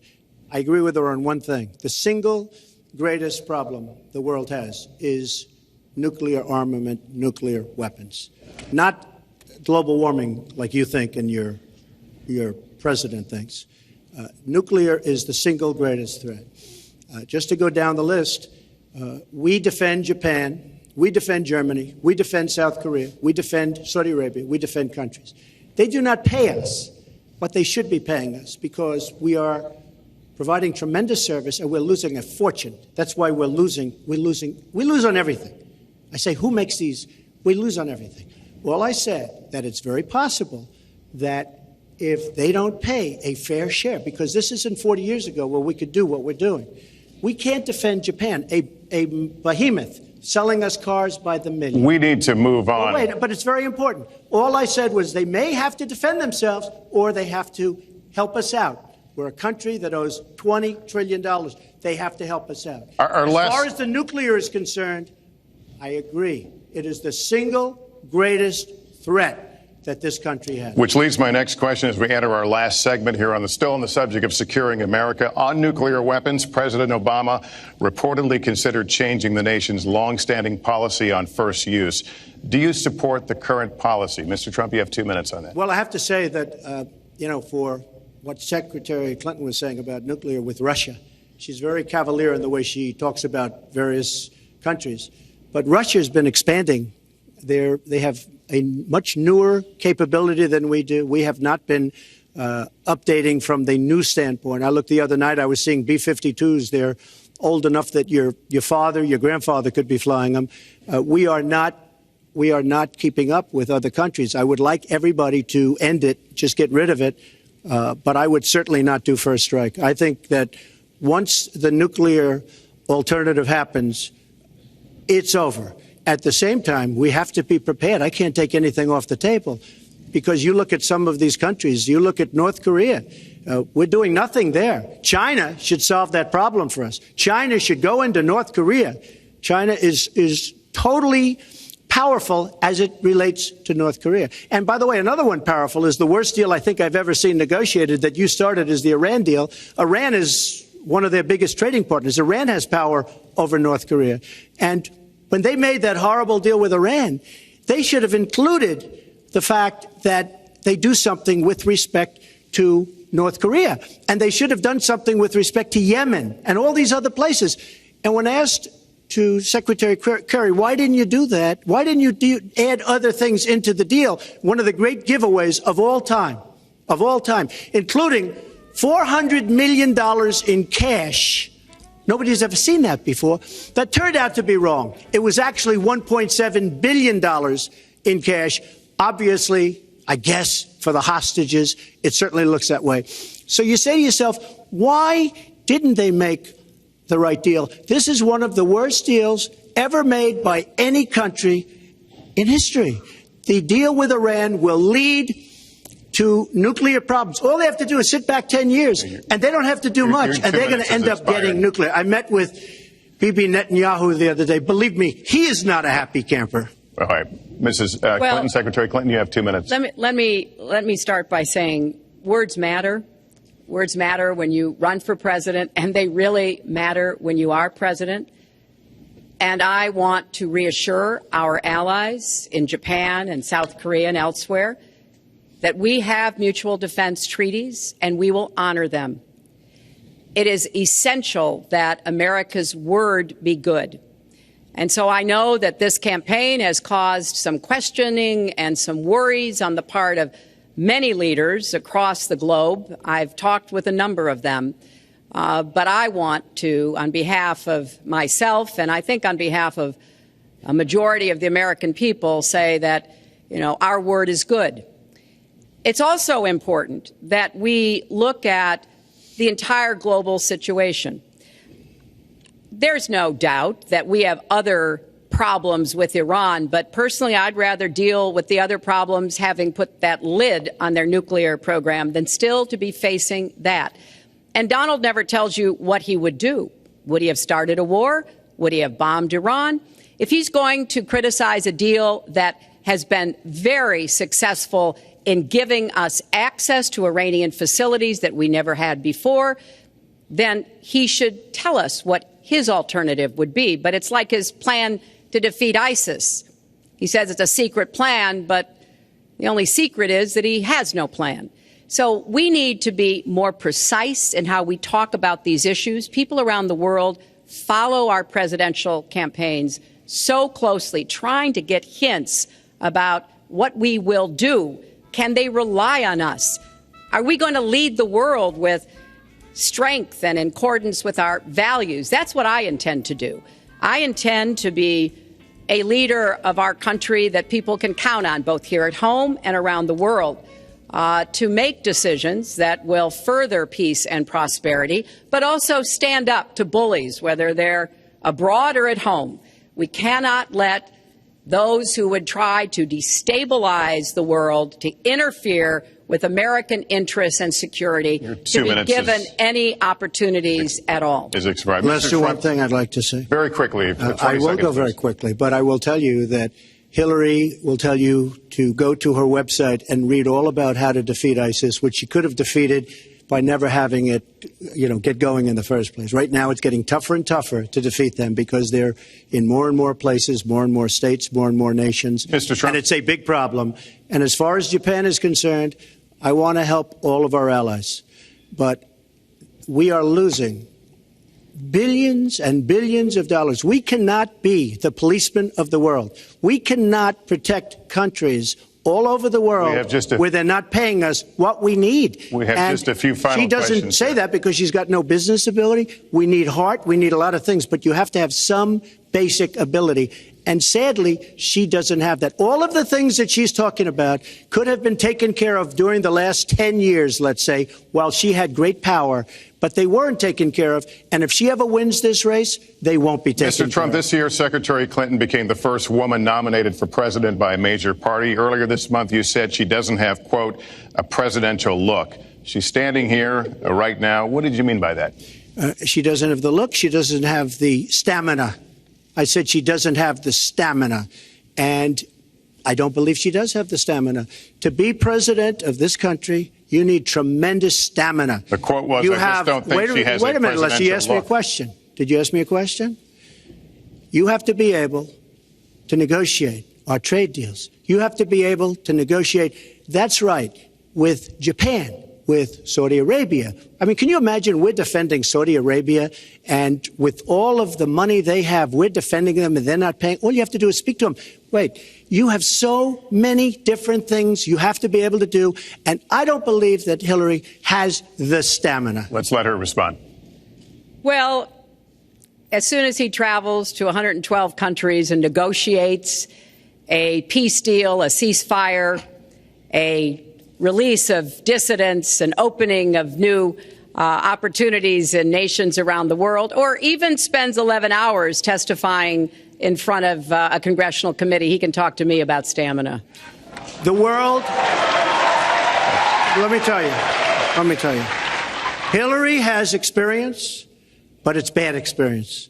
We have made so many bad deals during the last, so she's got experience, that I agree, but it's bad experience.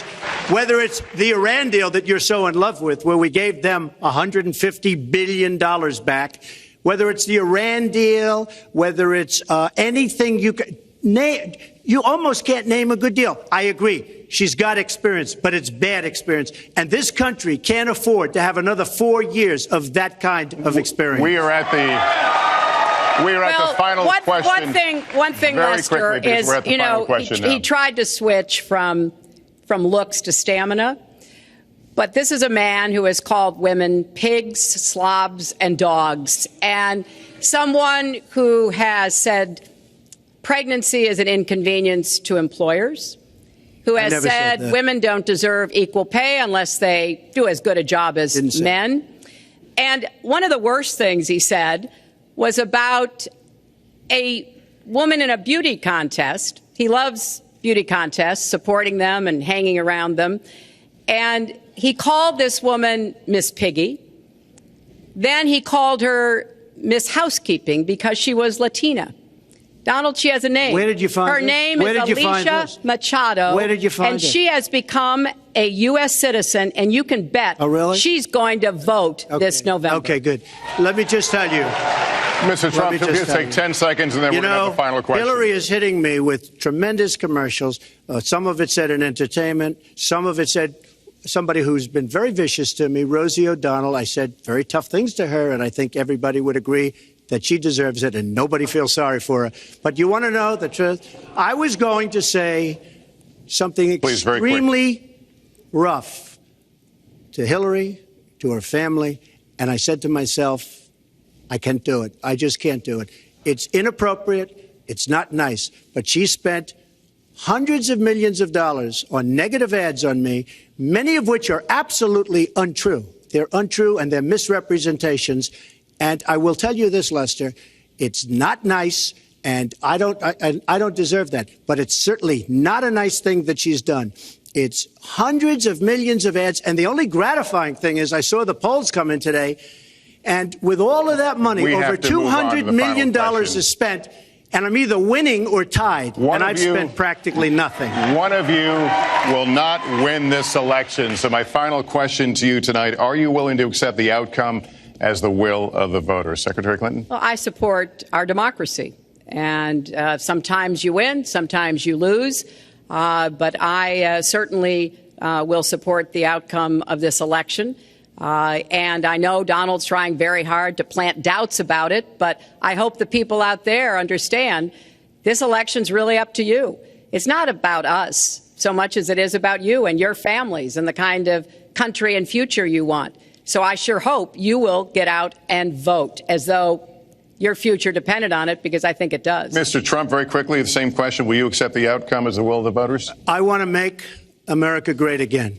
We are a nation that is seriously troubled. We're losing our jobs. People are pouring into our country. The other day, we were deporting 800 people, and perhaps they passed the wrong button, they pressed the wrong button, or perhaps, worse than that, it was corruption. But these people that we were going to deport for good reason ended up becoming citizens. And it was 800, and now it turns out it might be 1,800, and they don't even know. Will you accept Look, the outcome here's of the the story. election? I want to make America great again. I'm going to be able to do it. I don't believe Hillary will. The answer is, if she wins, I will absolutely support her. All right. Well, that is going to do it for us. That concludes our debate for this evening. A spirited one. We covered a lot of ground. Not everything, as I suspected we would. The next presidential debates are scheduled for October 9th at Washington University in St. Louis and October 19th at the University of Nevada, Las Vegas. The conversation will continue. A reminder, the vice presidential debate is scheduled for October 4th at Longwood University in Farmville, Virginia. My thanks to Hillary Clinton and to Donald Trump and to Hofstra University for hosting us tonight. Good night, everyone.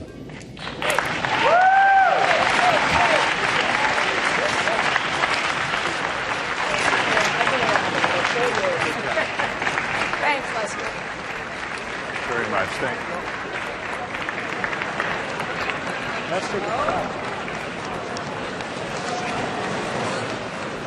Go, Donald! We love you! Go, Hillary!